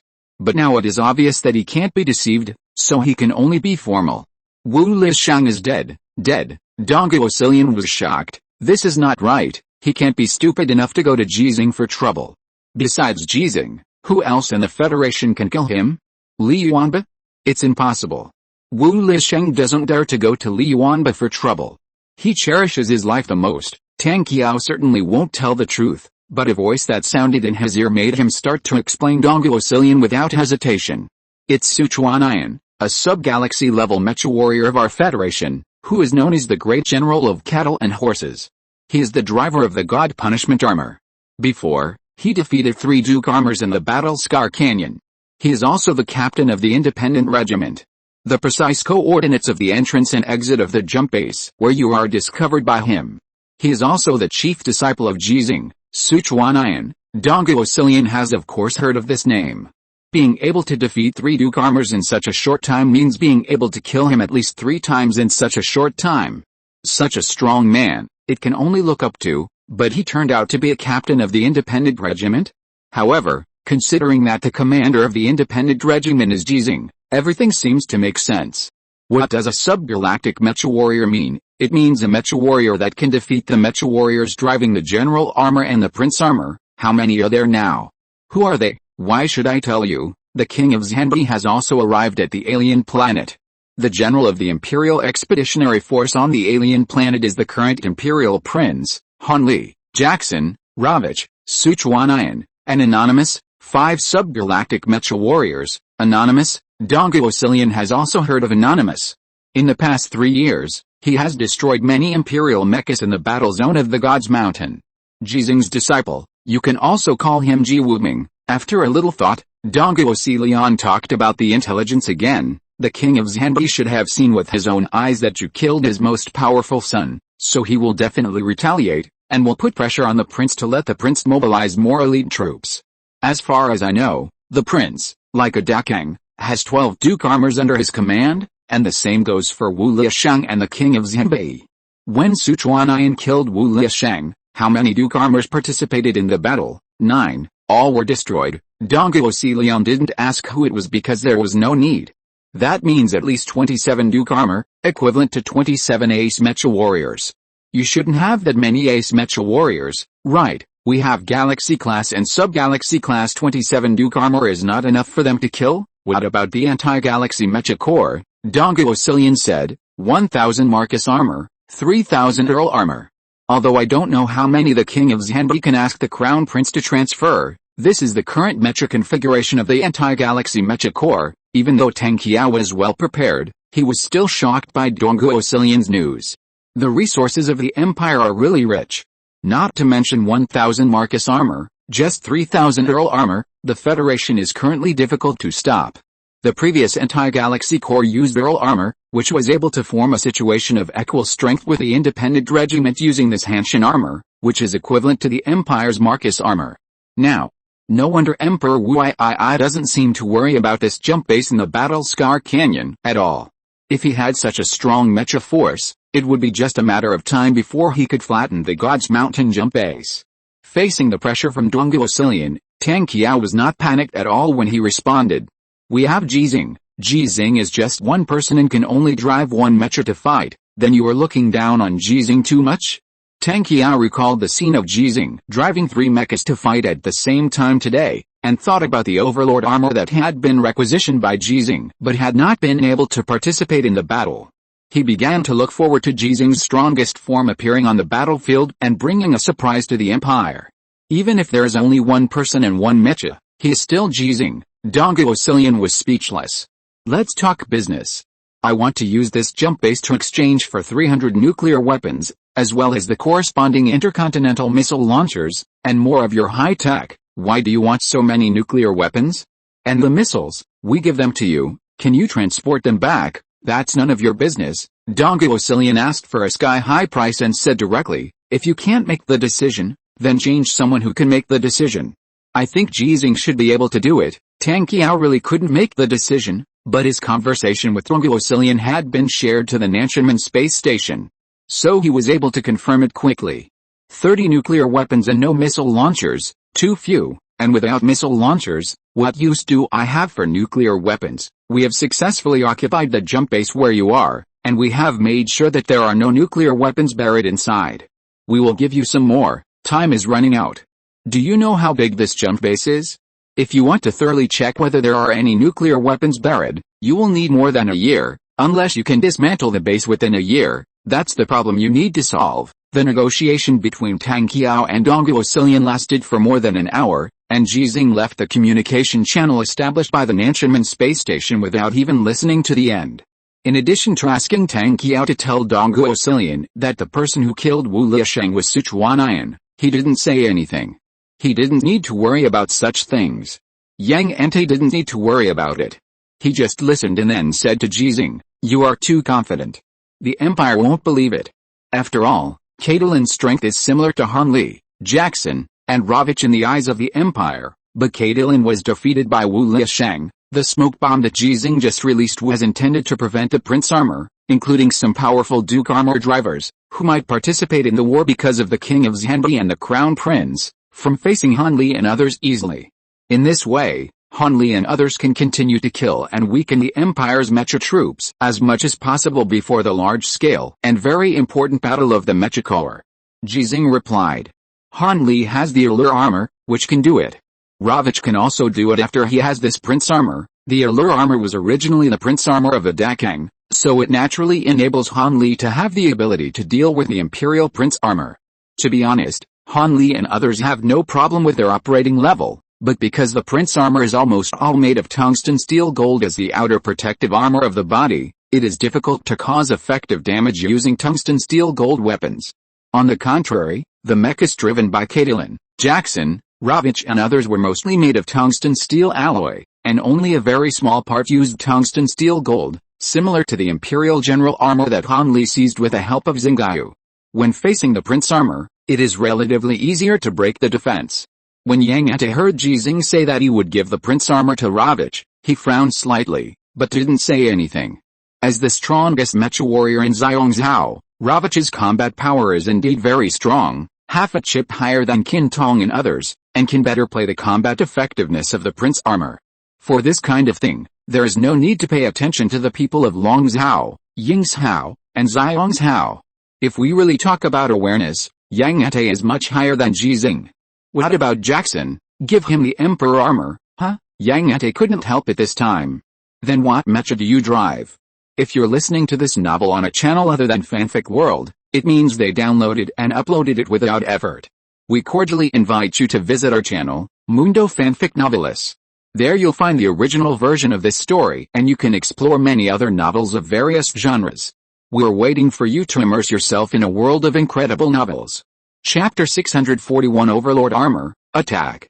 Star Moon Armor, God Punishment Armor, Overlord Armor. There is nothing wrong with Ji Xinghe's answer, but the problem is that these three mechas are no longer Ji Xinghe's mechas to some extent. Moreover, none of these three mechas are Emperor Armors. No, after Yang Ante denied it, he said tactfully, although you can take back the God Punishment Armor and the Star Moon Armor, these three mechas are not complete mechas made of tungsten steel gold, and their defense is 2 levels weaker. Your safety cannot be guaranteed. The God Punishment Armor and the Star Moon Armor were all Ji Xinghe's mechas before, but when he left the alien planet, he gave the God Punishment Armor to Sichuan and the Star Moon Armor to Li Yuanba. In Li Yuanba's hands, the Star Moon Armor fully exerted the power of the armor clone technique. And those who originally had objections to the fact that the God Punishment Armor was given to Sichuan, through Sichuan's performance in the past 3 years and his abnormal performance in the Battle Scar Canyon nearly a month ago, have nothing to say. Therefore, although Ji Xinghe has the power to take back the 2 mechas, from the perspective of more rational and efficient use of resources, it is better to let Sichuan and Li Yuanba continue to use these 2 mechas. I won't take it back, Ji Xinghe explained, I'm just using it temporarily. When the 2 of them can join the battle, I will return all 3 mechas to them. As for the defense level you mentioned, for me, for the current war, it is meaningless. Why is it meaningless? Yang Ante said earnestly. The news brought by Dongguo Silian and General Li Hengfen's confirmation of Wu Liasheng's identity all indicate that in the future battles, there will be a large number of Duke Armors participating in the battle, and even multiple Prince Armors participating in the battle. In this case, the Emperor Armor with stronger defense power should of course be used by you. After a slight pause, Ji Xinghe said seriously, attack is the best defense, and breaking through is the best defense. Yang Ante was speechless, but he still disagreed and suggested, you can let Jackson postpone participating in the war, just like Sichuan. When your new mecha is built and shipped, you can give your new mecha to him, or, then give the Emperor Armor to Jackson, or it is possible that you have seized the Prince Armor in the process. Ji Xinghe does have a new mecha under construction. 3 months have passed since the mecha built for Ji Xinghe by the Federal Academy of Sciences at a cost of 3.2 billion federal coins was blown up. When Ji Xinghe came to the alien planet, no one could have imagined that Ji Xinghe could seize an emperor armor and a prince armor. At that time, the god punishment armor was in Sichuan's hands, and the star moon armor was regarded by Li Yuanba as a necessary mecha for the armor clone technique. The alluring armor and Han Li complemented each other. Other national level and general level mechas also have their own owners. Therefore, Ji Xinghe's new mecha naturally began to be manufactured again. Although there has been successful manufacturing experience, it is not easy to remanufacture it, because the key components used in the national level mecha are all customized individually, with high costs and complex manufacturing processes, making these key components impossible to mass produce. As for the repair of the national level mecha after it is damaged, if the national level mecha is so easy to damage, how can it be called a national level mecha?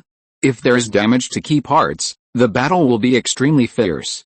It is still unknown whether the mecha warriors driving the national level mecha can survive. There is no need to consider too much. Under such conditions, it will take at least 3 months to complete the manufacturing of Ji Xinghe's new mecha. Including the time it takes to transport it to the alien planet, it will take about half a year to get it. In fact, it is already very fast, because the manufacturing time of the previous one can be said to have taken 3 years. At present, the new mecha has entered the final manufacturing stage and is expected to be sent to the carrier spacecraft within 2 weeks. Including the voyage time, it will reach the alien planet in about 2.5 months. But Ji Xinghe doesn't want to wait. You know very well that we don't have so much time. It is urgent to enhance the combat effectiveness of our mecha warriors as much as possible, especially to improve the existing top combat power. Ji Xinghe's tone was unquestionable. Let Jackson and Ravich arrange the mechas they are using now. The Emperor armor and the Prince armor will be delivered to them as soon as possible, and people will adapt and transform them, compared with Ji Xinghe, who cannot use the neural link operation mode. If Jackson is to drive the Emperor armor, the difficulty of transformation will be much lower. However, the overall defense of the Emperor armor will also decrease. But this loss is acceptable, and the same is true for Ravich. Okay, Yang Ate immediately began to make arrangements. If only the Emperor armor is given to Jackson and the Prince armor is given to Ravich, of course he does not need to be personally responsible for the commander of the Mountain of God's war zone, but this also involves the top combat power gap during the armor change period, and the combat tasks that Jackson and Ravich need to be responsible for after the armor change, etc. need to be coordinated. The most important thing is that when Ji Xinghe no longer has the Emperor armor that can theoretically withstand nuclear weapons without injury, the corresponding strategies formulated for Ji Xinghe's operations need to be modified a lot. After deciding on these, Ji Xinghe joined the war again.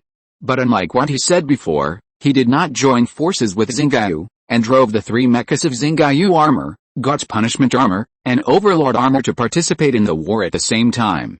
Only the God's punishment armor and Xinghe armor, Overlord armor are on standby. But the speed at which he swept across the battlefields of the Mountain of God's war zone was faster than before. Because he just broke an Imperial Prince armor, 9 Duke armors, and hundreds of Imperial mechas including Marcus armor and Earl armor. It was too fierce. So that the Empire was unable to organize a resistance force, or it was unwilling to rashly organize a targeted mecha corps to participate in the war when it did not understand the situation. As long as it was a battlefield where these 2 mechas appeared, the Imperial mechas began to retreat at full speed without hesitation, almost without fighting, and naturally fought faster. But everyone knows that such a sweep will not last too long. What news have you got? The King of Xinghe looked at the picture displayed on the big screen of the headquarters, where the Star Moon armor and the Divine Punishment armor were killing people everywhere, and his tone was a little anxious. He had already transferred the Duke armor under his command, as well as the Duke armor under Wu Liashang. Not only that, he also transferred some of the Duke armor under his other sons. The total number has reached 30. In comparison, the 12 Duke armors owned by the Crown Prince of the Empire are really much inferior. But this is normal. The King of Xinghe has guarded the northern border of the Empire for hundreds of years.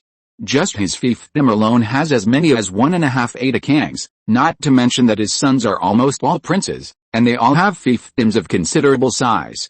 If the Crown Prince had not received accurate news, His other sons who had prince armors would all come to the alien planet to participate in the war. It is also because of this that the 30 Duke armors he transferred were all huddled on the Mountain of Gods.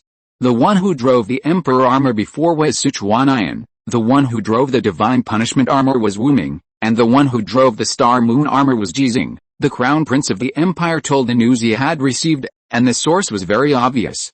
Sichuan, King Xinghe frowned. How is this possible? I also think it is unlikely, because Ji Xinghe was still on the Blue Star when he received the gift of ability, and Sichuan was on the Alien Star. Now it has only been more than a month since Ji Xinghe came to the Alien Star. There is no reason for Sichuan to have such a strong aura. The prince hesitated for a moment, and then said, however, from the information I have obtained, the Federation should have mastered a special weapon that can penetrate the mecha protective armor made of tungsten steel gold and directly cause damage to the inside. King Xinghe frowned even more, looking at the prince and said, this is even more impossible. If tungsten steel gold is so easy to penetrate, it would not become the main material for making the Emperor armor. I also think it is impossible. The Federation's technology is not more advanced than ours, but the intelligence says so. The prince's tone was a little helpless. The intelligence also said that the Federation has now made a new division of the levels of mecha warriors. The original ace mecha warriors are still benchmarked against our Duke level combat effectiveness. There is no need to say more about Ji Xinghe and Li Yuanba, the two galaxy level ones. The newly added level of mecha warriors like Sichuan is now called the subgalactic level, which is comparable to the combat power of us driving the general armor and prince armor. The Federation currently has 5 subgalactic levels, and the other 4 are Jackson, Ravich, Han Li, and Anonymous. King Xinghe is not unfamiliar with these names. After all, they are all mecha warriors ranked in the top 10 in the Federation's combat power, and every time they participate in the battle, they are shining red stars. But it still doesn't believe it. I have seen the battle videos of these people. They are indeed much stronger than the Duke Class A, but it is unlikely that they can reach the so-called sub-galaxy level. Because Catalin's combat power is similar to theirs, and Catalin is dead, and died very quickly, the prince nodded. And then asked, what if the Federation really has the kind of weapons mentioned in the intelligence? Then the Federation has more than these 4 galaxy-level weapons. Weapons are only meaningful if they can be used. If the strength is not enough, there is no opportunity to use special weapons and they are broken. Naturally, they are not sub-galaxy level. The prince said the possibility of his imagination, and added, just like our weapon, it is said to be used against Ji Xinghe, but do we have a chance now? King Xinghe was silent. Special weapons that can effectively kill mechas made of tungsten steel gold are too threatening to it and its sons. Similarly, the threat to Duke Class A is also great. If the intelligence is true, then it will be difficult for it to find some scapegoats for Wu Liashang, let alone killing Sichuan to avenge Wu Liashang.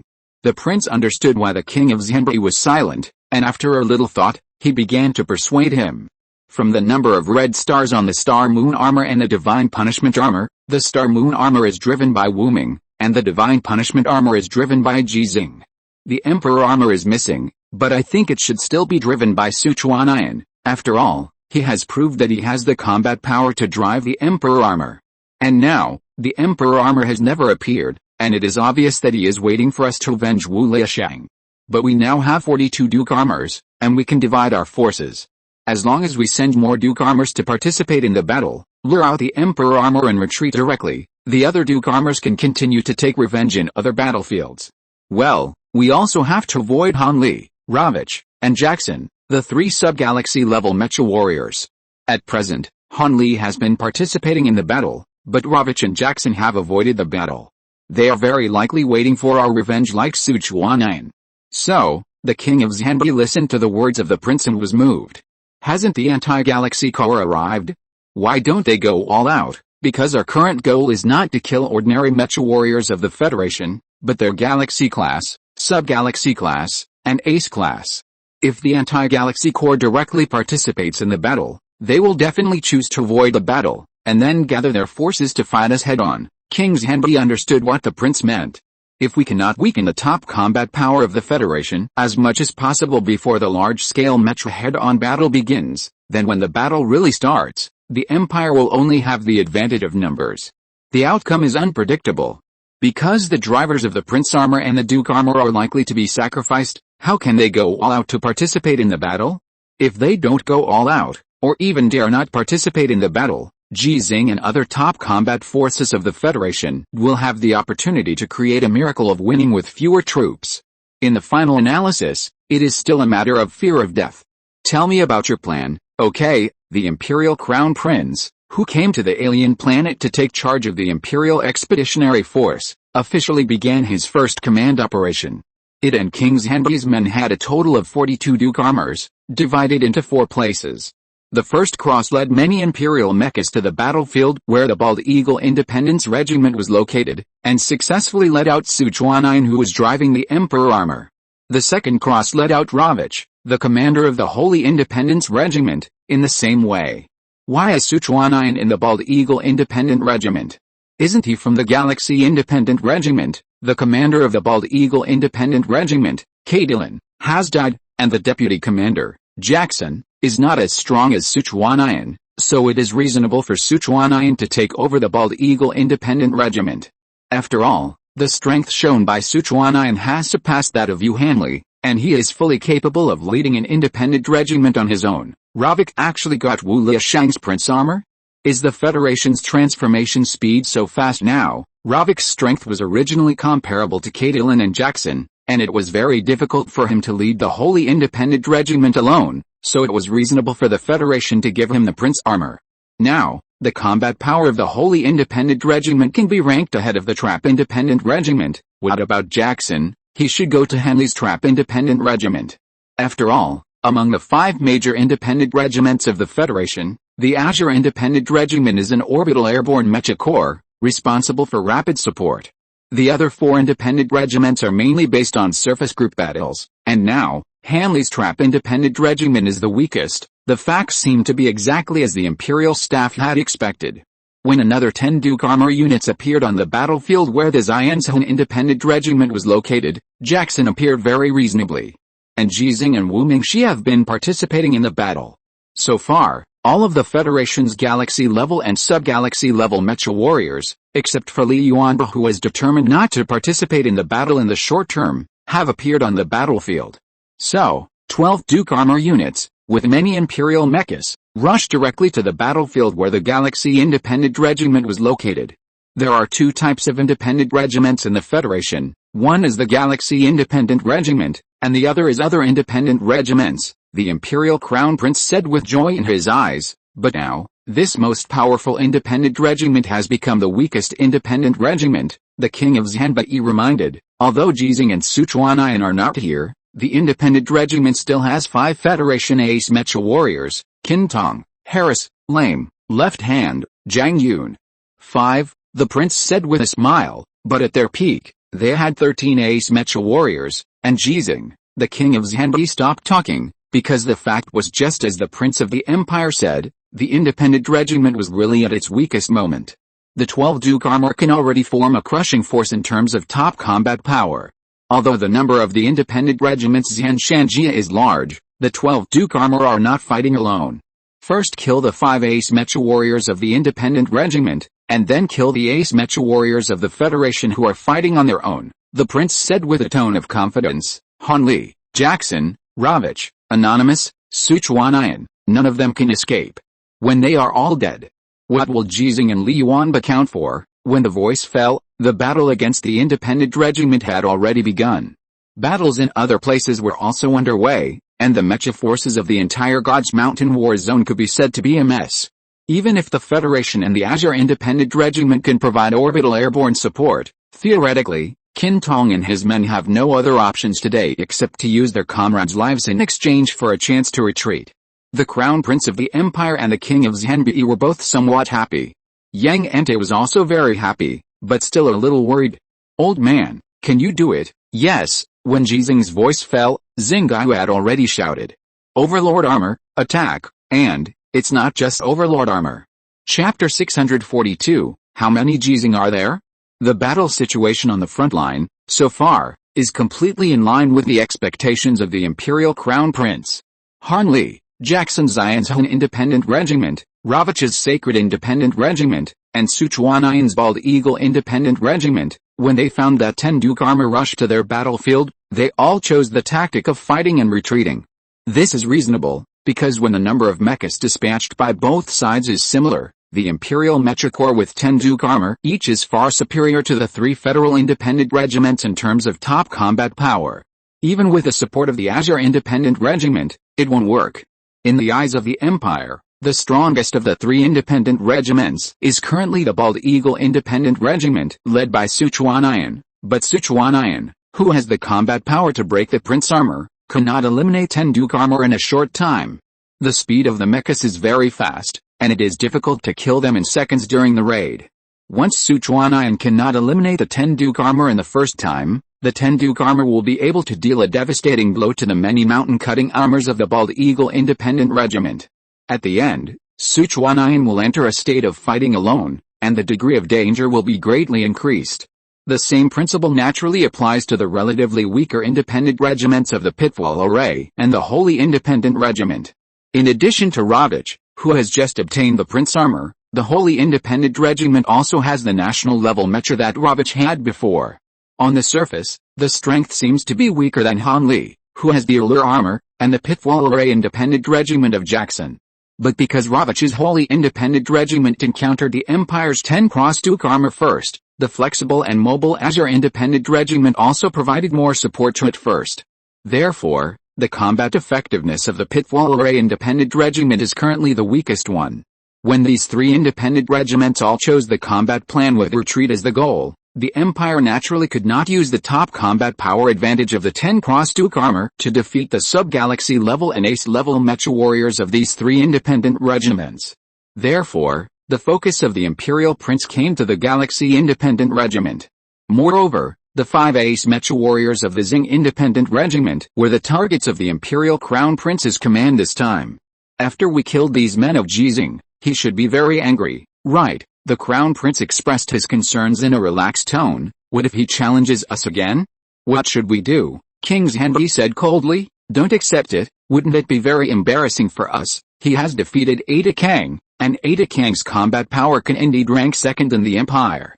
We must accept a battle between the lower and the upper, but the upper and the lower.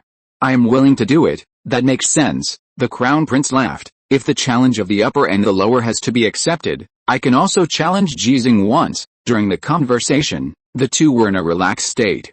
But this relaxation did not last too long, and they were shocked by the picture displayed on the big screen. The Independent Regiment didn't retreat. Are they crazy? They only have 5 ace mecha warriors now, and they are all driving Federal General level mechas, with combat power equivalent to our Duke armor. How dare they? The 5 of them rushed out. Do they want to fight 5 against 12? Who gave them the courage? Ji Xinghe. Maybe, it's because they think they are as strong as Ji Xinghe. Sichuanian and Wuming are as strong as Ji Xinghe, but what do they have? Because they are disciples of Ji Xinghe like Sichuanian and Wuming. When the mecha forces are fighting, it is easy to judge whether the other party wants to fight or retreat by the distance between the two sides and the change in the direction of maneuver. The strongest independent regiment in history, at its weakest moment, should have chosen to retreat at all costs at the first time when facing the Empire's 12 Duke armor. The Imperial Prince was also well prepared. In order not to give the independent regiment too much time to retreat, he made corresponding arrangements. But no matter how they arranged it, the Federation, which had air superiority, could detect the sudden appearance and maneuvering direction of the Duke armor in advance. The independent regiment still had time to evacuate, as long as they used about 50 Zanshanjia to cover the rear. Such a loss was completely worth it compared to the annihilation of the independent regiment and the sacrifice of 5 ace mecha warriors. However, the reaction of the independent regiment made the Imperial Crown Prince and the King of Xinghe feel incomprehensible. It was fine that the Federation suddenly had 2 more people like Ji Xinghe, but how could there be 5 more? They didn't believe it and thought it was related to Ji Xinghe. So they all looked at the battlefield where Ji Xinghe was. Xinghe armor and Divine Punishment armor, these 2 federal national level mechas driven by Anonymous and Ji Xinghe respectively, were still on the battlefield, and the battle was unprecedentedly fierce. In order to prevent Ji Xinghe and Anonymous from using the Federation's space battleships or carrier-type single-soldier starships to quickly support other battlefields, the Imperial Crown Prince was very willing to send more than 300 conventional level mechas. 300 of them naturally could not threaten Ji Xinghe and Wu Mingxi. But even if one of them was a Galaxy-class Mecha warrior and the other was a sub-Galaxy-class Mecha warrior, it would take quite some time to completely defeat the 300 conventional-class Imperial mechas that kept moving around. The fact was just as the Imperial Prince had expected. Ji Xinghe and Wu Mingxi did not choose to retreat, but chose to defeat more than 300 Imperial mechas. Most of the forces of the Federation's Azure Independent Regiment had already supported the battlefield where the Holy Independent Regiment was, and the rest had also supported the battlefield where the Trap Independent Regiment was. This meant that the Galaxy Independent Regiment could not have any more reinforcements. Regular class Federal Mecha Corps, it shouldn't be. In front of this level of combat power, conventional class mechas are all cannon fodder. The Federation has them, and we have them too. How can they expect any conventional class mechas, long-range fire support? That's not right. The encounter will start soon. The mechas used by the 5 ace Mecha warriors of the Independent Regiment are not made of tungsten steel gold. They can't ignore the firepower coverage jointly exerted by us and the Federation. The light of divine punishment is even more impossible, but their current posture is to fight. It is absolutely impossible that there is anyone as strong as Ji Xinghe. As expected, the scene of the 12 Duke armors carrying part of the troops of the anti-Galaxy Mecha Corps chasing the Galaxy Independent Regiment did not appear. When facing the Imperial Mecha Corps, which was superior to them in both quantity and quality, the Galaxy Independent Regiment actually showed a posture to fight. This made the Imperial Crown Prince feel very strange. A staff member suddenly said, when the Xinghe Independent Regiment was fighting before, they liked to shout a lot. I remember one of the sentences was, "Our Independent Regiment is fighting the elite, fighting the elite." The prince frowned, then suddenly laughed. Okay, I'll give you a chance. After the order to fight was issued again, the Imperial Mecha Corps led by 12 Duke armors on the front battlefield no longer had a chance to retreat. Unless they can completely wipe out the Xinghe Independent Regiment. Or, they are completely wiped out by the Xinghe Independent Regiment.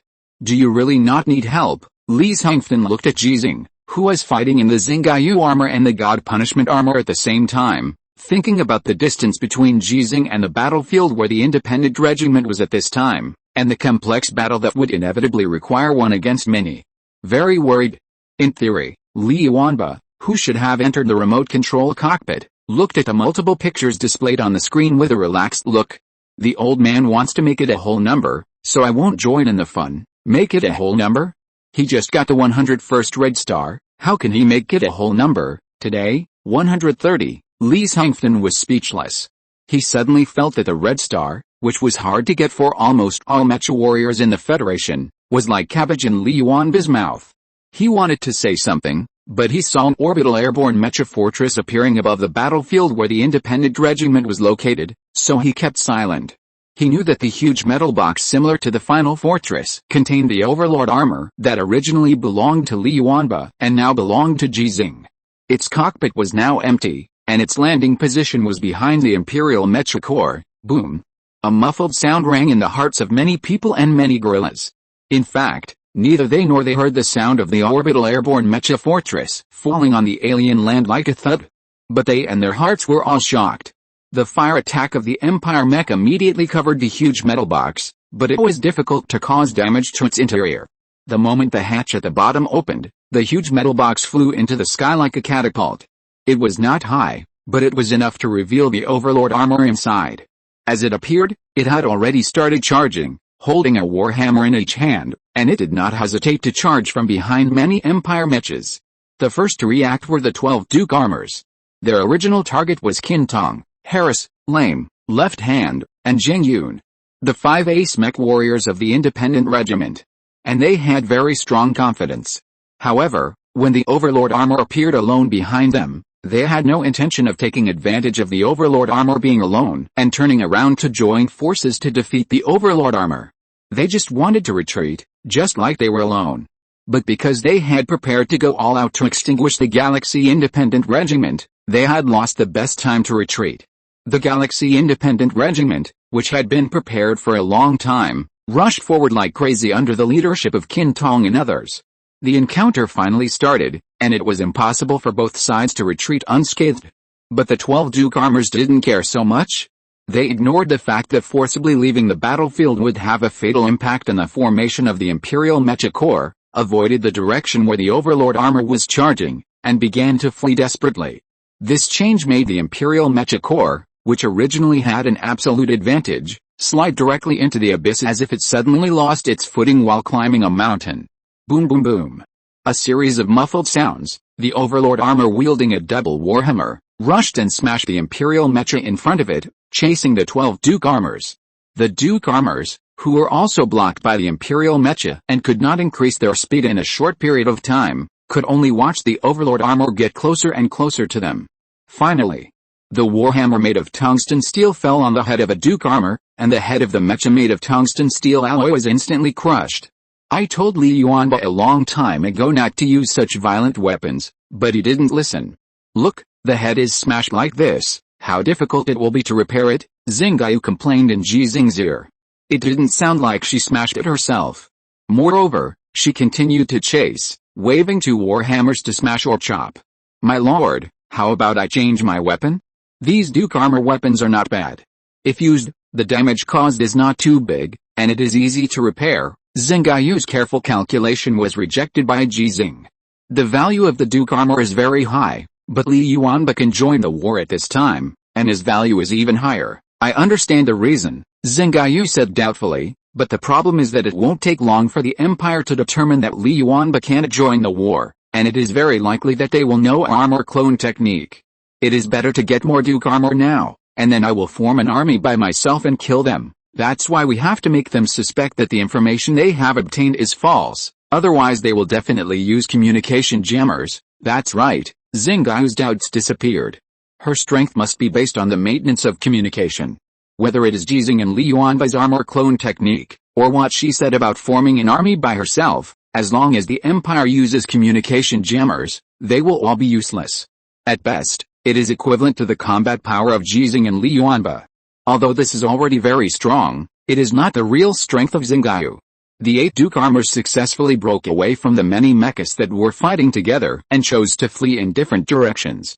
Xinghe, who had already destroyed 4 Duke armor, 3 Marcus armor, and 11 Earl armor, did not give up on them, and began to pursue the nearest Duke armor. She did not need to care about the battle of the Independent Regiment. Without the pressure brought by these Duke armor, the combat power of Qin Tong and others was liberated. Moreover, it was not only the remaining 8 Duke armor that chose to escape, but also the Marcus armor and Earl armor they brought with them. The only ones who really adhered to the order and fought were the Marcus armor and Earl armor of the Anti-Galaxy Corps. In order to prevent the Galaxy Independent Regiment from directly choosing to retreat, the Imperial Crown Prince chose to deploy troops in a configuration that was evenly matched with the Galaxy Independent Regiment, except for the 12 Duke armor that were in hiding at the beginning. So now, did you say that Li Yuanba would never participate in the war? King Xinghe asked angrily. Its anger was understandable, because the 4 Duke armor that had been destroyed were all its men. How could Li Yuanba participate in the war? The Imperial Crown Prince was also shocked and puzzled. If it wasn't Li Yuanba, how could he have destroyed my 4, 5 Duke armor in such a short time? If when the Overlord armor just appeared, the King of Xinghe and the Crown Prince still had a fluke, thinking that it was another Federation Mecha warrior who drove the Overlord armor. Now there is no doubt. It can't be that in addition to Ji Xinghe and Li Yuanba, the Federation has a 3rd Galaxy-class Mecha warrior? Or, in addition to Sichuan Ian, Han Li, Luo Wiki, Anonymous, and Jackson, the Federation has a 6th Galaxy-class Mecha warrior, right? Mecha warriors of this level can't have jumped out of the cracks of the stone. Without the experience of destroying one after another on the battlefield, no matter how talented they are, no matter how powerful the Mecha they drive, they can't fight so fiercely, violently and efficiently. It's definitely not Li Yuanba. My father can't lie to me. The Crown Prince was a little panicked, because today's loss is more than 5 Duke armor. The 230 Earl armor and 20 Marcus armor of the Galaxy Independent Regiment now seem to have been wiped out. Although the number of Marcus armor of the Anti-Galaxy Mech Corps has reached 1,000 and the number of Earl armor has reached 3,000, they cannot withstand such rapid losses. The key is that after the Federation wins, it can still seize these mechas. The Empire can't stand this kind of growth. What if the human who gave you the news about your father deceived your father? King Xinghe said coldly. How can you trust humans? Yes, humans can deceive us. The Crown Prince of the Empire suddenly realized, and the slight panic on his face was replaced by anger in an instant. So what if Li Yuanba can participate in the war? What if there is another Federation mecha warrior as strong as Ji Xinghe? Send more troops to me. Even if the Galaxy Independent Regiment can win, they can't take away even half of my mecha today. The order to send more troops was issued. King Zhanbi also said very tactfully, my men can hold Li Yuanba back. It was obviously Li Yuanba who was chasing your men, right? The prince did not expose the high emotional intelligence of this Zhanbi king, and expressed his approval. As long as we can hold back Li Yuanba, we will not lose today. It's just the mecha warriors driving the mecha. No matter how many die, we can get replacements. 300 Earl armors, led by 60 Marcus armors, rushed directly to the battlefield where the Independent Regiment was. Faced with such a force, even if the Independent Regiment has an absolute advantage, there is no reason to continue fighting. Unless, my lord, I let Xinghe armor start the God of War mode. Well, go. The battle between Xinghe and Ji Xinghe has ended, and Xinghe armor and God punishment armor began to retreat. The Empire is very clear that as long as these two mechas retreat to a safe area, they will inevitably move quickly to support the battle of the Independent Regiment. But the Empire is also clear that this takes time, and they can interfere. The long-range firepower attack and the pursuit of mecha troops did have a certain impact on the retreating God punishment armor and Xinghe armor, which theoretically bought more time for the Empire's battle against the Independent Regiment. But it is limited to theory, because Xinghe's existence is not applicable to the theories known to the Empire. Her consciousness has reached the Overlord armor, and at a closer distance, she began to use the armor clone technique that only she can use. The two Zhanshan armors that joined the battle did not attract the attention of the Empire. They were just two Zhanshan armors equivalent to Marcus armors. What's the big deal? There are many Marcus armors on the battlefield. When facing Zhanshan armors, Earl armors are not without the ability to fight back. In most cases, they can be evenly matched. Until these two Zhanshan armors, under the control of Xinghe, turned on the unparalleled mode and helped the Xing independent group, which had already gained an absolute advantage, to end the frontal team battle in a state of beginning to finish. The Empire finally recalled one thing. Ji Xinghe once drove a Zhanshan armor and broke the Duke armor driven by Bilrosi IV. Zhanshan armor got its name from this. And the combat effectiveness shown by these two Zhanshan armors is not inferior to Ji Xinghe after analysis, at least when these two Zhanshan armors only need to face the Marcus armor and Earl armor of the Empire. Two more Ji Xinghe appeared. The Crown Prince of the Empire was shocked, puzzled and hesitant.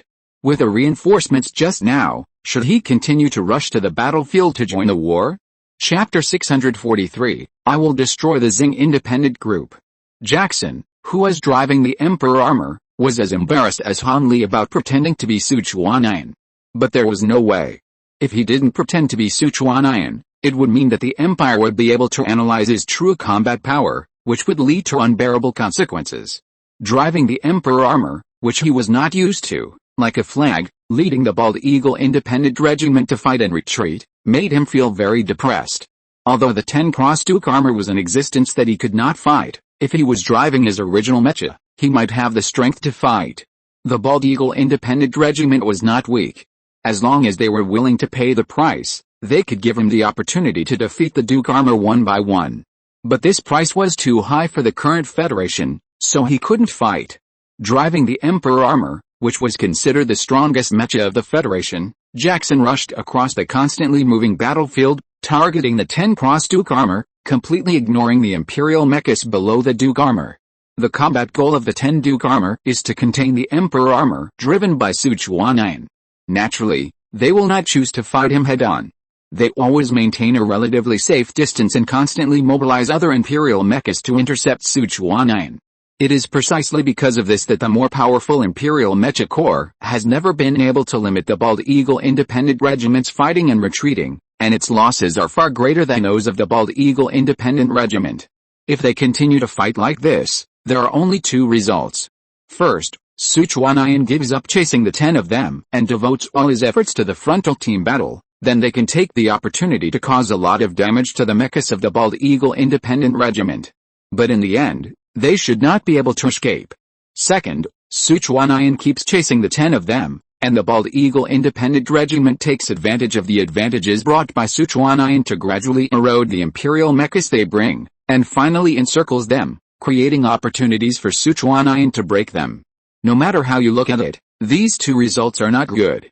Although the first result could severely damage the Bald Eagle Independent Regiment, the problem was that in their eyes, the value of their lives was far higher than that of the Mecha warriors of the Bald Eagle Independent Regiment, and also far higher than that of the Mecha warriors in the Imperial Mecha they brought.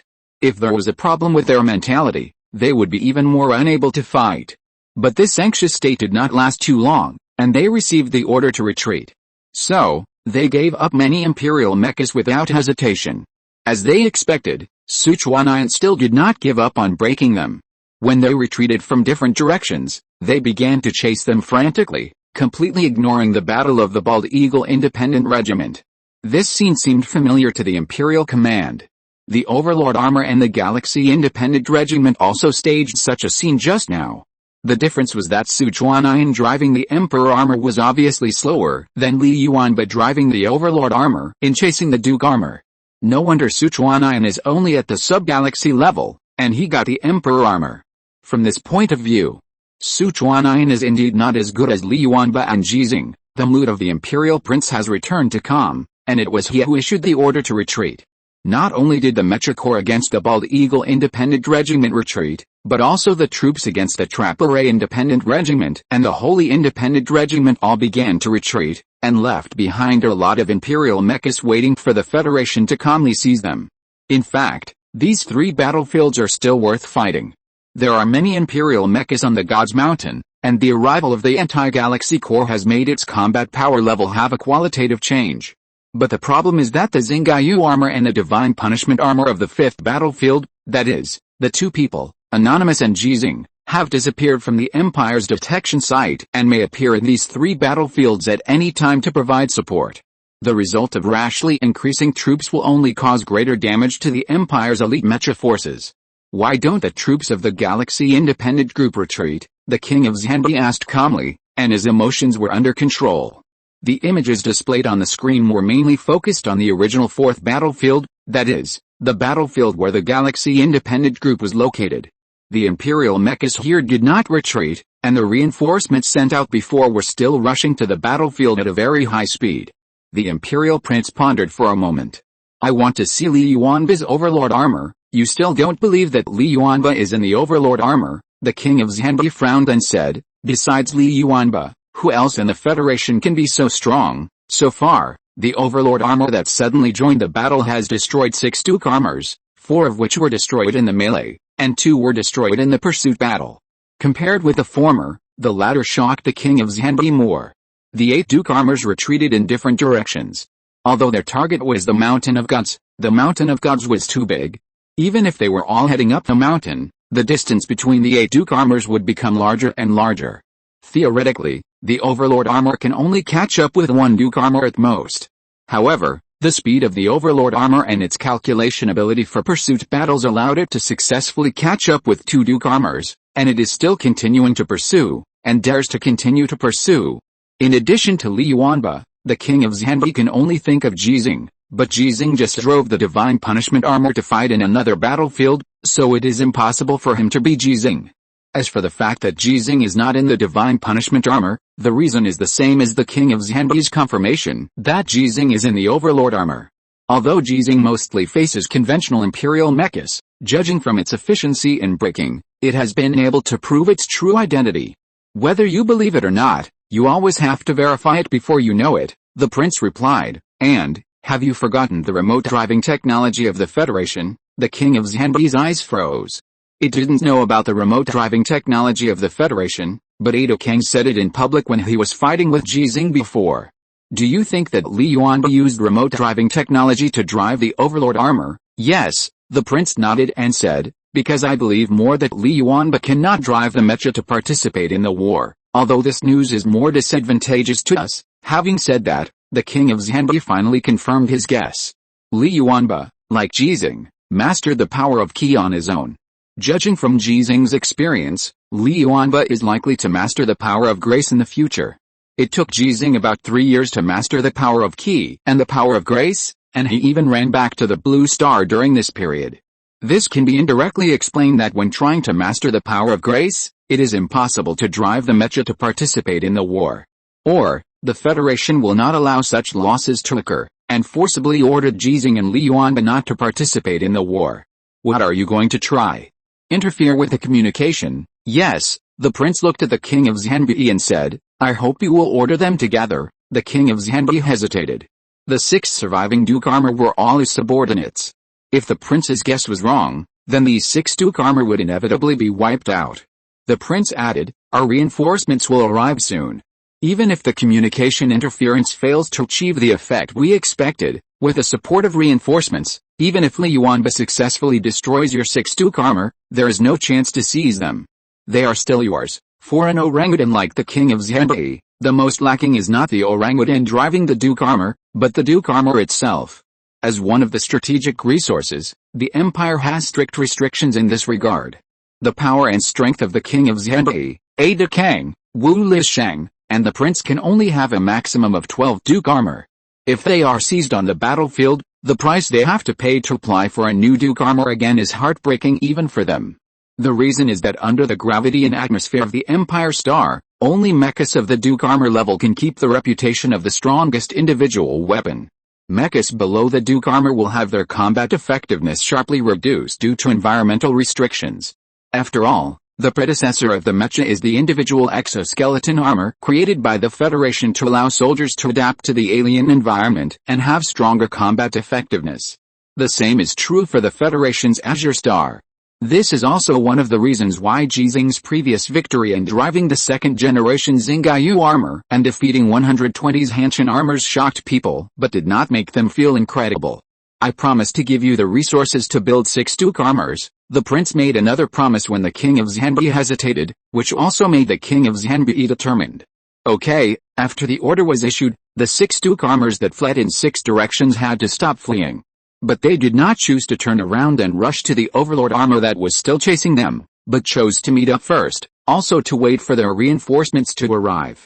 If Xinghe still can't tell what they want to do with such obvious maneuvering changes, then she is not worthy of being called an artificial intelligence life.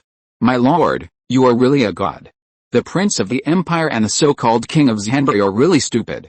Xinghe was not panicked, because the battle on the side of the independent regiment had officially entered the final stage. The 2 Xianshanjia that she needed to control had already become dispensable to the combat power of the independent regiment after each destroying more than 20 Earl armor. The God of War mode was activated. With the help of remote control by the technicians in the rear, the 2 Xianshanjia with no one in the cockpit had begun to move the destroyed Imperial mechas. Among them, the Marcus armor could be transformed into the Federation's Hanshin-class mecha by changing its appearance. Even if the Earl armor was not as good as the Hanshin-class mecha, it was still a very important war resource for the Federation. You know, of the 50,000 mechas in service in the Federation, there were less than 1,500 mountain-chopping mechas before today, and the number of formation-breaking mechas was about the same. More than 2/3 of the remaining mechas were conventional mechas, and the rest were mountain-watching mechas. In terms of quantity, compared with the 1,000 Marcus armor and 3,000 Earl armor of the Imperial Anti-Galaxy Corps, the Federation was not much behind. But the problem is that elite mecha corps like the Independent Regiment, with a standard mountain-chopping mecha equivalent to the Marcus armor, can fight evenly with the Anti-Galaxy Corps that was previously equipped with the Earl armor, and the victory depends on ace mecha warriors like Qin Tong and others. Therefore, the Federation thought it could not be stopped and implemented a combat plan to weaken the strength of the Imperial Anti-Galaxy Mecha Corps as much as possible before the decisive battle. And this combat plan can be said to be very successful today. Apart from anything else, just 6 Duke armor that can be captured can bring 6 general-level mechas to the Federation and train 6 ace mecha warriors. The day before yesterday, Ji Xinghe also destroyed 9 Duke armor and also completed the seizure, which added up to 15 general-level mechas and 15 ace mecha warriors. The Federation, which has 300,000 active mecha warriors all year round, is not short of mecha warriors with ace-level combat power. What it lacks is the mecha that can enable them to exert their combat power and protect them on the battlefield. There are also many Marcus armor and Earl armor. The behavior of the Xinghe Independent Regiment to seize the spoils did not arouse the suspicion of the prince and the king of Xianbei, because it was too normal. The reinforcements of the Empire are coming soon, and it will be too late if they don't seize them. Their focus is on the 6 Duke armor that are about to encounter the Overlord armor. At the same time, The reinforcements of the mecha troops have also arrived. With nearly 400 mechas, the worst is also the Earl armor. How dare Li Yuanba stay, the prince said with some doubts, but did not give any apes a chance to answer it, and gave the order directly. Activate the communication shielding device. I want to see if there is anyone inside the Overlord armor. The communication shielding device that was projected to the location of the Overlord armor by missiles was not damaged by the missile falling to the ground, and was successfully activated in the first time. Therefore, in the Imperial Command Center of the Gods Mountain, all the gorillas and monkeys saw a scene that made them very happy. The Overlord armor suddenly stopped its maneuvers. Although it quickly resumed its maneuvers and began to charge at full speed in the direction of the Federal position. But the Imperial Prince knew that it was just that the Overlord armor activated the God of War mode after losing the communication connection. Ha! The prince looked at the King of Xianbei proudly. What do you mean? The King of Xianbei ordered expressionlessly. Chase after it and bring the Overlord armor back to me. After receiving the order and seeing the transformation of the Overlord armor, the 6 Duke armors really started a full-scale charge this time and directly crashed into the communication shielding area. Also rushing in were many Imperial mechas that came to reinforce. But they failed to catch up with the Overlord armor in the first time. The Overlord armor quickly left the communication shielding area, but it did not stop, but continued to retreat. In the eyes of the Empire, this was undoubtedly an attempt to escape, which was totally inconsistent with Li Yuanba's combat power and combat attitude. At the same time, the Federation's long-range firepower support had arrived, and the Galaxy Independent Regiment, which was finishing up, also launched a charge in a supporting manner. This scene further confirmed the Imperial Prince's conjecture. Continue to disrupt communications, continue to increase troops, and continue to fight. I will destroy the Galaxy Independent Regiment today. Chapter 644, The decisive battle begins early. The Imperial Prince, who has the advantage of manpower and top combat power, also has the advantage of the physical fitness of mecha warriors. The Galaxy Independent Regiment has been fighting for more than half an hour, basically reaching the average physical limit of the Federation mecha warriors. Even if they can still hold on for about half an hour. So what? The mecha warriors of the Empire's reinforcements were originally better than the Federation mecha warriors in physical fitness, and they were still in a state of rest and waiting for the opportunity. Tell me, how can I lose? The prince's question was full of confidence. But to the King of Xianbei, it sounded like the prince was a gambler who had lost all his money. He finally got a good hand and was hysterical to bet all his family assets. Although it also believed that the prince could not lose this time, and the prince was not betting all his family assets, at best it was 1/10 of the troops that the prince could mobilize, but it shouldn't be like this.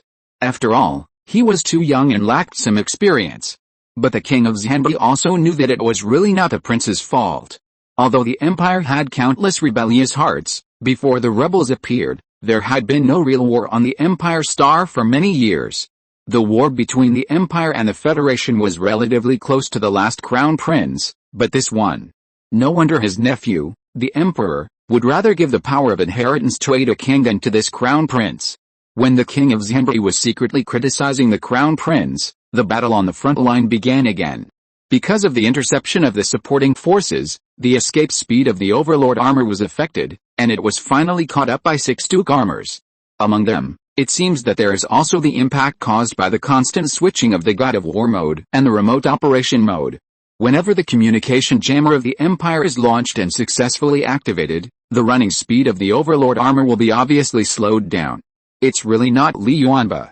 The King of Xianbei regretted it very much. If he could have thought of the remote operation mentioned by Ada King earlier, and believed what the Crown Prince said that Li Yuanba would never participate in the war, then his 6 Duke armors would not have been broken, and 4 of them would not have been captured by the Independent Regiment. Wait a minute. The Crown Prince knew about the remote operation of the Federation and knew that Li Yuanba would never participate in the war, but he didn't remind himself before, so. The King of Xianbei couldn't help but look at the Crown Prince. But the prince's face changed drastically, and he exclaimed, "The final fortress? What do they want to do?" The King of Xianbei suddenly turned his side back and saw a scene that should not appear on the big screen. The metal body that fell from the sky landed on the path of the Overlord armor. It was the strongest single-soldier defense device of the Federation, the final fortress that could withstand nuclear weapons. The Overlord armor, which was about to be caught up by 6 Duke armors, 60 Marcus armors, and 300 Earl armors, did not hesitate to drill directly into the interior of the final fortress under the long-range firepower coverage of the Empire. Because of the angle of the hatch, the Empire could not see what was inside the final fortress. But it was not important, because judging from the size of the final fortress, if the Overlord armor could drill in, there could not be a second mecha inside. The Star Moon armor and the Divine Punishment armor that had disappeared from the Empire's sight could not appear. Therefore, there was only the Overlord armor, and it was the Overlord armor without a real driver. The Empire's communication jammer had already landed near the final fortress and was successfully activated, making the communication in the area prohibited. The long-range firepower used by the Federation did not work on the signal jammer, and Li Yuanba was still unable to remotely drive the Overlord armor. In this case, the Imperial Mech Corps, which had the advantage of manpower and top combat power, could have forcibly broken through the final fortress like they had done in the previous battle in the Battle Scar Canyon.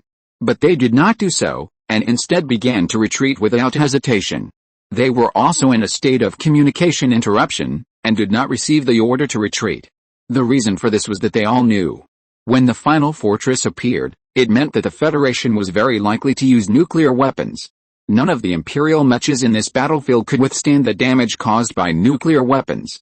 If the Duke armor could not escape the core explosion area, it would be damned.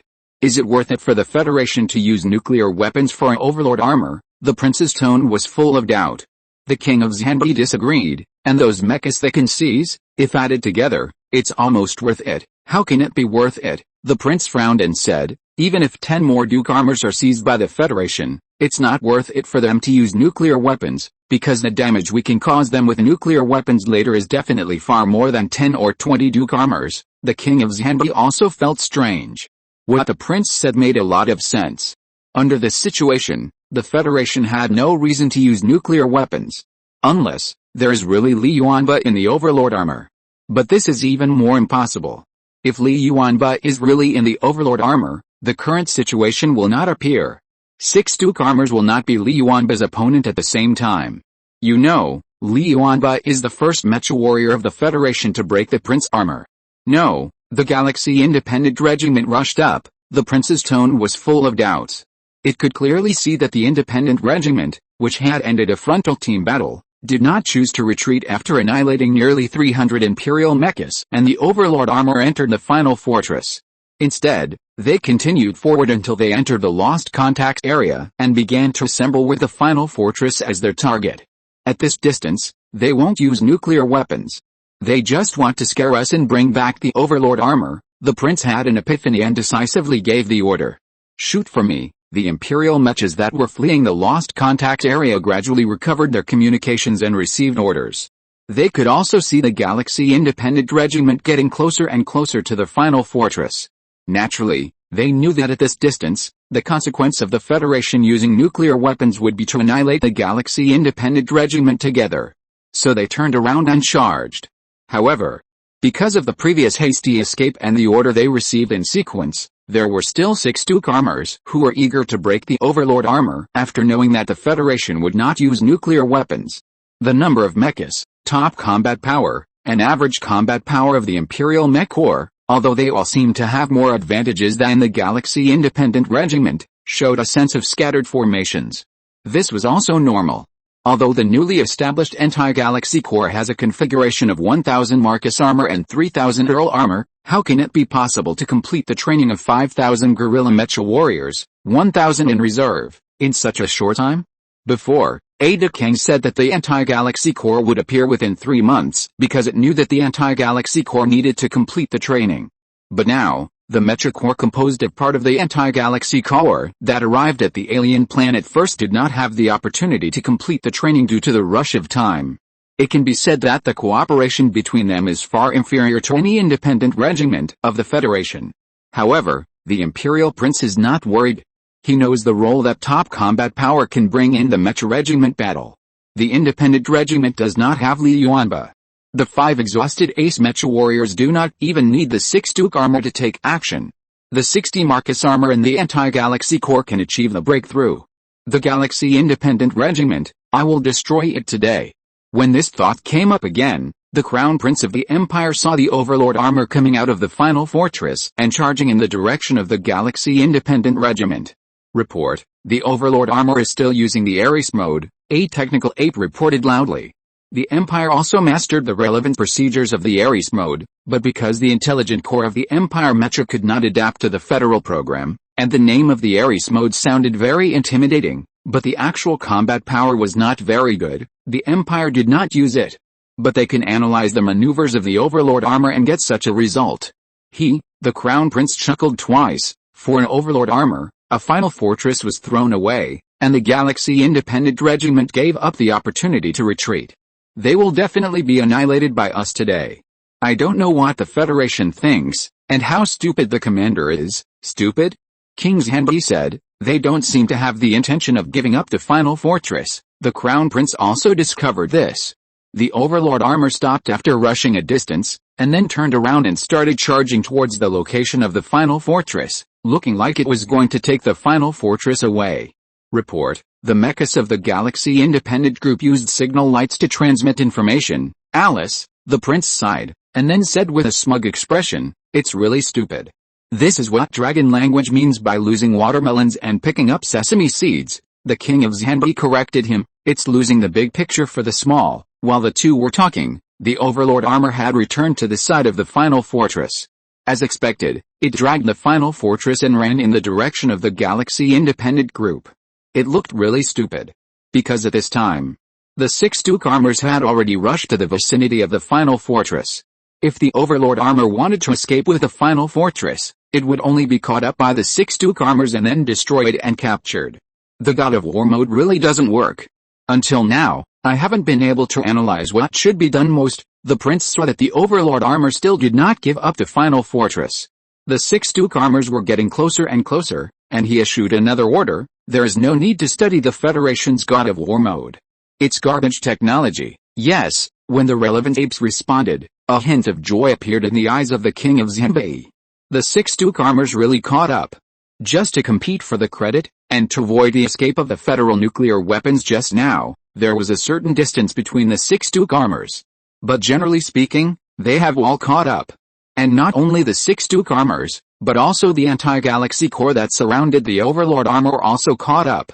At this time, the Overlord armor finally seemed to understand that it could not escape, and gave up dragging the final fortress, holding 2 warhammers and ready to fight. However, the 6 Duke armors did not have the slightest fear, but rushed to charge the Overlord armor. In the state of blocked communication, no matter who the God of War template used by the Overlord armor was, there would be no second ending. Ji Xinghe's template would not work. However, a cry of surprise suddenly sounded from the prince's mouth. The King of Xinghe also clenched his fists in an instant, and the picture reflected in his eyes at this time was a Duke armor that fell silently. It rushed the fastest, because its driver was eager to break the military merit of the Overlord armor, so it died the fastest. Instant kill? Is the Federation's God of War mode so strong? When the King of Xinghe's pupils shrank, he saw the 2nd Duke armor falling down, and the 3rd Duke armor that had already started fighting with the Overlord armor before the 1st Duke armor fell down. Because the communication was blocked, the Imperial Command could not obtain the main perspective of the frontline mecha. The third-party perspective formed by various observation equipment was not clear because of the huge size of the mecha and the obstruction of the many Imperial mechas that were gathering. So the King of Xinghe couldn't figure out how the 2 Duke armors fell down, and what he couldn't figure out was why the 3rd Duke armor also fell down. It clearly seized the opportunity when the Overlord armor broke the 2nd Duke armor and launched a fatal attack. The Overlord armor's body is made of tungsten steel alloy and part of tungsten steel gold. In terms of defense, it is only equivalent to the Empire's general armor, and there is still a certain distance from the Prince armor. Its real strength lies in the super explosive power provided by the nuclear fusion reactor and the Federation's 13th generation core engine at the same time. But this kind of explosive power can only be truly brought into play in battle by mecha warriors of Li Yuanba's level. Especially in a one-on-many battle. But now it is not Li Yuanba who is driving the Overlord armor, but the Federation's top autonomous driving technology God of War mode, which is impossible to bring out the real combat power of the Overlord armor. Otherwise, how can the Federation lack any top combat power? It's Li Yuanba, it's really Li Yuanba. The prince's tone was extremely firm. When it saw the third Duke armor fall down, and the Overlord armor ignored the many Imperial mechas that had already surrounded it and rushed directly to the remaining 3 Duke armors. Finally found the truth it wanted to find, but it also paid a huge price for it. The 3 Duke armors under this handy king seemed to be unable to escape. Not only that, the anti-galaxy Mecha Corps, composed of 300 Earl armors and 60 Marcus armors, dared to go to support a battle when there were still Galaxy Mecha Corps on the battlefield because it was sure that the Overlord armor was remotely driven by Li Yuanba. As long as the communication shielding device is used to destroy Li Yuanba, the 6 intact Duke armor can lead the anti-Galaxy Corps to annihilate the Galaxy Corps, which has no top combat power and has reached its physical limit. But now, the Overlord armor is really Li Yuanba. Then everything will be reversed. He dared to lie to me? He actually pretended to use the remote driving mode? Pretended to use the God of War mode. Li Yuanba, the voice of the Imperial Prince, was full of anger. With the communication interrupted, it couldn't even give the order to retreat. The Imperial mechas that had already discovered the abnormality had no time to react. Because the Galaxy Independent Regiment finally arrived at the battlefield when the Overlord armor destroyed the 4th Duke armor and began to chase the 2 Duke armors that were running away again. The cluster battle started again. The King of Xinghe suddenly sighed.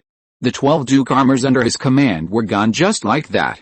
But the battle still had to continue, so he reminded them. I think Li Yuanba completed the armor penetration in that final fortress, huh? The prince recalled that when the Overlord armor escaped just now, it had the opportunity to destroy several of the 6 Duke armors, but it kept running away. It didn't look like Li Yuanba was driving one of them. It wasn't until the Overlord armor entered the final fortress and then came out again that it was different. It seems that it is really like this. The King of Xinghe reminded again, since Li Yuanba is so important to the Federation now, and his physical condition is problematic, it is difficult for him to fight for a long time with high intensity, and now he appears on the battlefield, huh? The Imperial Prince began to think again, hesitating whether to make a decision. The King of Xinghe reminded for the 3rd time. It will take some time for Ji Xinghe and Wu Mingxi to rush to support, right? The Imperial Prince took a deep breath and made up his mind. In this case, let's start the decisive battle in advance. As long as Li Yuanba is killed, even if all the troops of the anti-Galaxy Corps under my control are lost, my father will choose to reward me. Orders were issued one after another. The first was to continue to increase the troops. Relying on the large number of mechas, the Crown Prince of the Empire was very willful in increasing the troops. There were only troops that he did not want to increase, but not troops that he could not increase. Then, stop interfering with the communications on the front battlefield. Since the decisive battle was about to begin, command was of course very important. How to command without communication. Finally, it was a decisive battle that started in advance. When the communication on the battlefield was finally restored, the 2 Xianshangja, which were originally carrying out the simple task of transporting the captured Imperial mechas, once again returned to Xingheyu's control. They rushed to the front battlefield at the same time. Xinghe once again began to operate 3 mechas at the same time. In order to ensure that the combat effectiveness of the 3 mechas reached the top level, she had to go all out. But someone in the Overlord armor was ready to move. Su Chuanayan, if you move again, I will kill you. Ah. Who is talking? Forget it, Dallin, you should take medicine. Well? The moment Su Chuanayan was stunned, Xinghe gave him drugs. Chapter 645, 301 Ji Xinghe. Known. 1. The Empire knows that the Federation has remote driving technology and God of War mode 2. The Empire is very likely to know that Li Yuanba has conducted experiments on Gift Awakening 3. The Empire has formulated a battle plan against the Federation's ace mecha warriors. So the question is, when Li Yuanba's Overlord armor appears on the battlefield, will the Empire activate the communication shielding interference device? The answer is yes. For this reason, Ji Xinghe made a preparation Su Chuanayan. In the last battle of the Battle Scar Canyon, Su Chuanayan, who was in a critical state for a long time and suffered serious damage to his nervous system, has basically recovered because he has obtained the power of Qi and received comprehensive treatment. However, the neural link operation mode that has been used for several years before, the brain-computer interface in the body has conflicted with the power of Qi, so it can only be restored to the previous generation of mecha operation mode. As a result, Su Chuanayan, A federal sub-galaxy level mecha warrior who is called abnormally strong, can't even beat the special mecha warriors of the independent regiment when driving the same level of mecha. Although the combat power of driving the Zhongxianjia can reach the combat power level of the independent regiment's recruits, it is obviously not suitable for the battlefield, and it is no longer qualified to drive a mecha of the level of the God Punishment armor. The Federation and the independent regiment attach great importance to the protection of Sichuan, a top combat power. Let him drive the Zhongxianjia as a recruit of the independent regiment. Even if his mecha is not sprayed with the corresponding red star and pretends to be a real recruit, he will easily die. The death rate of the independent regiment has always been very high, especially in the current tense situation of the war. Just when Sichuan was trying to regain the qualification to drive the God Punishment armor, or even just the qualification to drive a mecha to participate in the war, he received an order from Ji Xinghe. So, he boarded the Ping in space battleship without hesitation, and before today's battle began, he honestly got into Final Fortress. To be honest, he didn't know much about his mission. The process was very clear, but he didn't know what the point of doing so was. But he was willing to be Ji Xinghe's pawn. A long time ago, he was willing to be a pawn under Ji Xinghe, not to mention that the chess piece he wants to be today is not a pawn that can only move forward and not backward. Horse, today I am a horse, Sichuan chatted with Zirui, the captain of the Pingan. Zirui has no combat mission now, and does not need support. The greatest support that the Pingan space battleship can provide to the surface battlefield is the prepared light of divine punishment. However, whether it is the battlefield where the independent regiment is located or the battlefield where the overlord armor is located, it is not suitable to use the light of divine punishment. He can only wait with an anxious mentality. Aren't you the general of Neuma? Zirui frowned after hearing Sichuan's voice and said, why, you have downgraded yourself now. What do you mean by downgrading yourself? Sichuan asked back, can't you see that the old man is playing a big game? Nonsense. Our independent regiment and the other 4 independent regiments have all been mobilized by the old man. Hanli, Jackson, and Ravich have all joined the battle. Yu Ren and others are also putting pressure on the God's Mountain and other battlefields. The total number of troops mobilized exceeds 300,000. The quota of firepower support for the battlefield on our side alone is as high as 130 billion. If this is not considered a big game, what is? Today's battle, of course, is not only the participation of the 5 independent regiments. Although the Federation and the Empire are mainly fighting with mecha troops, there are also many conventional troops participating in the coordinated operations. The battlefields that are really involved are not only the 4 places where the 5 independent regiments are located, and the one where Ji Xinghe was before. It can be said that today is a full-line battle. Sichuan is a mecha warrior, and he doesn't want to discuss the total control with a captain like Zirui, who is on the command side. He said, since it's a chessboard, then tell me, is there a piece called a cow on the chessboard? Huh? So I'm just a horse today. The old man is the general, the imperial prince is the commander, or the imperial's handy king is the commander. Chess, why, do you look down on chess? No, Zirui explained, I remember when the old man talked about combat before, he said that the battlefield can be regarded as a go board. The imperial mechas are the black pieces, and our mechas are the white pieces. You also know that it's a battle. The old man is in command this time, okay? Although the old man has been participating in the battle and will participate in the battle later, overall, the old man today is not a mecha warrior, but a federal admiral. Makes sense. Zirui looked at the many pictures displayed on the big screen in the bridge and nodded in approval. But he reminded, the old man is not promoted to the rank of general yet. The ceremony of conferring titles has been suspended. Don't talk nonsense and bring negative impact to the old man. Haha, Sichuan sneered, I'll leave it here. After today's battle, if the old man has not been promoted to the rank of general, and they still force the old man to go to Nanchamen to accept the ceremony of conferring titles, I will tell them what negative impact I can bring to them. Zirui was speechless. Others who could hear Sichuan's voice also became a little nervous. When Sichuan was just an ace mecha warrior, he took down the entire Nanchamen headquarters. Although he is still an ace mecha warrior now, there is no official document for the sub-galaxy level. At the end of the last battle in the Battle Scar Canyon, he has become an ace mecha warrior with influence comparable to Hanli, Kadilin, and Ravich. Even Jackson can't compare with him because his performance in the past 3 years is not so impressive. You are willing to be demoted to horse, so don't say such things, be sensible, Zirui made a reminder. I said, I haven't been demoted, Sichuanayan explained seriously, although I am just a horse on the old man's chessboard now, running wherever I am needed, as long as I complete the task, everyone will give a thumbs up and say cow, so I am still strong enough to be the perverted independent regiment cow and horse general. Report, the old man sent an order to deploy Colonel Sichuanayan, execute immediately. The crew of the Pingan also belonged to the independent regiment, so they called Ji Xinghe from the regiment commander to the old man. Sichuanayan also fell silent. He, wearing a single soldier exoskeleton armor, grabbed the buckle in the final fortress. This action was indeed a bit redundant, because the single soldier exoskeleton armor he was wearing now had a strong magnetic suction function. This final fortress was temporarily modified and added with related devices that could fix it. Needless to say, the buffer device. Theoretically, unless he falls directly from a height of 10,000 meters, and all the deceleration systems and buffer systems fail during the process, he will never die, and he will not die even if he is directly hit by a nuclear warhead.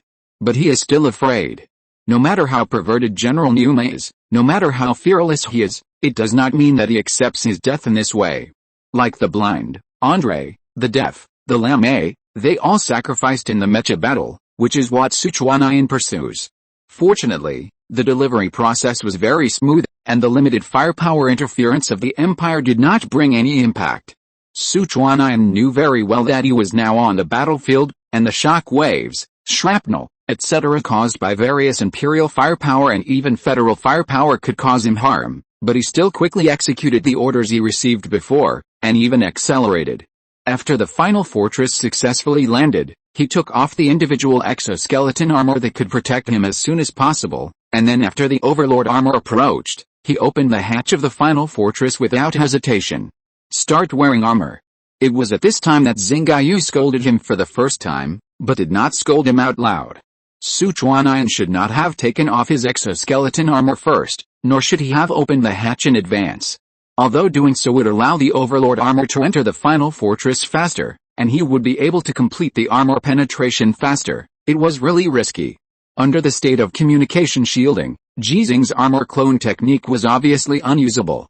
In this case, Sichuanayan's role was to become a legitimate reason for Xinghe to operate the Overlord armor.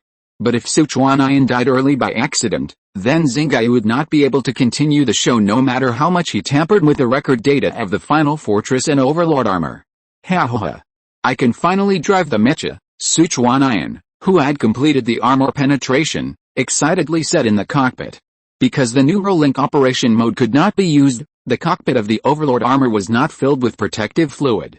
His voice was spoken directly. Xinghe cursed him as an idiot again. Overlord armor, Sichuanayan was completely unaware and continued to ask in an excited voice, do you believe me? I believe you, you big-headed ghost. Xinghe was too lazy to pay attention to Sichuanayan and continued to operate the Overlord armor.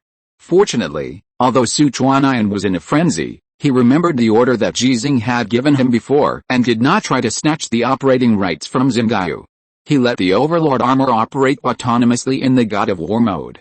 However, in this situation, when the Overlord armor needed to face 6 Duke armors, it was no longer coordinated. Being in the Overlord armor, he could clearly see the 6 Duke armors that charged one after another, as well as many Imperial mechas. Sichuanayan's instinct as a mecha warrior made him want to operate the Overlord armor. The reason was that he still didn't trust the so-called God of War mode. Just like the automatic driving program of the Federal automobile is very advanced, but the top car races, or the drag racing party like Wang Shizhen, will choose to turn off the automatic driving program and choose manual operation. The difference is that it is legal for racers to race in professional venues, and it is illegal for drag racing parties on public transportation roads. Now, it is obviously legal for Sichuanayan to operate, but for Xinghe, it is simply a mess. So, she couldn't help it and spoke directly. Just like Sichuanayan couldn't help it, Xinghe, who had become an artificial intelligence life, had long lost absolute rationality. The prepared medicine was injected into Sichuanayan's body, causing Sichuanayan to fall into a state of sleep again, just like in the last battle of the Battle Scar Canyon. Without Sichuanayan's drag, Xinghe's Overlord armor's combat power was brought to its extreme. when there was no need to face a higher-level Imperial mecha. Even if Li Yuanba personally drove the Overlord armor, it would not be possible to do better than Xinghe. The mere Duke armor could not reach the disadvantageous area of Xinghe's combat power, that is, the gap in combat awareness. Only mechas of the level of Prince armor and the drivers who must match it can make Xinghe feel powerless. Fortunately, the Empire chose to start a small-scale decisive battle in advance, as expected by Ji Xinghe and professionals such as Yang Ete and Tu Yuan. Communication was restored. My lord, from now on, all the red stars I destroy can be considered yours again. Yes, Ji Xinghe didn't care about it. The only thing he cares about now is how much courage the Imperial Crown Prince has, and how many Imperial mechas he can send out in today's decisive battle. Although the current situation is extremely favorable to the Federation because of Xinghe. But the problem is that this involves a limit. Once the Empire sends out more mechas than a certain value in today's battle, especially the number of Marcus armor, Earl armor, and the other 30 Duke armor that have already appeared, Ji Xinghe's preparations today are indeed unstoppable. Even if they can be stopped, the numerous Imperial mechas that are too casualties and difficult to capture and destroy will cause huge losses to the Federation's mecha warriors.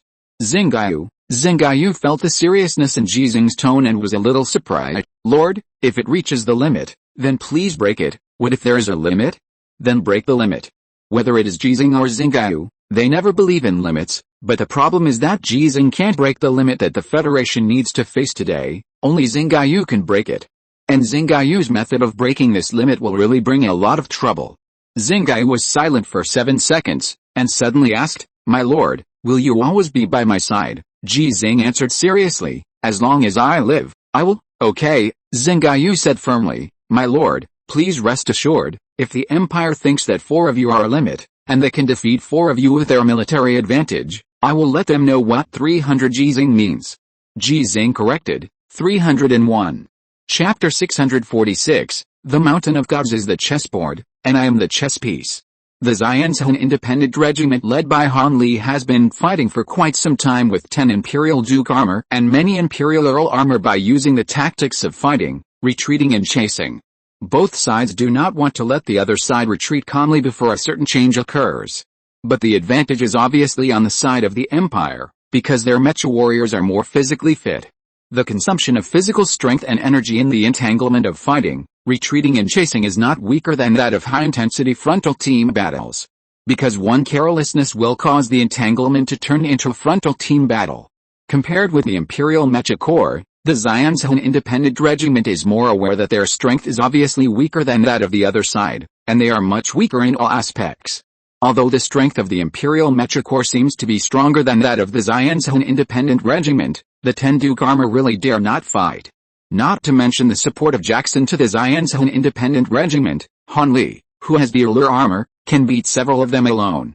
Logically speaking, they can completely draw out 5 Duke armor to besiege Han Li alone, and there is a great chance of winning. But the question is, who should die? Not to mention the Duke armor drivers under this Han Li King, who at least have the title of Earl, and are reluctant to give up their wealth and glory. Even the Marcus armor and Earl armor and the Anti-Galaxy Mecha Corps that fought together with him formed another Anti-Galaxy Corps. There was no all-out state during the battle, because there were many Imperial guerrillas like Liu.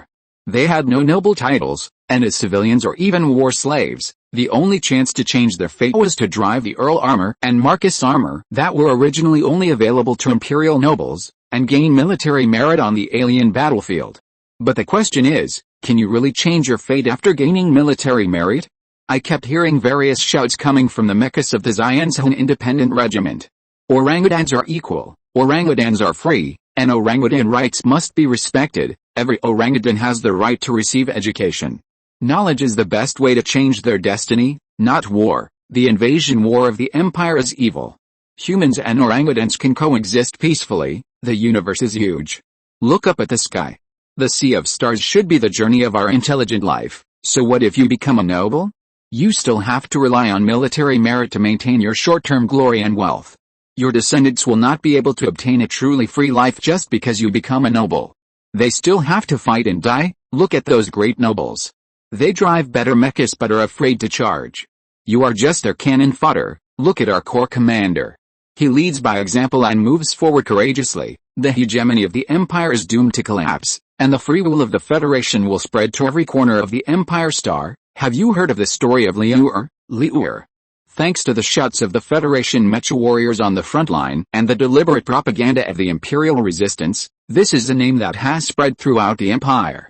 Some guerrillas think that Liu'er is a traitor to the Empire and the entire tribe, but for the guerrillas who have a similar fate to Liu'er, Liu'er undoubtedly has more spirit to resist the Imperial hegemony than the Imperial rebels. The most important thing is that according to rumors, Liu'er became a soldier of that human, Ji Xinghe. If the name Liu'er is only widely spread in the Empire, then the name Ji Xinghe is known to all the guerrillas in the Empire. Wearing golden armor, shining red stars, and Ji Xinghe's challenge, the capture of the leader of the rebels Dong Guosilian, the defeat of the Empire's second guerrilla Ado Kang. These are really nothing. There is only one reason that can make all the gorillas and monkeys have strange emotions in their eyes when they hear this name gift. Ji Xinghe is the first human in the Federation with the ability of gift, just like the Empire's Wu Emperor I. The Federation has not really understood and felt the benefits of the power of gift, and everyone still wants to get the power of gift, let alone the Empire that has had this power for 300 years. It is said that Liu'er, who has been blessed by Ji Xinghe, is not an isolated case. It is said that all the Imperial guerrillas who surrendered to the independent group can get the gift of Ji Xinghe. The desire for benefits is one aspect, and the other is, why are they fighting? To be more specific, why can they get the Earl armor and Marcus armor that were once out of reach? Because those great nobles are afraid of death, so let them die. The strength of the great nobles must be stronger than theirs, because many of them can get the gift of Emperor Wu III and have the power of Qi. However, now, the great nobles are driving the Duke armor, Marcus armor, and Earl armor, but they are hiding behind them timidly. Is such a war really worth their lives? Fortunately, they encountered the independent group of the piercing array today, not the independent group of Ji Xinghe. Otherwise, the surrenderers might appear again and make their morale fall to the bottom. Even so, their morale cannot be compared with that of the independent group of the piercing array. Again, it is important to fight for what? Therefore, when they had an absolute advantage, the number of mechas destroyed was more than that of the Trap Array Independent Regiment. If they continued to fight, and the Trap Array Independent Regiment began to ignore casualties, they would most likely be wiped out, including the 10 Duke armors. The Imperial Mecha warriors, who were very clear about this, finally received the order they longed for when their morale continued to decline. Although it was different from what they expected, at least they didn't have to fight again in the short term. Because of the incident that Li Yuanba suddenly appeared on another battlefield, the Imperial Prince decided to start the decisive battle in advance, and naturally would not waste a large number of elite troops on the Trap Array Independent Regiment. It wanted to defeat the Trap Array Independent Regiment, but the Trap Array Independent Regiment would not fight it to the death. Captain, they are retreating. No, they are not retreating, they are going to fight the Independent Regiment. The Trap Array Independent Regiment quickly realized the true tactical intentions of the enemy they were facing. When mentioning the Independent Regiment, there was no prefix, which indicated which independent regiment the enemy was going to deal with. Chase, Han Li gave the order. He knew very well what would happen if these more than 300 Imperial mechas appeared on the battlefield where the Independent Regiment was. But the biggest problem that the pursuit battle had to face was, Captain, the time for 71 of us to be in critical state has exceeded the limit. The life support system of 102 mechas has issued a physical alarm. The energy of 132 mechas has dropped to the warning level. We can't chase anymore. The enemy joined the battle much later than us. Their mecha energy and the physical strength of those dog gorillas are more abundant than ours. Captain, if we chase them, something will happen. One reminder after another made Han Li's expression hesitate. If it was just him, he would definitely chase them without hesitation. But he was not alone, and he knew that it would be meaningless for him to chase them alone. Instead, it would be an act of suicide. Now, with all the mecha warriors of the Independent Regiment of the Piercing Formation, they would also face a crisis of life and death. The Federation and the Empire have been fighting for so many years, and the Federation has been using neural link technology for 4 years. The Empire is very clear about how much physical strength and mental will the mecha warriors who use this mecha driving mode have. Once the Empire believes that their independent regiment has reached its limit, it will definitely stop rushing to the battlefield where the Xinghe Independent Regiment is located without hesitation, and turn around to launch a fatal attack on them. At that time, Han Li may once again become the only survivor in the entire Mecha Corps. But if he doesn't chase the old man's independent regiment. Just when Han Li was in a dilemma, he heard the voice of the old man he was thinking about. Keep chasing. Yes, all the hesitation in Han Li's heart disappeared, and he excitedly spoke in the communication channel of the whole member of the independent regiment. Old man, let's keep chasing, old man? General Ji Xinghe. Those who were just persuading Han Li to give up the pursuit order, when they heard this simple order relayed by Han Li, they all screamed. They were like this, let alone the Mecha warriors who wanted to continue the pursuit. Han Li's independent regiment of the trap, completely disregarding the loss of physical strength, spirit and energy, began to launch a desperate pursuit of the anti-galaxy corps led by the Duke of the Cross. Yang Ente, who originally wanted to force the independent regiment of the trap to continue the pursuit when he was hesitating whether to pursue, suddenly felt that the order issued by him as a commander might not be as effective as the 3 words Ji Xinghe said to Han Li in mobilization.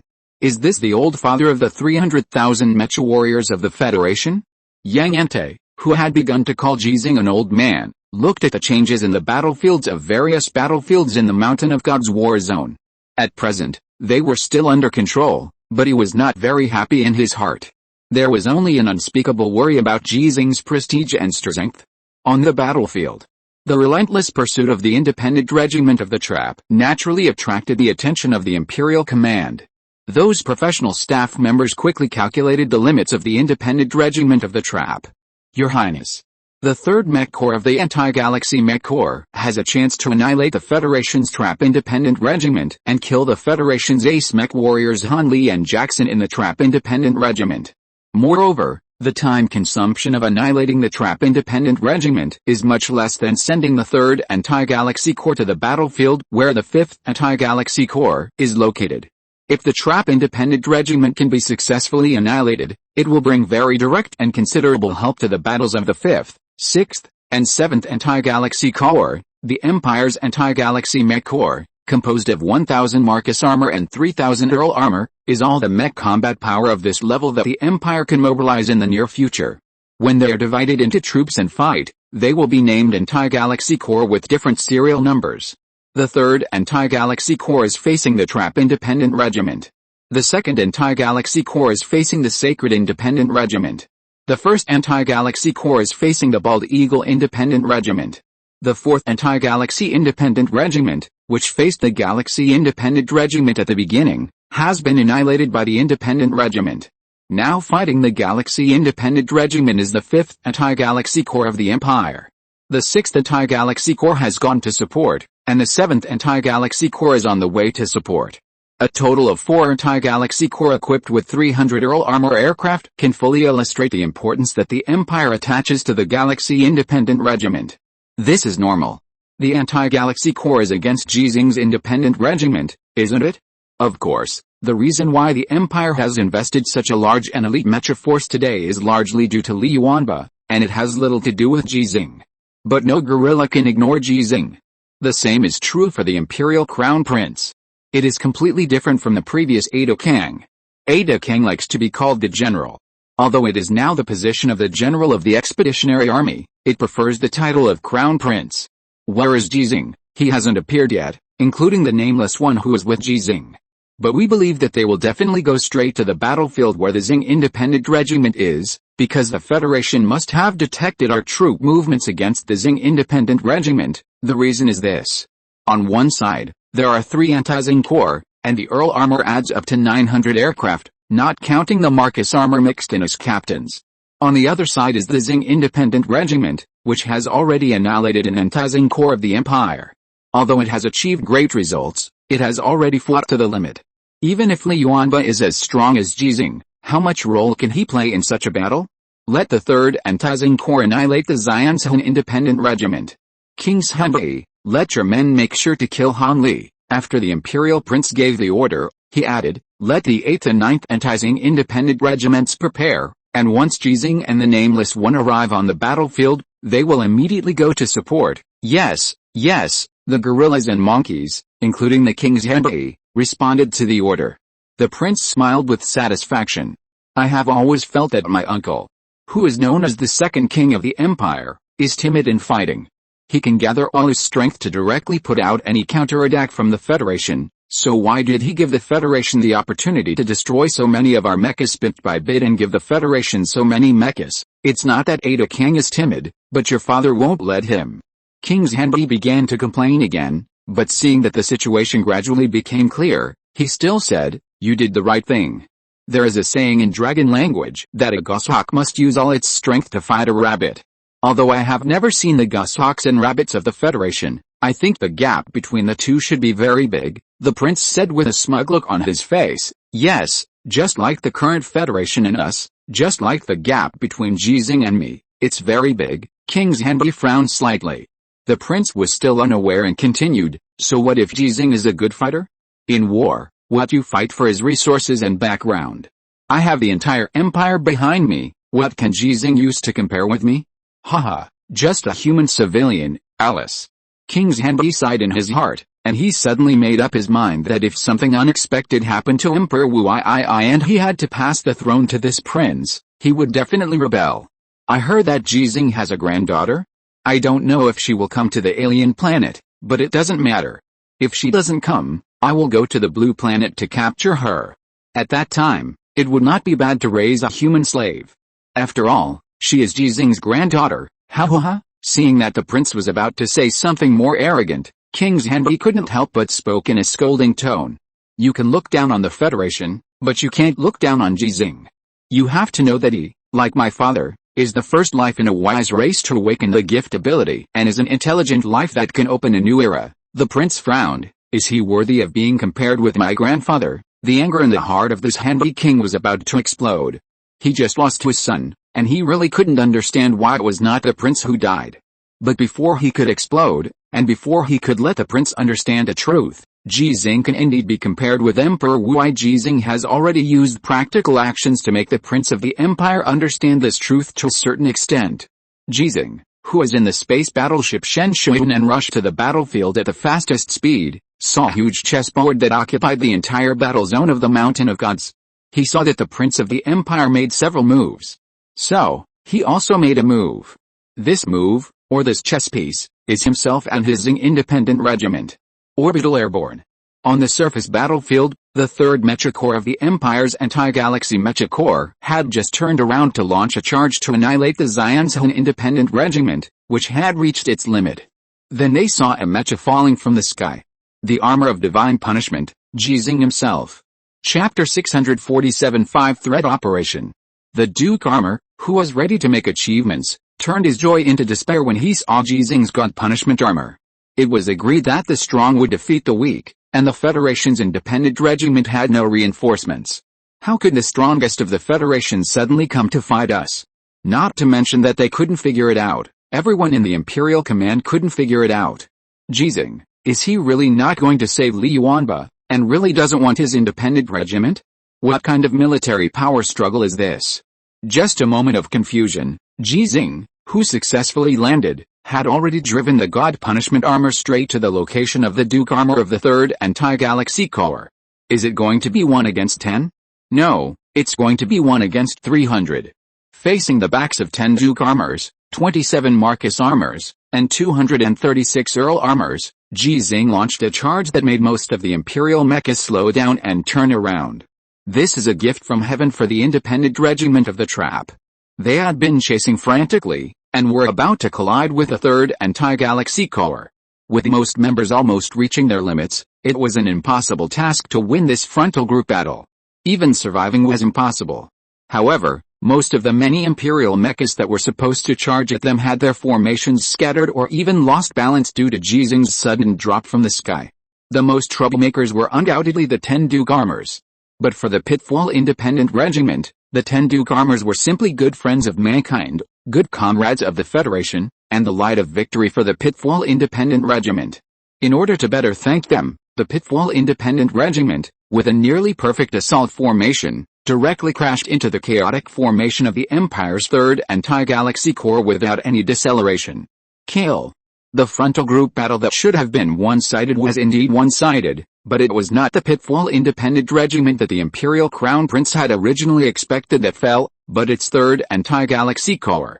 In just 1 minute of the encounter between the two sides, Hundreds of Earl armor were destroyed by the Ji Xinghe of the Xianzhen Independent Regiment, and more than 10 Marcus armor were not able to get away with it either.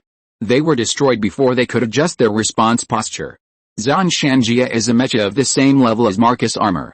If it is a normal combat state, most of the Ji Xinghe of the Xianzhen Independent Regiment are not opponents of the Imperial Marcus armor. But this is not a normal state. There are also many excellent guerrilla mecha warriors in the 3rd Anti-Galaxy Corps. They know very well what is the best way for them to deal with when Ji Xinghe suddenly appears and launches a charge from behind them. Just kill through the Xianzhen Independent Regiment. But the problem is that they can't kill through the Xianzhen Independent Regiment led by Han Li, and their teammates not only can't provide them with help, but also frantically pull their hind legs when the most critical head-on collision occurs.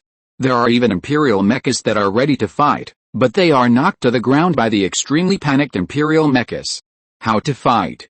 There is no way to fight.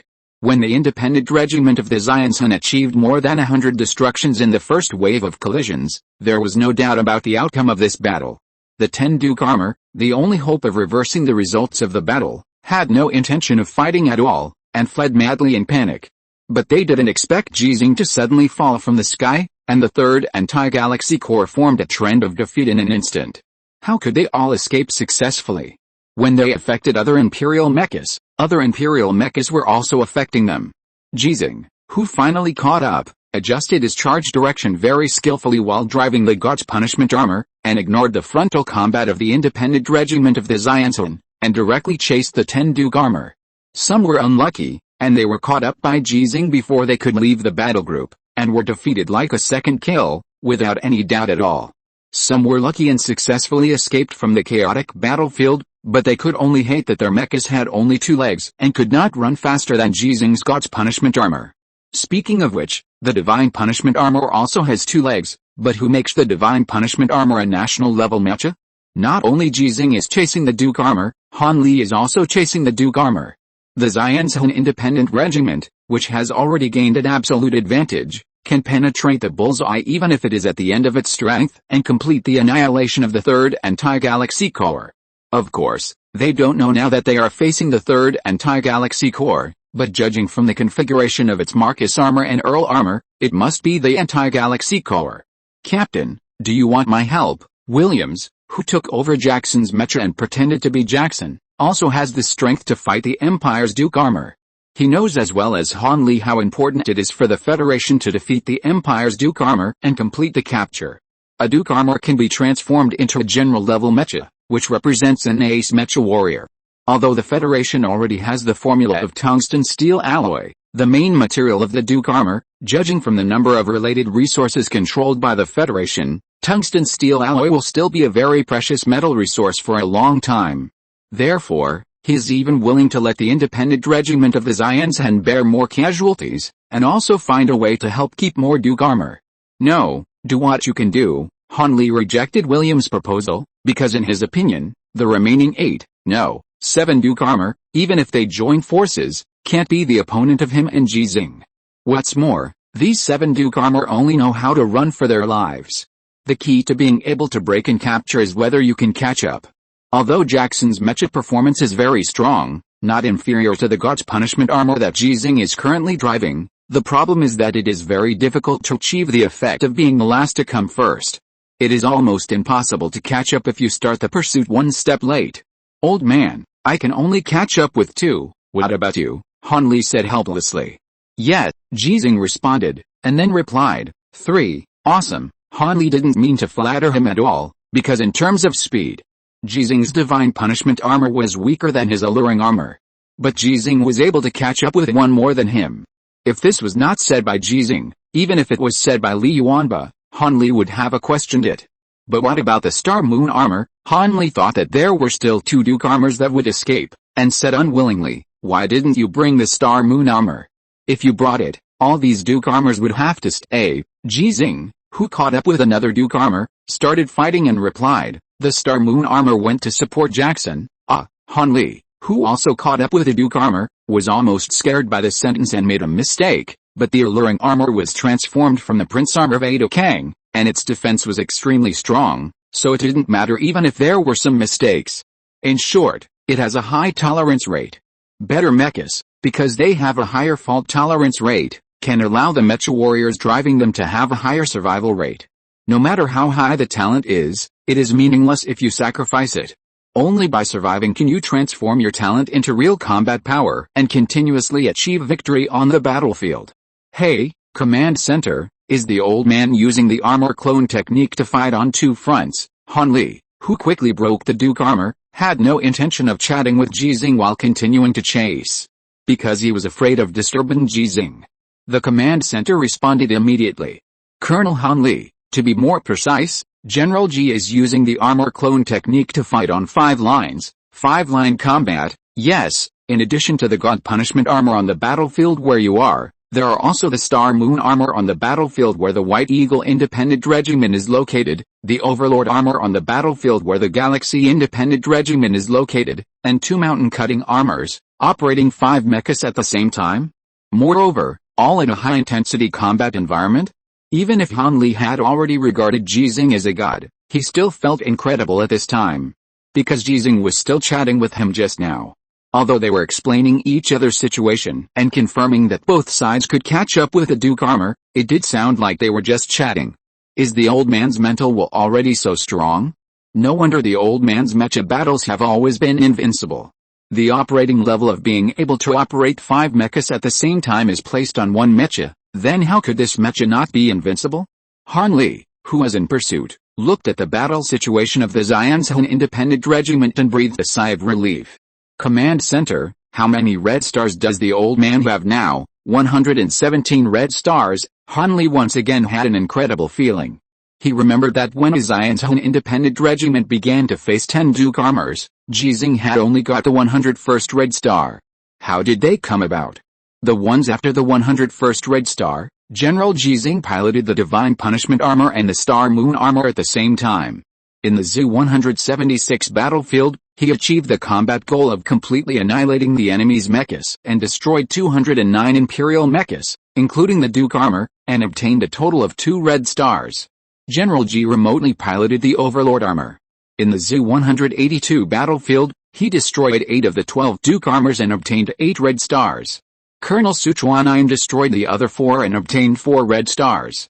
General Ji piloted the Divine Punishment armor and destroyed 4 Duke armors in the Zu-168 battlefield where you are and obtained 4 red stars. General Ji remotely piloted the Star Moon armor and destroyed 2 Duke armors in the Zu-173 battlefield where Colonel Jackson is and obtained 2 red stars. Han Li discovered the problem. Sichuan, 4 Duke armors were destroyed? Yes, when the Empire used the communication jammer, Colonel Sichuan drove the Overlord armor and destroyed 4 Duke armors. But now Colonel Sichuan's old injury has relapsed, so the operation of the Overlord armor has returned to General Ji's hands, in a remote driving manner. No. There is a problem. No matter how many mechas Ji Xinghe destroyed or how many red stars he got, Han Li would only find it incredible. But for Sichuan, he knew him very well. He had talent, and he was also hard-working. His mental will had reached a perverted level because of the Independent Regiment's entrance assessment, the Sichuan challenge. But Sichuan really couldn't do it. Including the last battle in the Battle Scar Canyon, when Sichuan defeated 3 Duke armors alone against 3, Han Li thought that Sichuan couldn't do it, not to mention that he could not use the Neural Link operation mode to destroy 4 Duke armors. So he thought there was a problem. And this problem was obviously related to Ji Xinghe. He didn't actually want to explore it. If Ji Xinghe didn't tell him, he wouldn't ask. But he was worried that if he could see the problem, many people would be able to see it. Will it have an impact on the old man? Han Li, who finally caught up with another Duke armor, suppressed his worries and those messy thoughts in his heart and began to fight with all his strength. Even with the alluring armor in hand, he couldn't be careless when facing the Imperial Duke armor. With all his strength, destroying it was a matter of course. Ji Xinghe's pursuit also went smoothly. He successfully caught up with and destroyed 2 Duke armors and got 2 more red stars. But as the 2 said before, 2 Duke armor managed to escape. In fact, they can still be chased, but it will be very troublesome to go too deep into the enemy-occupied area. It will be difficult to seize the destroyed Duke armors. More importantly, they have to support other battlefields. Colonel Han Li, the number of red stars that General Ji has won has reached 121. The other two were won by remotely piloting the Star Moon armor in the Zu-173 battlefield. The old man destroyed 2 more Duke armors on Jackson's side? That's the end. Han Li knew that Jackson also had 10 Duke armors. Although Jackson, who had just changed into the Emperor armor, was not as powerful as him, he had the Star Moon armor on the scene to support the battle, and had already destroyed 4 of the Duke armors. The remaining ones were no longer a concern. What about Ravich? Han Li finally had time to ask. The command center replied, Colonel Ravich did not receive the order to pursue. That's good. But this also means that the 10 Duke armors that were previously targeting Ravich, as well as the Imperial Mecha Corps, will be able to arrive at a battlefield where the Galaxy Independence Regiment is located in a short time. Prepare the space battleships. The old man and I will go to the battlefield where the Galaxy Independence Regiment is located to provide support. Yes. After the command center responded and began to prepare, it said, General Ji will go to the Z-182 battlefield first to provide support. Well?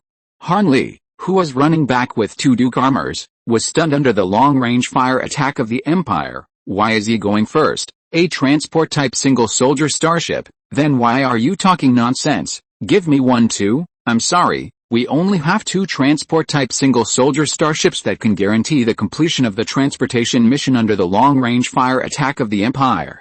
That is, transport-type single-soldier starships equipped with energy shield-generating devices. 2 are just right, 1 for the old man and I. Jackson will. Wait a minute, Han Li frowned. The other one is for the Xinghe armor. Yes, I'm a sub-galaxy level mecha warrior, driving a national level mecha like the alluring armor and personally participating in the battle. But I'm not as important as the Xinghe armor which the old man can only pilot remotely? Han Li was offended, but since the person who offended him was Ji Xinghe, he could only pretend that nothing happened. Seeing Ji Xinghe dragging 2 damaged Duke armors, running for a distance and then throwing them away, and then rushing at full speed towards the federal position in the rear, Han Li frowned and asked, How many Imperial mechas are there on the Z-182 battlefield? What levels are they? Of the 4 anti-galaxy mecha corps, 1 has been wiped out, 1 is being wiped out, and 2 are on the way to reinforcement. There are still 2.5? There's still a fight to be had. Just as Han Li was thinking this, the command center revised its answer and ordered to him. Colonel Han Li, please immediately abandon the captured Duke armor and have your corps take over the capture. Return to our position at full speed and assemble the mecha warriors in your corps that can continue to fight, and prepare to land on the space battleship to go to the Z-182 battlefield for support operations. The Empire has dispatched 2 more anti-galaxy corps. P.S. An extra chapter for the Silver Alliance, 22/66, rewarded by the boss 9 Chunayanjian. I'm really sorry for being too slow. If you're listening to this novel on a channel other than Fanfic World, it means they downloaded and uploaded it without effort. We cordially invite you to visit our channel, Mundo Fanfic Novelis. There you'll find the original version of this story and you can explore many other novels of various genres. We're waiting for you to immerse yourself in a world of incredible novels. Chapter 648, The End of the Chessboard Battle. When Han Li was asking how many red stars Ji Xinghe had obtained, the prince at the Imperial Gods Mountain War Zone Command was also asking how many of his mechas had been destroyed in today's battle. He had to ask and count them. Since wars are fought for resources, how could he avoid such things as accounting? The relevant data had been collected, and when the prince asked, the answer was given immediately. The 1st, 3rd, and 4th Mecha Corps of the Anti-Galaxy Corps have been completely wiped out. The 5th Mecha Corps has lost more than half of its troops, the 6th Mecha Corps has just joined the battle, and the 7th Mecha Corps is on the way to reinforce, and it is expected to arrive at a battlefield within 20 minutes. The 8th and 9th Mecha Corps have just set out and are expected to arrive at a battlefield within 40 minutes. The 2nd Mecha Corps is expected to take an hour. We have currently lost a total of 1,370 Earl armor, 130 Marcus armor, and 24 Duke armor. We have destroyed 303 of the Federation, including 57 Mountain Slang armors of the Galaxy Independent Regiment, 62 Mountain Slang armors of the Xianzhen Independent Regiment, 59 Mountain Slang armors of the Bald Eagle Independent Regiment, 29 Mountain Slang armors of the Sacred Independent Regiment, and 96 Mountain Slang armors of the Azure Independent Regiment. No general level or national level mechas of the Federation have been destroyed. The prince remains silent. In fact, judging from the data in the battle report, the Empire still has an absolute advantage so far. Because it is the Marcus armor of the Empire, not the Earl armor, that can be comparable to the standard-issue panzer armor of the Federation's major independent regiments. In total, 130 Marcus armor replaced 303 panzer armor of the Federation, which is a win no matter how you look at it. As for the loss of more than 1,000 Earl armor, it is actually acceptable in comparison, because the Federation has only 5 major independent regiments, and each independent regiment is equipped with 300 panzer armor. This means that the Empire has already defeated one of the Federation's independent regiments in today's battle. From another perspective, the mecha warriors that can join the Federation's independent regiments are all carefully selected. The destruction of 303 panzer armor basically means that 303 of the most elite Federation mecha warriors have been sacrificed. It is easy for the Federation to replenish quickly, but the mecha warriors replenished will definitely not be as strong as before. It takes a lot of time and a lot of battles for the recruits to grow up. In short, it is impossible to replenish immediate combat power. On the contrary, the Empire does not need to worry about this. If the Federation only has 300,000 active mecha warriors, the Empire can still pick out 3 million active mecha warriors without exaggeration. Choosing the best from the best, the Empire is far better than the Federation in replenishing mecha warriors. Moreover, the Empire now has another advantage. But the more advantages, the more disadvantages, and the more opportunities, the more risks. We can't fight anymore. The King of Xinghe finally couldn't help it and began to question the prince's command decision. He said, "Don't be confused by the number of our destructions. You know, the Federation mechas we destroyed and the mechas that were destroyed by the Federation can almost all be recovered and seized by the Federation. This means that the Federation will have many more mechas in 3 months. The staff of the King of Xinghe added cautiously. According to the Federation's mecha classification standards, they will have about 1,300 more formation-breaking mechas, which are Earl armor, and about 130 mountain-slashing mechas, which are our Marcus armor. Most importantly, the Federation will have 24 more general-level mechas, which are Duke armor. This is one of the biggest disadvantages of the Empire in today's battle. Because Ji Xinghe previously drove 3 mechas at the same time, including the later Overlord armor, in a sweeping battle in the God's Mountain war zone. The Empire chose to shrink its defense line and prepare to win in one battle, pinning its hopes of victory on the mecha war. But the war suddenly changed. The Empire's preparations were not carried out in time, and it was forced to start the decisive battle in advance, and the corresponding preparations were not completed. Without the deployment of a large number of conventional troops and the retreating defense lines, the Federation could relatively calmly complete the seizure and recovery of the destroyed Federation mechas after winning the mecha war. The 303 mountain-slashing mechas were destroyed, and the real loss was only the mecha warriors among them, not their mechas. Without considering the replenishment of the mecha warriors of the Federation Independent Regiment, it can be said that the Federation is getting stronger and stronger. The Federation, which had only 1,500 formation-breaking mechas before, has doubled its number after this battle. Although the number of mountain-cutting mechas is far from doubling, it has also increased. The prince was silent because he knew this, and he became even more silent when questioned by the King of Xinghe. The King of Xinghe continued to speak. "I have heard some of the Federation's shouting. One of the sentences that impressed me deeply was from the independent regiment of Ji Xinghe. They said, 'We have no guns and cannons, and the Empire will build them for us.'" The King of Xinghe sighed and continued, "From the current situation, what they said is right, but what they want is not our guns and cannons, but our mechas. Therefore, we can't fight until we have the ability to recover and seize their mechas." The prince looked at the King of Xinghe with some confusion in his eyes. "But, how long can Ji Xinghe's independent regiment hold out? They should have all reached their limit. If it weren't for Li Yuanba holding on, the remaining forces of the 5th Atai Galaxy Corps and the 6th Atai Galaxy Corps that just joined the battle would be enough to annihilate the Galaxy Independent Regiment. What's more, we still have the 7th, 8th, and 9th Atai Galaxy Corps that are being reinforced, as well as the 2nd Atai Galaxy Corps that previously targeted the Federation Holy Independent Regiment. Yes, Li Yuanba may be able to lead the Galaxy Independent Regiment to annihilate our 5th and 6th Atai Galaxy Corps, but by that time, even Li Yuanba should have reached his limit, right? 4 Atai Galaxy Corps, 1,200 Earl armor, 120 Marcus armor, and 20 Duke armor.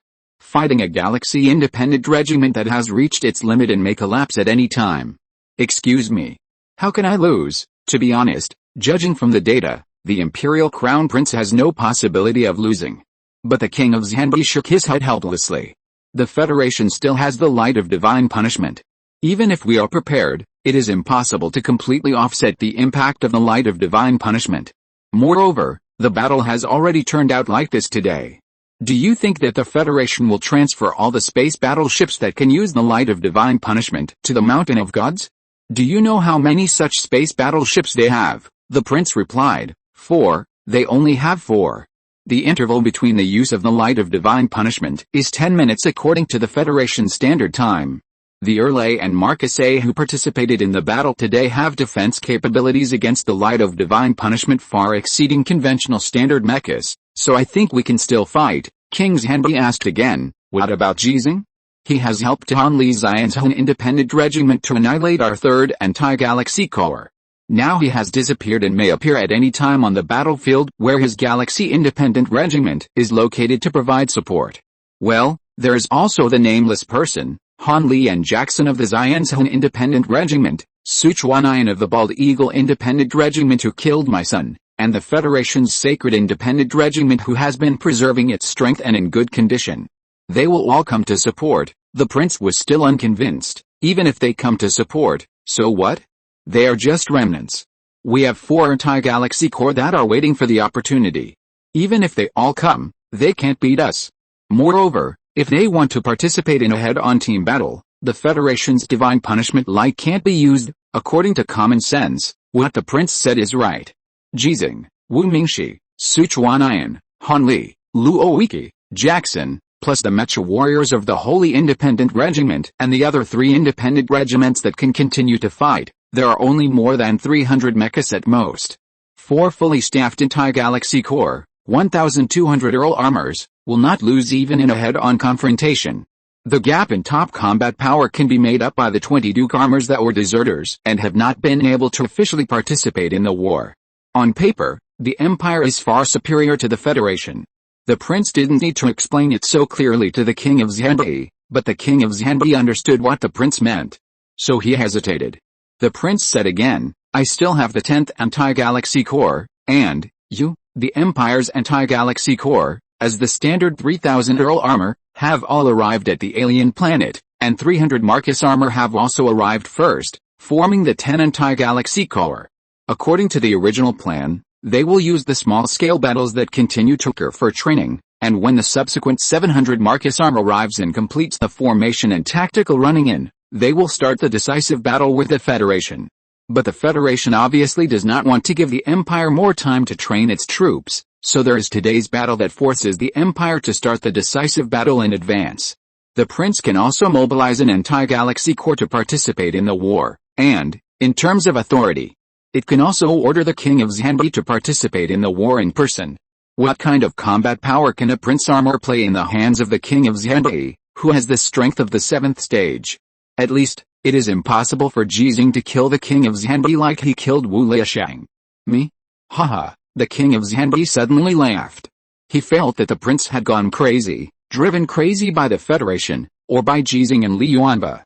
Have you ever thought about why the war today has come to this point? The prince knew that the King of Xanbi would not participate in the war. He was angry but could not vent his anger. He stared at the King of Xanbi in silence, exerting meaningless pressure. The King of Xanbi looked at the prince without hesitation. Because of Ji Xinghe and Li Yuanba, and also because of you, me, you said that Li Yuanba could not participate in the war, so we sent out 12 Duke armors and a complete anti-galaxy corps with an over-equipped Marcus armor to try to annihilate Ji Xinghe's independent regiment. As a result, Li Yuanba participated in the war. This was also due to the fact that you ignored the Federation's remote operation technology. If the communication jammer had been used earlier, how could he have found an opportunity to destroy 6 Duke armors and cause the annihilation of an anti-galaxy corps? You think that Ji Xinghe will definitely bring Anonymous to support his independent regiment first, because Anonymous is Ji Xinghe's disciple and will definitely help Ji Xinghe. So the order to annihilate the Xianzhen Independent Regiment and the Bald Eagle Independent Regiment was issued. As a result, Ji Xinghe chose to support the Xianzhen Independent Regiment and let Anonymous support the Bald Eagle Independent Regiment. This kind of decision-making mistake, no, it cannot be said to be your mistake. It can only be said that Ji Xinghe's strategic vision, or the strategic vision of the Federation's commander in the Mountain of God's war zone, is at least one level higher than yours.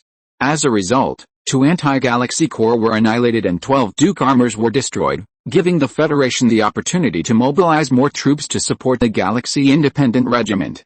Moreover, it gave the Galaxy Independent Regiment greater confidence.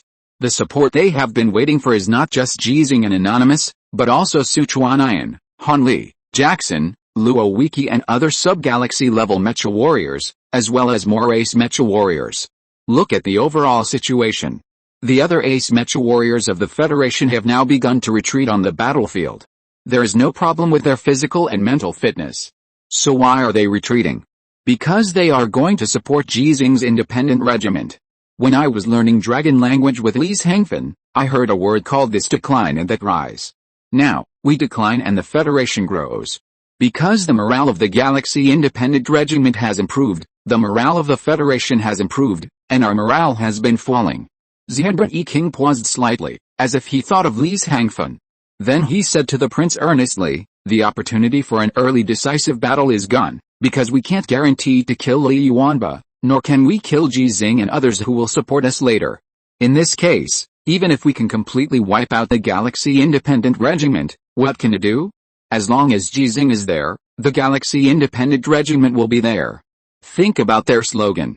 No guns, no cannons, the Empire will make them for us. If we continue to lose more troops and can't recover or seize them, Ji Xinghe's Galaxy Independent Regiment will become stronger. How to fight in the future? The prince took a deep breath. If we don't fight now, they will still become stronger, but their strength has a limit. King Zhanbi said, if we continue to fight, 20 Duke armors will most likely be lost. Think about it, Ji Xinghe will lead the Galaxy Independent Regiment with 40 Duke armors and 300 Marcus armors. Li Yuanba will also join them, and there are also Wu Ming and others, that will exceed our limit. Unless you can transfer the Royal Guard Mecha Battalion. The prince was silent again. He couldn't mobilize his father's Royal Guards Mecha Battalion. King Zhanbi sighed again.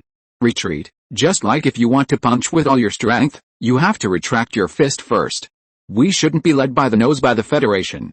We should force them to gather their forces and fight a head-on team battle with us, a real decisive battle.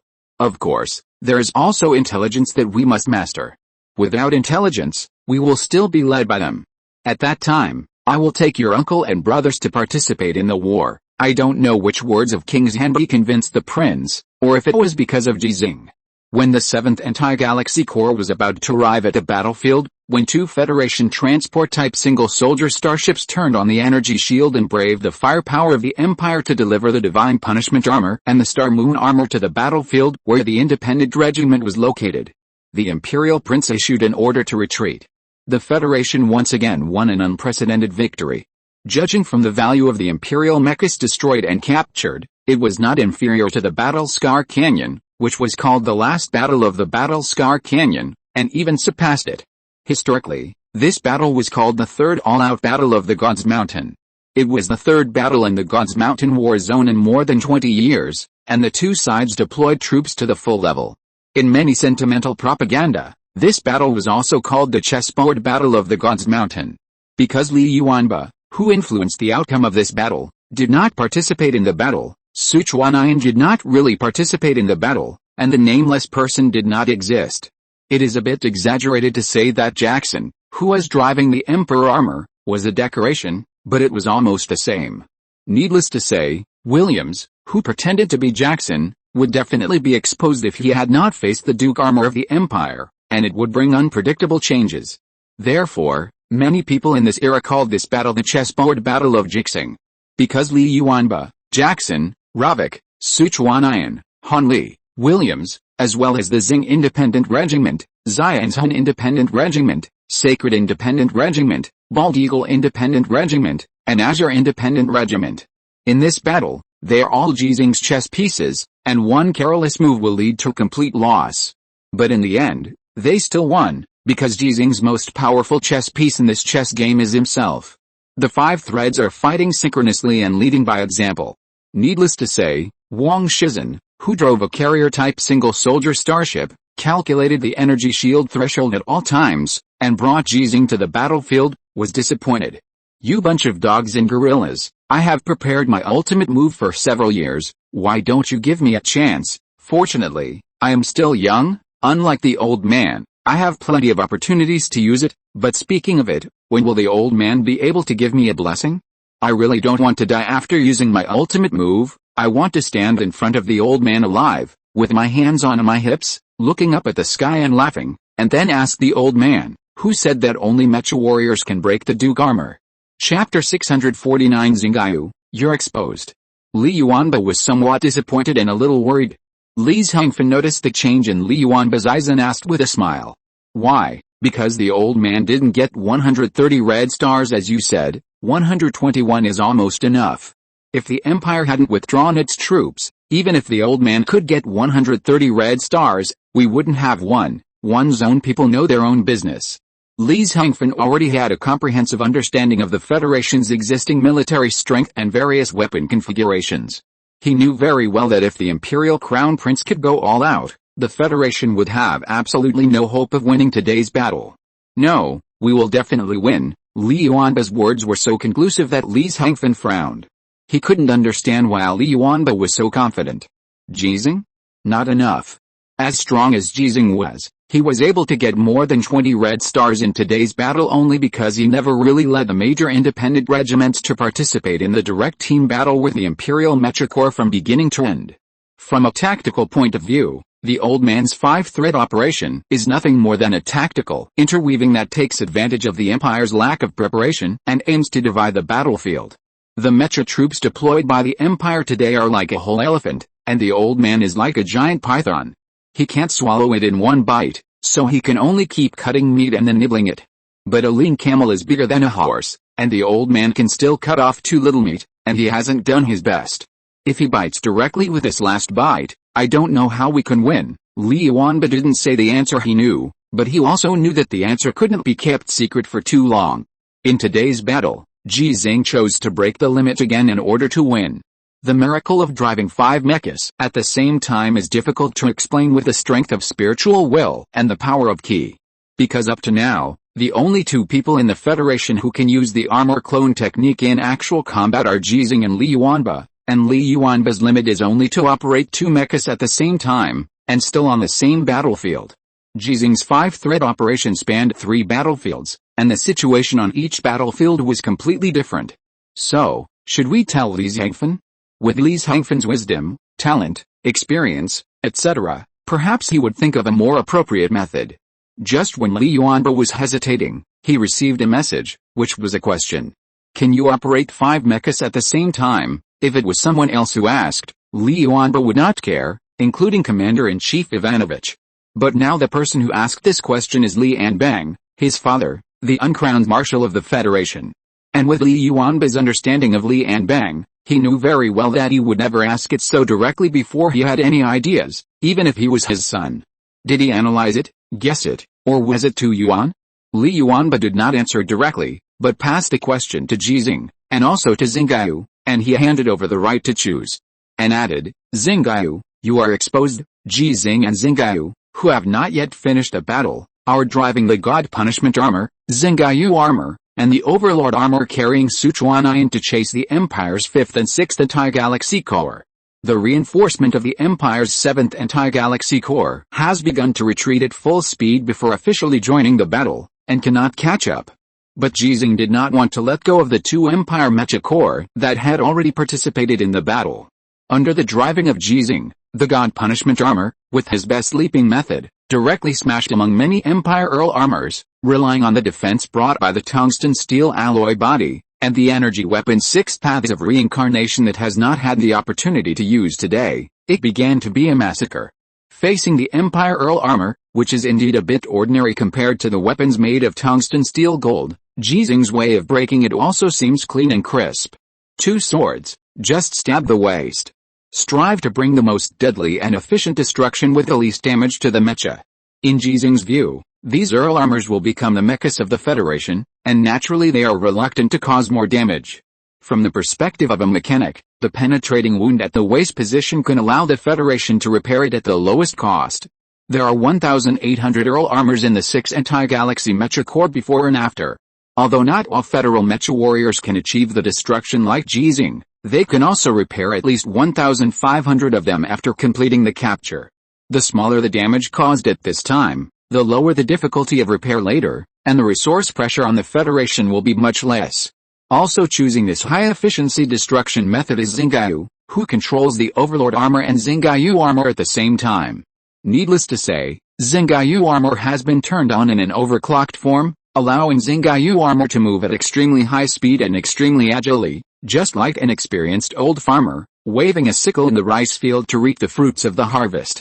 6 3-section spears, each strike can bring fatal effects. Combined with the 2 swords in both hands, the efficiency of breaking is much higher than that of Ji Xinghe. If we really talk about mechanical repairability, Xinghe is actually stronger than Ji Xinghe. The foundation of artificial intelligence life, 0 and 1, allows her to exert nearly perfect computing ability in such a one-on-many melee. And Ji Xinghe has, as Shenmue once said, as a 9th-level fighter who surpasses the spirituality of 0 and 1, which cannot be shown in such a battle, because there is no opponent of the same level. Overlord armor also changed weapons. The 2 Mecha heavy swords seized from the Duke armor replaced the 2 more lethal hammers, while maintaining high efficiency in breaking, and can reduce the damage to the Earl armor. Xinghe cares more about family background than Ji Xinghe.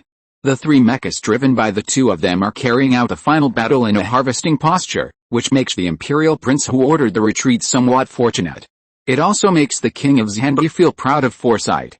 Ji Xinghe, Li Yuanba, and Nameless, the 3 of them plus the 3 mechas they drive, the Divine Punishment armor, the Overlord armor, and the Star Moon armor, at least 2 complete anti-galaxy core are needed to restrict them to a certain extent. But the Federation has more than just them. There are also Sichuanian, Hanli, Jackson, and Ravich. The King of Xinghe's nagging made the prince very dissatisfied, but he said nothing, because from the current situation, if it did not choose to withdraw according to the suggestion made by the King of Xinghe, the remaining 4 anti-galaxy core are likely to be lost in today's battle. Moreover, it is difficult to kill Ji Xinghe and Li Yuanba, and even Sichuanian, Nameless, Hanli and others cannot be killed. That is really a big loss. Just like Li Hangfen believes that if it continues to invest troops and bet everything on it, the Federation has no possibility of winning, it also believes that it has no chance of winning. The key lies in the unequal intelligence held by both sides. Because of Dongguo Silian, the Federation already knew the limit of the Empire's military strength, but the Empire didn't know it all. Li Yuanba really couldn't participate in the war, Sichuanian was just a show-off, and Jackson also lost his sub-galaxy level combat power. As long as Ji Xinghe's armor clone technique uses the communication jammer, it will lose its strongest power, and only the God Punishment armor and the Star Moon armor will be left on the battlefield. Relying on the advantage of military strength, the Empire will win. Li Hangfen once said a dragon language, which is to know yourself and the enemy, and you will win every battle. I will find the truth. After the prince said this, he turned and left the command center. The rest of the operations did not need him to command, and everything was done step by step. The King of Xinghe knew that the prince was looking for intelligence. Thinking of the blow and loss the prince had suffered this time, he felt that the prince would definitely be able to get truly valuable intelligence. After all, the value of intelligence depends entirely on how much you are willing to pay. Those greedy humans in the Federation will definitely get a lot of benefits this time. Similarly, the Empire will be able to reduce losses in subsequent battles, which is equivalent to getting benefits. It seems that the Federation and the Empire are mutually beneficial, so whose interests are damaged? My lord, Li Anbang knows. When the battle was about to end, Xinghe told Ji Xinghe about Li Yuanba's problem, and then asked, "What do you say? Should Li Yuanba talk to his father first, or should we talk directly to the Federation? This question is very important and will have a great impact." But Ji Xinghe seemed to be completely unconcerned and replied, "Tell the problem to Tu Yuan and let Tu Yuan decide." Tu Yuan, Xinghe said puzzledly, but the problem is that Tu Yuan has been Li Anbang's man for a long time, and Tu Yuan is also an informal apostle of the Tower Top organization. I think the mecha and knife that Tu Yuan mentioned before are very good, Ji Xinghe explained, but it is difficult to realize his real strategic intention by relying on me, Li Yuanba, Jackson, Ravich, Hundley. Only by relying on you can the plan of Mecha and Knife be completed, so for him, you are more important than me. Xingqiu also remembered the plan that Tu Yuan said. Using the jump gate device, millions of federal mecha warriors with interstellar combat capabilities were deployed to the base camp of the third civilization, not seeking to go home, not seeking victory, but only seeking revenge to the death. This plan sounds completely unfeasible. Because the mecha cannot provide the federal mecha warriors with enough endurance and survival time. Especially the survival time, even if millions of mechas are equipped with nuclear fusion reactors, it is impossible to equip them with enough air, water resources, and food. With these things, can the mechas still fight? When Tu Yuan proposed this plan, he said that the God of War mode based on Ji Xinghe was actually saying that this plan needed the support of Xingqiu. Only Xingqiu, an artificial intelligence life, and Xingqiu, who became a federal galaxy-level mecha warrior under the training of Ji Xinghe, can truly complete the plan called Mecha and Sword. Not only facing the third civilization, but also facing the Empire. If the war between the Federation and the Empire really reaches the moment of life and death, how could the Federation's Mecha and Sword not be given to the Empire? In an instant, Xingqiu, who thought a lot, really understood what Ji Xinghe meant. My lord, I have asked Tu Yuan. However, although he needs me more than you, I am still Xingqiu's knight, forever. This act of loyalty is somewhat redundant. But it doesn't matter. What's important is that Tu Yuan quickly gave a reply before Ji Xinghe and Xingqiu finished the battle. I come to talk to him, this is Tu Yuan's question. Ji Xinghe also asked a question, Xingqiu, what do you think? Xingqiu was a little confused. Why did she have to make the decision herself in the end? Moreover, it was a decision related to her freedom, or even life and death. Just as the Federation continued to conduct experiments after Ji Xinghe had the gift of power, sacrificing many people in order to get the second and third people with a gift of power. If you know the existence of Xingqiu, how could you be satisfied with only one Xingqiu? Li Anbang and Tu Yuan are different after all. 4 years ago, when Tu Yuan couldn't make up his mind to kill Ji Xinghe, Li Anbang forced Tu Yuan to make this decision. From the perspective of anyone other than Ji Xinghe, Xingqiu, and Ji Xinghe, there was nothing wrong with the decision at that time, but the people who really had the power to decide about Xingqiu were Ji Xinghe, Xingqiu, and Ji Xinghe. No one else had the power to decide. This is why, when Li Anbang joined the Heroic Spirit Council and became an undercover agent of the Heroic Spirit Council at the top of the tower, he still didn't know the reason for Xingqiu. After thinking carefully, Xingqiu still couldn't make a decision. She said, my lord, I believe you. Ji Xinghe refused. This time, you have to make your own decision. What if? Xingqiu asked the question she was most worried about. If they force me to do things I don't like to do, things I don't want to do, will you leave the Federation with Xingqiu? Ji Xinghe was silent. If it were him 3 years ago, he would say I do to Xingqiu without hesitation, but he would put forward a condition to destroy the Empire, which Xingqiu would never refuse, and he didn't even need to mention it. The grandfather and grandson plus Xingqiu are actually capable of destroying the Empire, but it will take a very long time. Moreover, if Ji Xinghe really wanted to leave and continue to aim at destroying the Empire, many people would leave with him. But today, 3 years later, it is difficult for Ji Xinghe to say those 3 words directly. The deaf man sacrificed, the lame man sacrificed, Andre sacrificed, Chu Feng sacrificed. The blind man sacrificed. He left with Xingqiu, and took many people such as Shen Yu away. How many more people would sacrifice? Qin Tong, Sichuan, Harris, Zuo Xiao, Zhang Yun, Jackson, Han Li, Li Yuanba, Wang Shizhen. Known, unknown, familiar, unfamiliar. Whose children and parents are they? When Ji Xinghe was silent, Xingqiu also remained silent. She did not urge or put forward more conditions. But the mechas they drove did not remain silent, and continued to destroy all the imperial mechas within their attack range at a slaughtering speed. It was like, whether Ji Xinghe and Xingqiu would leave the Federation they disliked or not, they would aim to destroy the Empire. Ji Xinghe, I think he thought so too. Ji Xinghe finally made a decision. He said, I do, after all, he is still the old man who will do anything to avenge his son. Xingqiu was moved and asked in a heavy tone, but if we leave, many people will sacrifice. Ji Xinghe did not remain silent or hesitate this time. He answered firmly, then avenge them. Xingqiu laughed silently.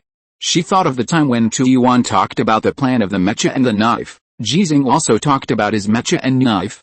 If Tu Yuan's mecha and knife are revenge of a deterrent nature, then Ji Xinghe's mecha and knife are revenge put into action. Revenge for the sun, revenge for millions of suns. Okay, let's avenge them together. Xinghe also has her mecha and knife, becoming Ji Xinghe's mecha and becoming Ji Xinghe's knife. Of course, there is also Ji Rongzhenyu. She sent a message to Tu Yuan, talk to him, if the talk goes wrong, I'll break your legs. Chapter 650, no big deal, start over. After the Battle of the Gods Mountain chessboard, the entire Gods Mountain war zone felt like a ceasefire. Although small-scale battles continued, both the manpower invested by both sides and the impact they could bring were more like friction than war. Because the Empire wanted to obtain more intelligence and accumulate strength to prepare for a real decisive battle. The Federation also had no ability to pursue the victory. The sacrifice of 319 elite mecha warriors of the independent regiment and a large number of mecha warriors whose nervous systems were damaged due to being in a critical state for a long time. All of these made the Federation's mecha combat power significantly weakened in a short period of time. Coupled with the time required to digest the spoils of this battle, the Federation naturally would not easily start a large-scale war. However, the Gods Mountain war zone is too large, and there are too many battlefields that the Federation and the Empire need to fight for or defend. One small friction after another adds up to 3-digit casualties every day for the Federation. The Empire's casualties remain in the 4 digits. The reason for such a big difference is that Ji Xinghe has been participating in the war.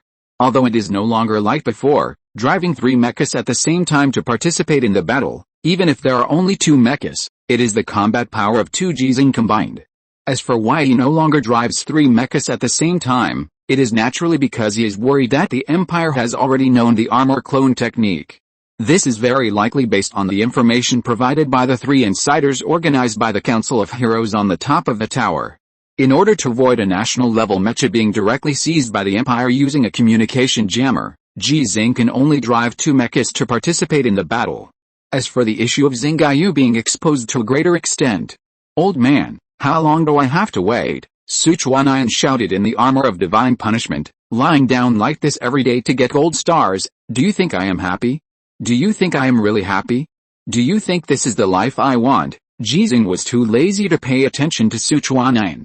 But Xinghe, who had already exposed his existence in front of Sichuanian, was not indulged at all. "Dalang, do you want to drink medicine?" Hearing the mysterious female voice, Sichuanian's body huddled in the cockpit couldn't help but tremble. No, you misunderstood, you really misunderstood. What I mean is that I am really happy, this is the life I want, the life I could never imagine before, haha. Xinghe's sneer made Sichuanian unbridled again. That? Ahem, Ms. Wuming, may I ask, do I have a chance to learn the art of splitting the armor? The first time he got 3 red stars when he was in a coma, Sichuanian just thought that Ji Xinghe had obtained the control authority of the God Punishment armor through some technical means, and helped him complete a battle in a remote operation mode. Although the God Punishment armor did not carry the so-called remote operation system at that time, Sichuanian did not think too much, nor did he want to think too much. But the second time he was not in a coma, he saw the Overlord armor in a communication interruption state with his own eyes, and he was in the cockpit without any operation. It was extremely powerful and destroyed 4 Duke armors, allowing him to pick up 4 red stars for nothing. Even if he didn't want to think too much, he couldn't help thinking, because it was too obvious. And once he started to think seriously, how could he not figure it out? Either there is a female ghost who can drive a mecha, or there is an artificial intelligence life. As a mecha warrior, and having been taught by Ji Xinghe many times to believe in science, Sichuanian, who thinks there is a ghost in this matter, naturally would not be stupid enough to believe that there is really a ghost. As for the name of this artificial intelligence life, because when Li Yuanba used the armor clone technique to drive the Xinghe armor, the Empire called the mecha warriors in the Xinghe armor anonymous, so they used Ms. Anonymous. Armor clone technique, Xinghe, who was not in a good mood, sneered, "Dream on, hey, don't be partial to one over the other," Sichuanian said with resentment. "After all, I am also the first person to follow the old man, the first generation member of the Xinghe team, okay? The first generation, what is the relationship between General Li Yuanba and the old man? It can't be because he recognized the old man as his godfather. Ahem, Ms. Anonymous, this, I can do it too. If it doesn't work, I can be a godfather." Xinghe was stunned. She had known for a long time that Sichuanian was a little bit careless, and had asked a doctor to check whether there was a golden elixir in Ji Xinghe's body a long time ago. But she still didn't expect that Sichuanian, who finally had the opportunity to communicate with her directly, would be such a person. After all, he was also an ace mecha warrior of the Federation. Counting the record given to him by Xinghe, he was a true sub-galaxy level mecha warrior of the Federation. How could you be so shameless? Have you forgotten that you once doubted the old man's combat effectiveness, and as a result, you still needed Li Yuanba's certification? This time, it was Sichuanian who was confused. He recalled the Battle of Vulture Mountain 3 years ago, when Ji Xinghe completed Ji Xinghe's challenge. Because he had some doubts about Ji Xinghe's combat effectiveness, he asked Li Yuanba for his opinion, and then there was a comment about Ji Xinghe's combat effectiveness below the Duke. They are all ants, and above the Duke, they are chickens and pottery dogs. Ms. Wu-Ming, you can't slander me. I didn't doubt the old man's fighting ability at that time. It's just that the old man always rushed to the front and took the greatest risks. He didn't trust us at all and treated us as children. I didn't want him to be like this, so I went to ask General Li Yuanba. This is the truth, and Xinghe also knows it. So she said, from now on, call me Xinghe, Xinghe of Xinghe Armor, Ji Rongzinayu, Xinghe Armor. Sichuanian seemed to have realized something and asked again, then why don't you drive Xinghe Armor? That 8-armed Shura form, you should be able to exert all your fighting power. Are you doubting the old man's strength again? No, I really don't. It's just that I have tried many times myself, and I can't control 8 arms at the same time. No, I have to add 2 legs, and other parts of the mecha. Of course, controlling a mecha is not just a matter of 2 legs and 2 hands. Although there are corresponding auxiliary driving programs. The instructions of the mecha warrior can be automatically completed by the body, like the consciousness of the human body. But the difference in combat power between mecha warriors lies in the different levels of detailed and comprehensive operation. If we regard mecha as people, ordinary mecha warriors are ordinary people without professional training, who can run, jump, roll on the ground, and use a set of turtle punches, etc. But special mecha warriors are professionally trained combat athletes. Under the condition of the same physical condition and quality, there is no problem for one to fight 2 or 3 ordinary people. And the cross-level battle, that is, driving the Zanshin armor equivalent to the Marcus armor, and fighting the Duke armor of the Empire, and similar situations, is equivalent to challenging a higher-level combat player. Lightweights fighting heavyweights, skills? Maybe it is useful, such as Ji Xinghe, but this situation is rare, and in most cases it is meaningless. 1 force defeats 10 skills. It is so difficult to operate a mecha in human form, not to mention the overclocked form of Xinghe armor, which requires the operation of 6 3-section spears.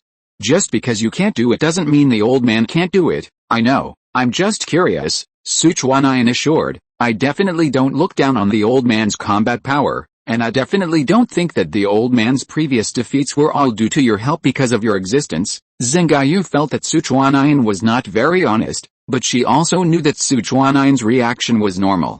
When everyone sees other people's successful deeds, they will have some roughly the same thoughts. If I have such an opportunity, I can do it too. If I have his talent, I can do it too. If I have his resources, I can do it too. If I were him, I would definitely be able to do better.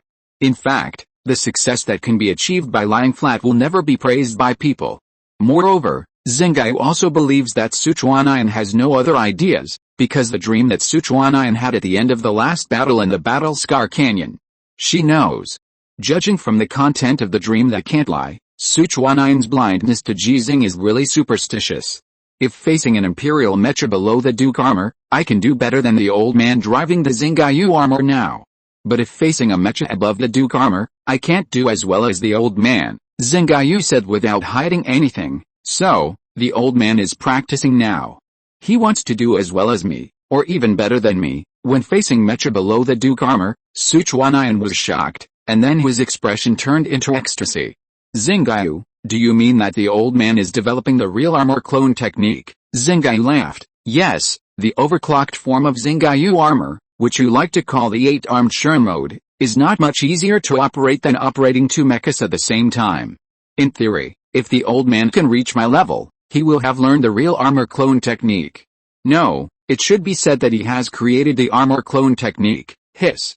Then I have a chance to learn it too. Sichuanian was inexplicably excited, and then his expression suddenly froze, and he asked nervously, the old man is so hard to learn. No, to create the armor clone technique, is it because of you? The battle a few days ago. Many people know that I am actually not good at it. I have noticed a problem, and those who are smarter than me must have thought of it. Do they want the old man to prove the armor clone technique? When Xinghe was slightly hesitant, Sichuanian's voice had become angry. How dare they? From the tone, Sichuanian was ready for battle, but this time it was not against the Empire. Xinghe said helplessly, yes, and no. Sichuanian's anger continued, what do you mean? Explain it clearly. What? Why are you so good at me? Who gave you the courage? How dare you? I'm sorry. Sichuanian huddled in the cockpit and bowed from the bottom of his heart. Xinghe explained with satisfaction. The old man practiced the art of armor clones not because of what you think, but to deal with the Empire.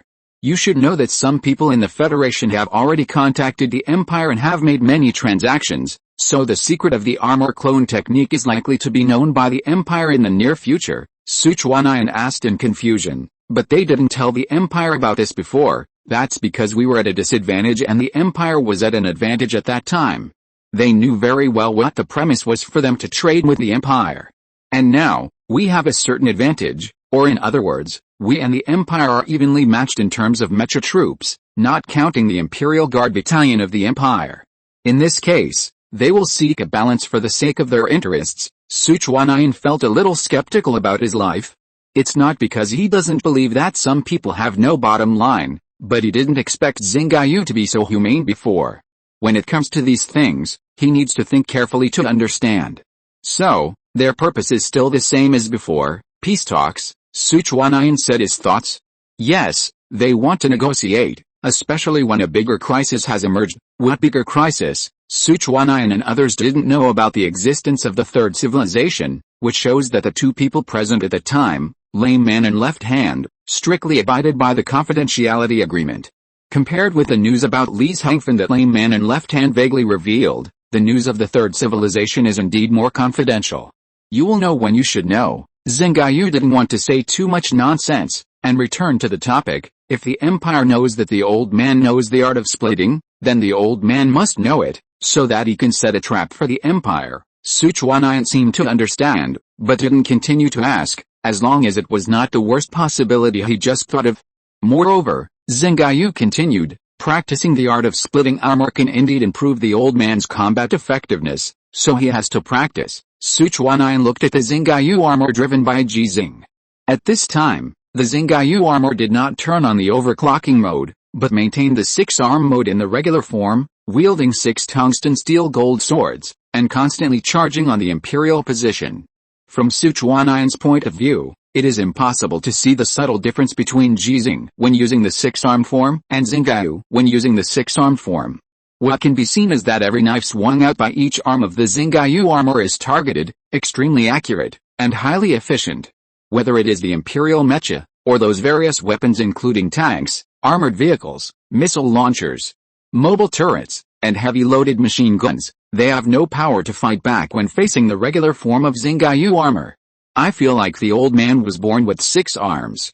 The regular form of the Star Moon armor is as easy for the old man to use as his own arms. After Sichuanian told the truth, he asked, it's already like this, do you still want to continue practicing? Do you still want to continue to improve your combat power? Xinghe laughed, why not continue? The limits in your cognition are not the limits of the old man. The limits that the old man can see are all bottlenecks that must be broken. He has to become stronger and stronger, so that he can complete his revenge, and can let you clearly see that there is a way at the end of the limit. The invisible road is difficult to walk, and the visible road is undoubtedly easier to walk. Sichuanian took a deep breath. Xinghe, can you let me try to operate it myself? I know that I am definitely not as good as you, nor as good as my former self, but please give me a chance. No, please give me more chances.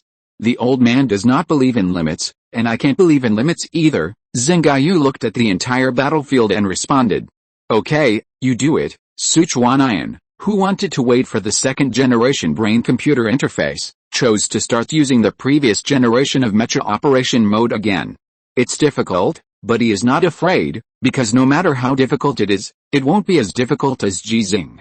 He said, "It's really cool to get Venus and red stars while lying down, and there will be many people who envy me, but this is not the life I want. What if I can't use neural connection technology? What if my operating skills are abandoned and my body is uncoordinated? At worst, I can start all over again. I was able to become an ace mecha warrior with this operation mode before, and I can still be an ace mecha warrior now. Because I am the ox and horse general of the independent regiment, Suchuanayan. Even if I die, I will drive the mecha to fight to the last moment." Lie down? Haha. The old man didn't lie down. How can I lie down? P.S. More for the Silver Alliance rewarded by 9 buses of Chunayanjian, 23/66. End of this chapter. Thank you very much for reaching the end. Don't forget to like. Looking for more exclusive content and immediate access? Subscribe to our Patreon. Remember, every like, subscription, or donation encourages us to continue. Thanks to everyone. See you in the next video.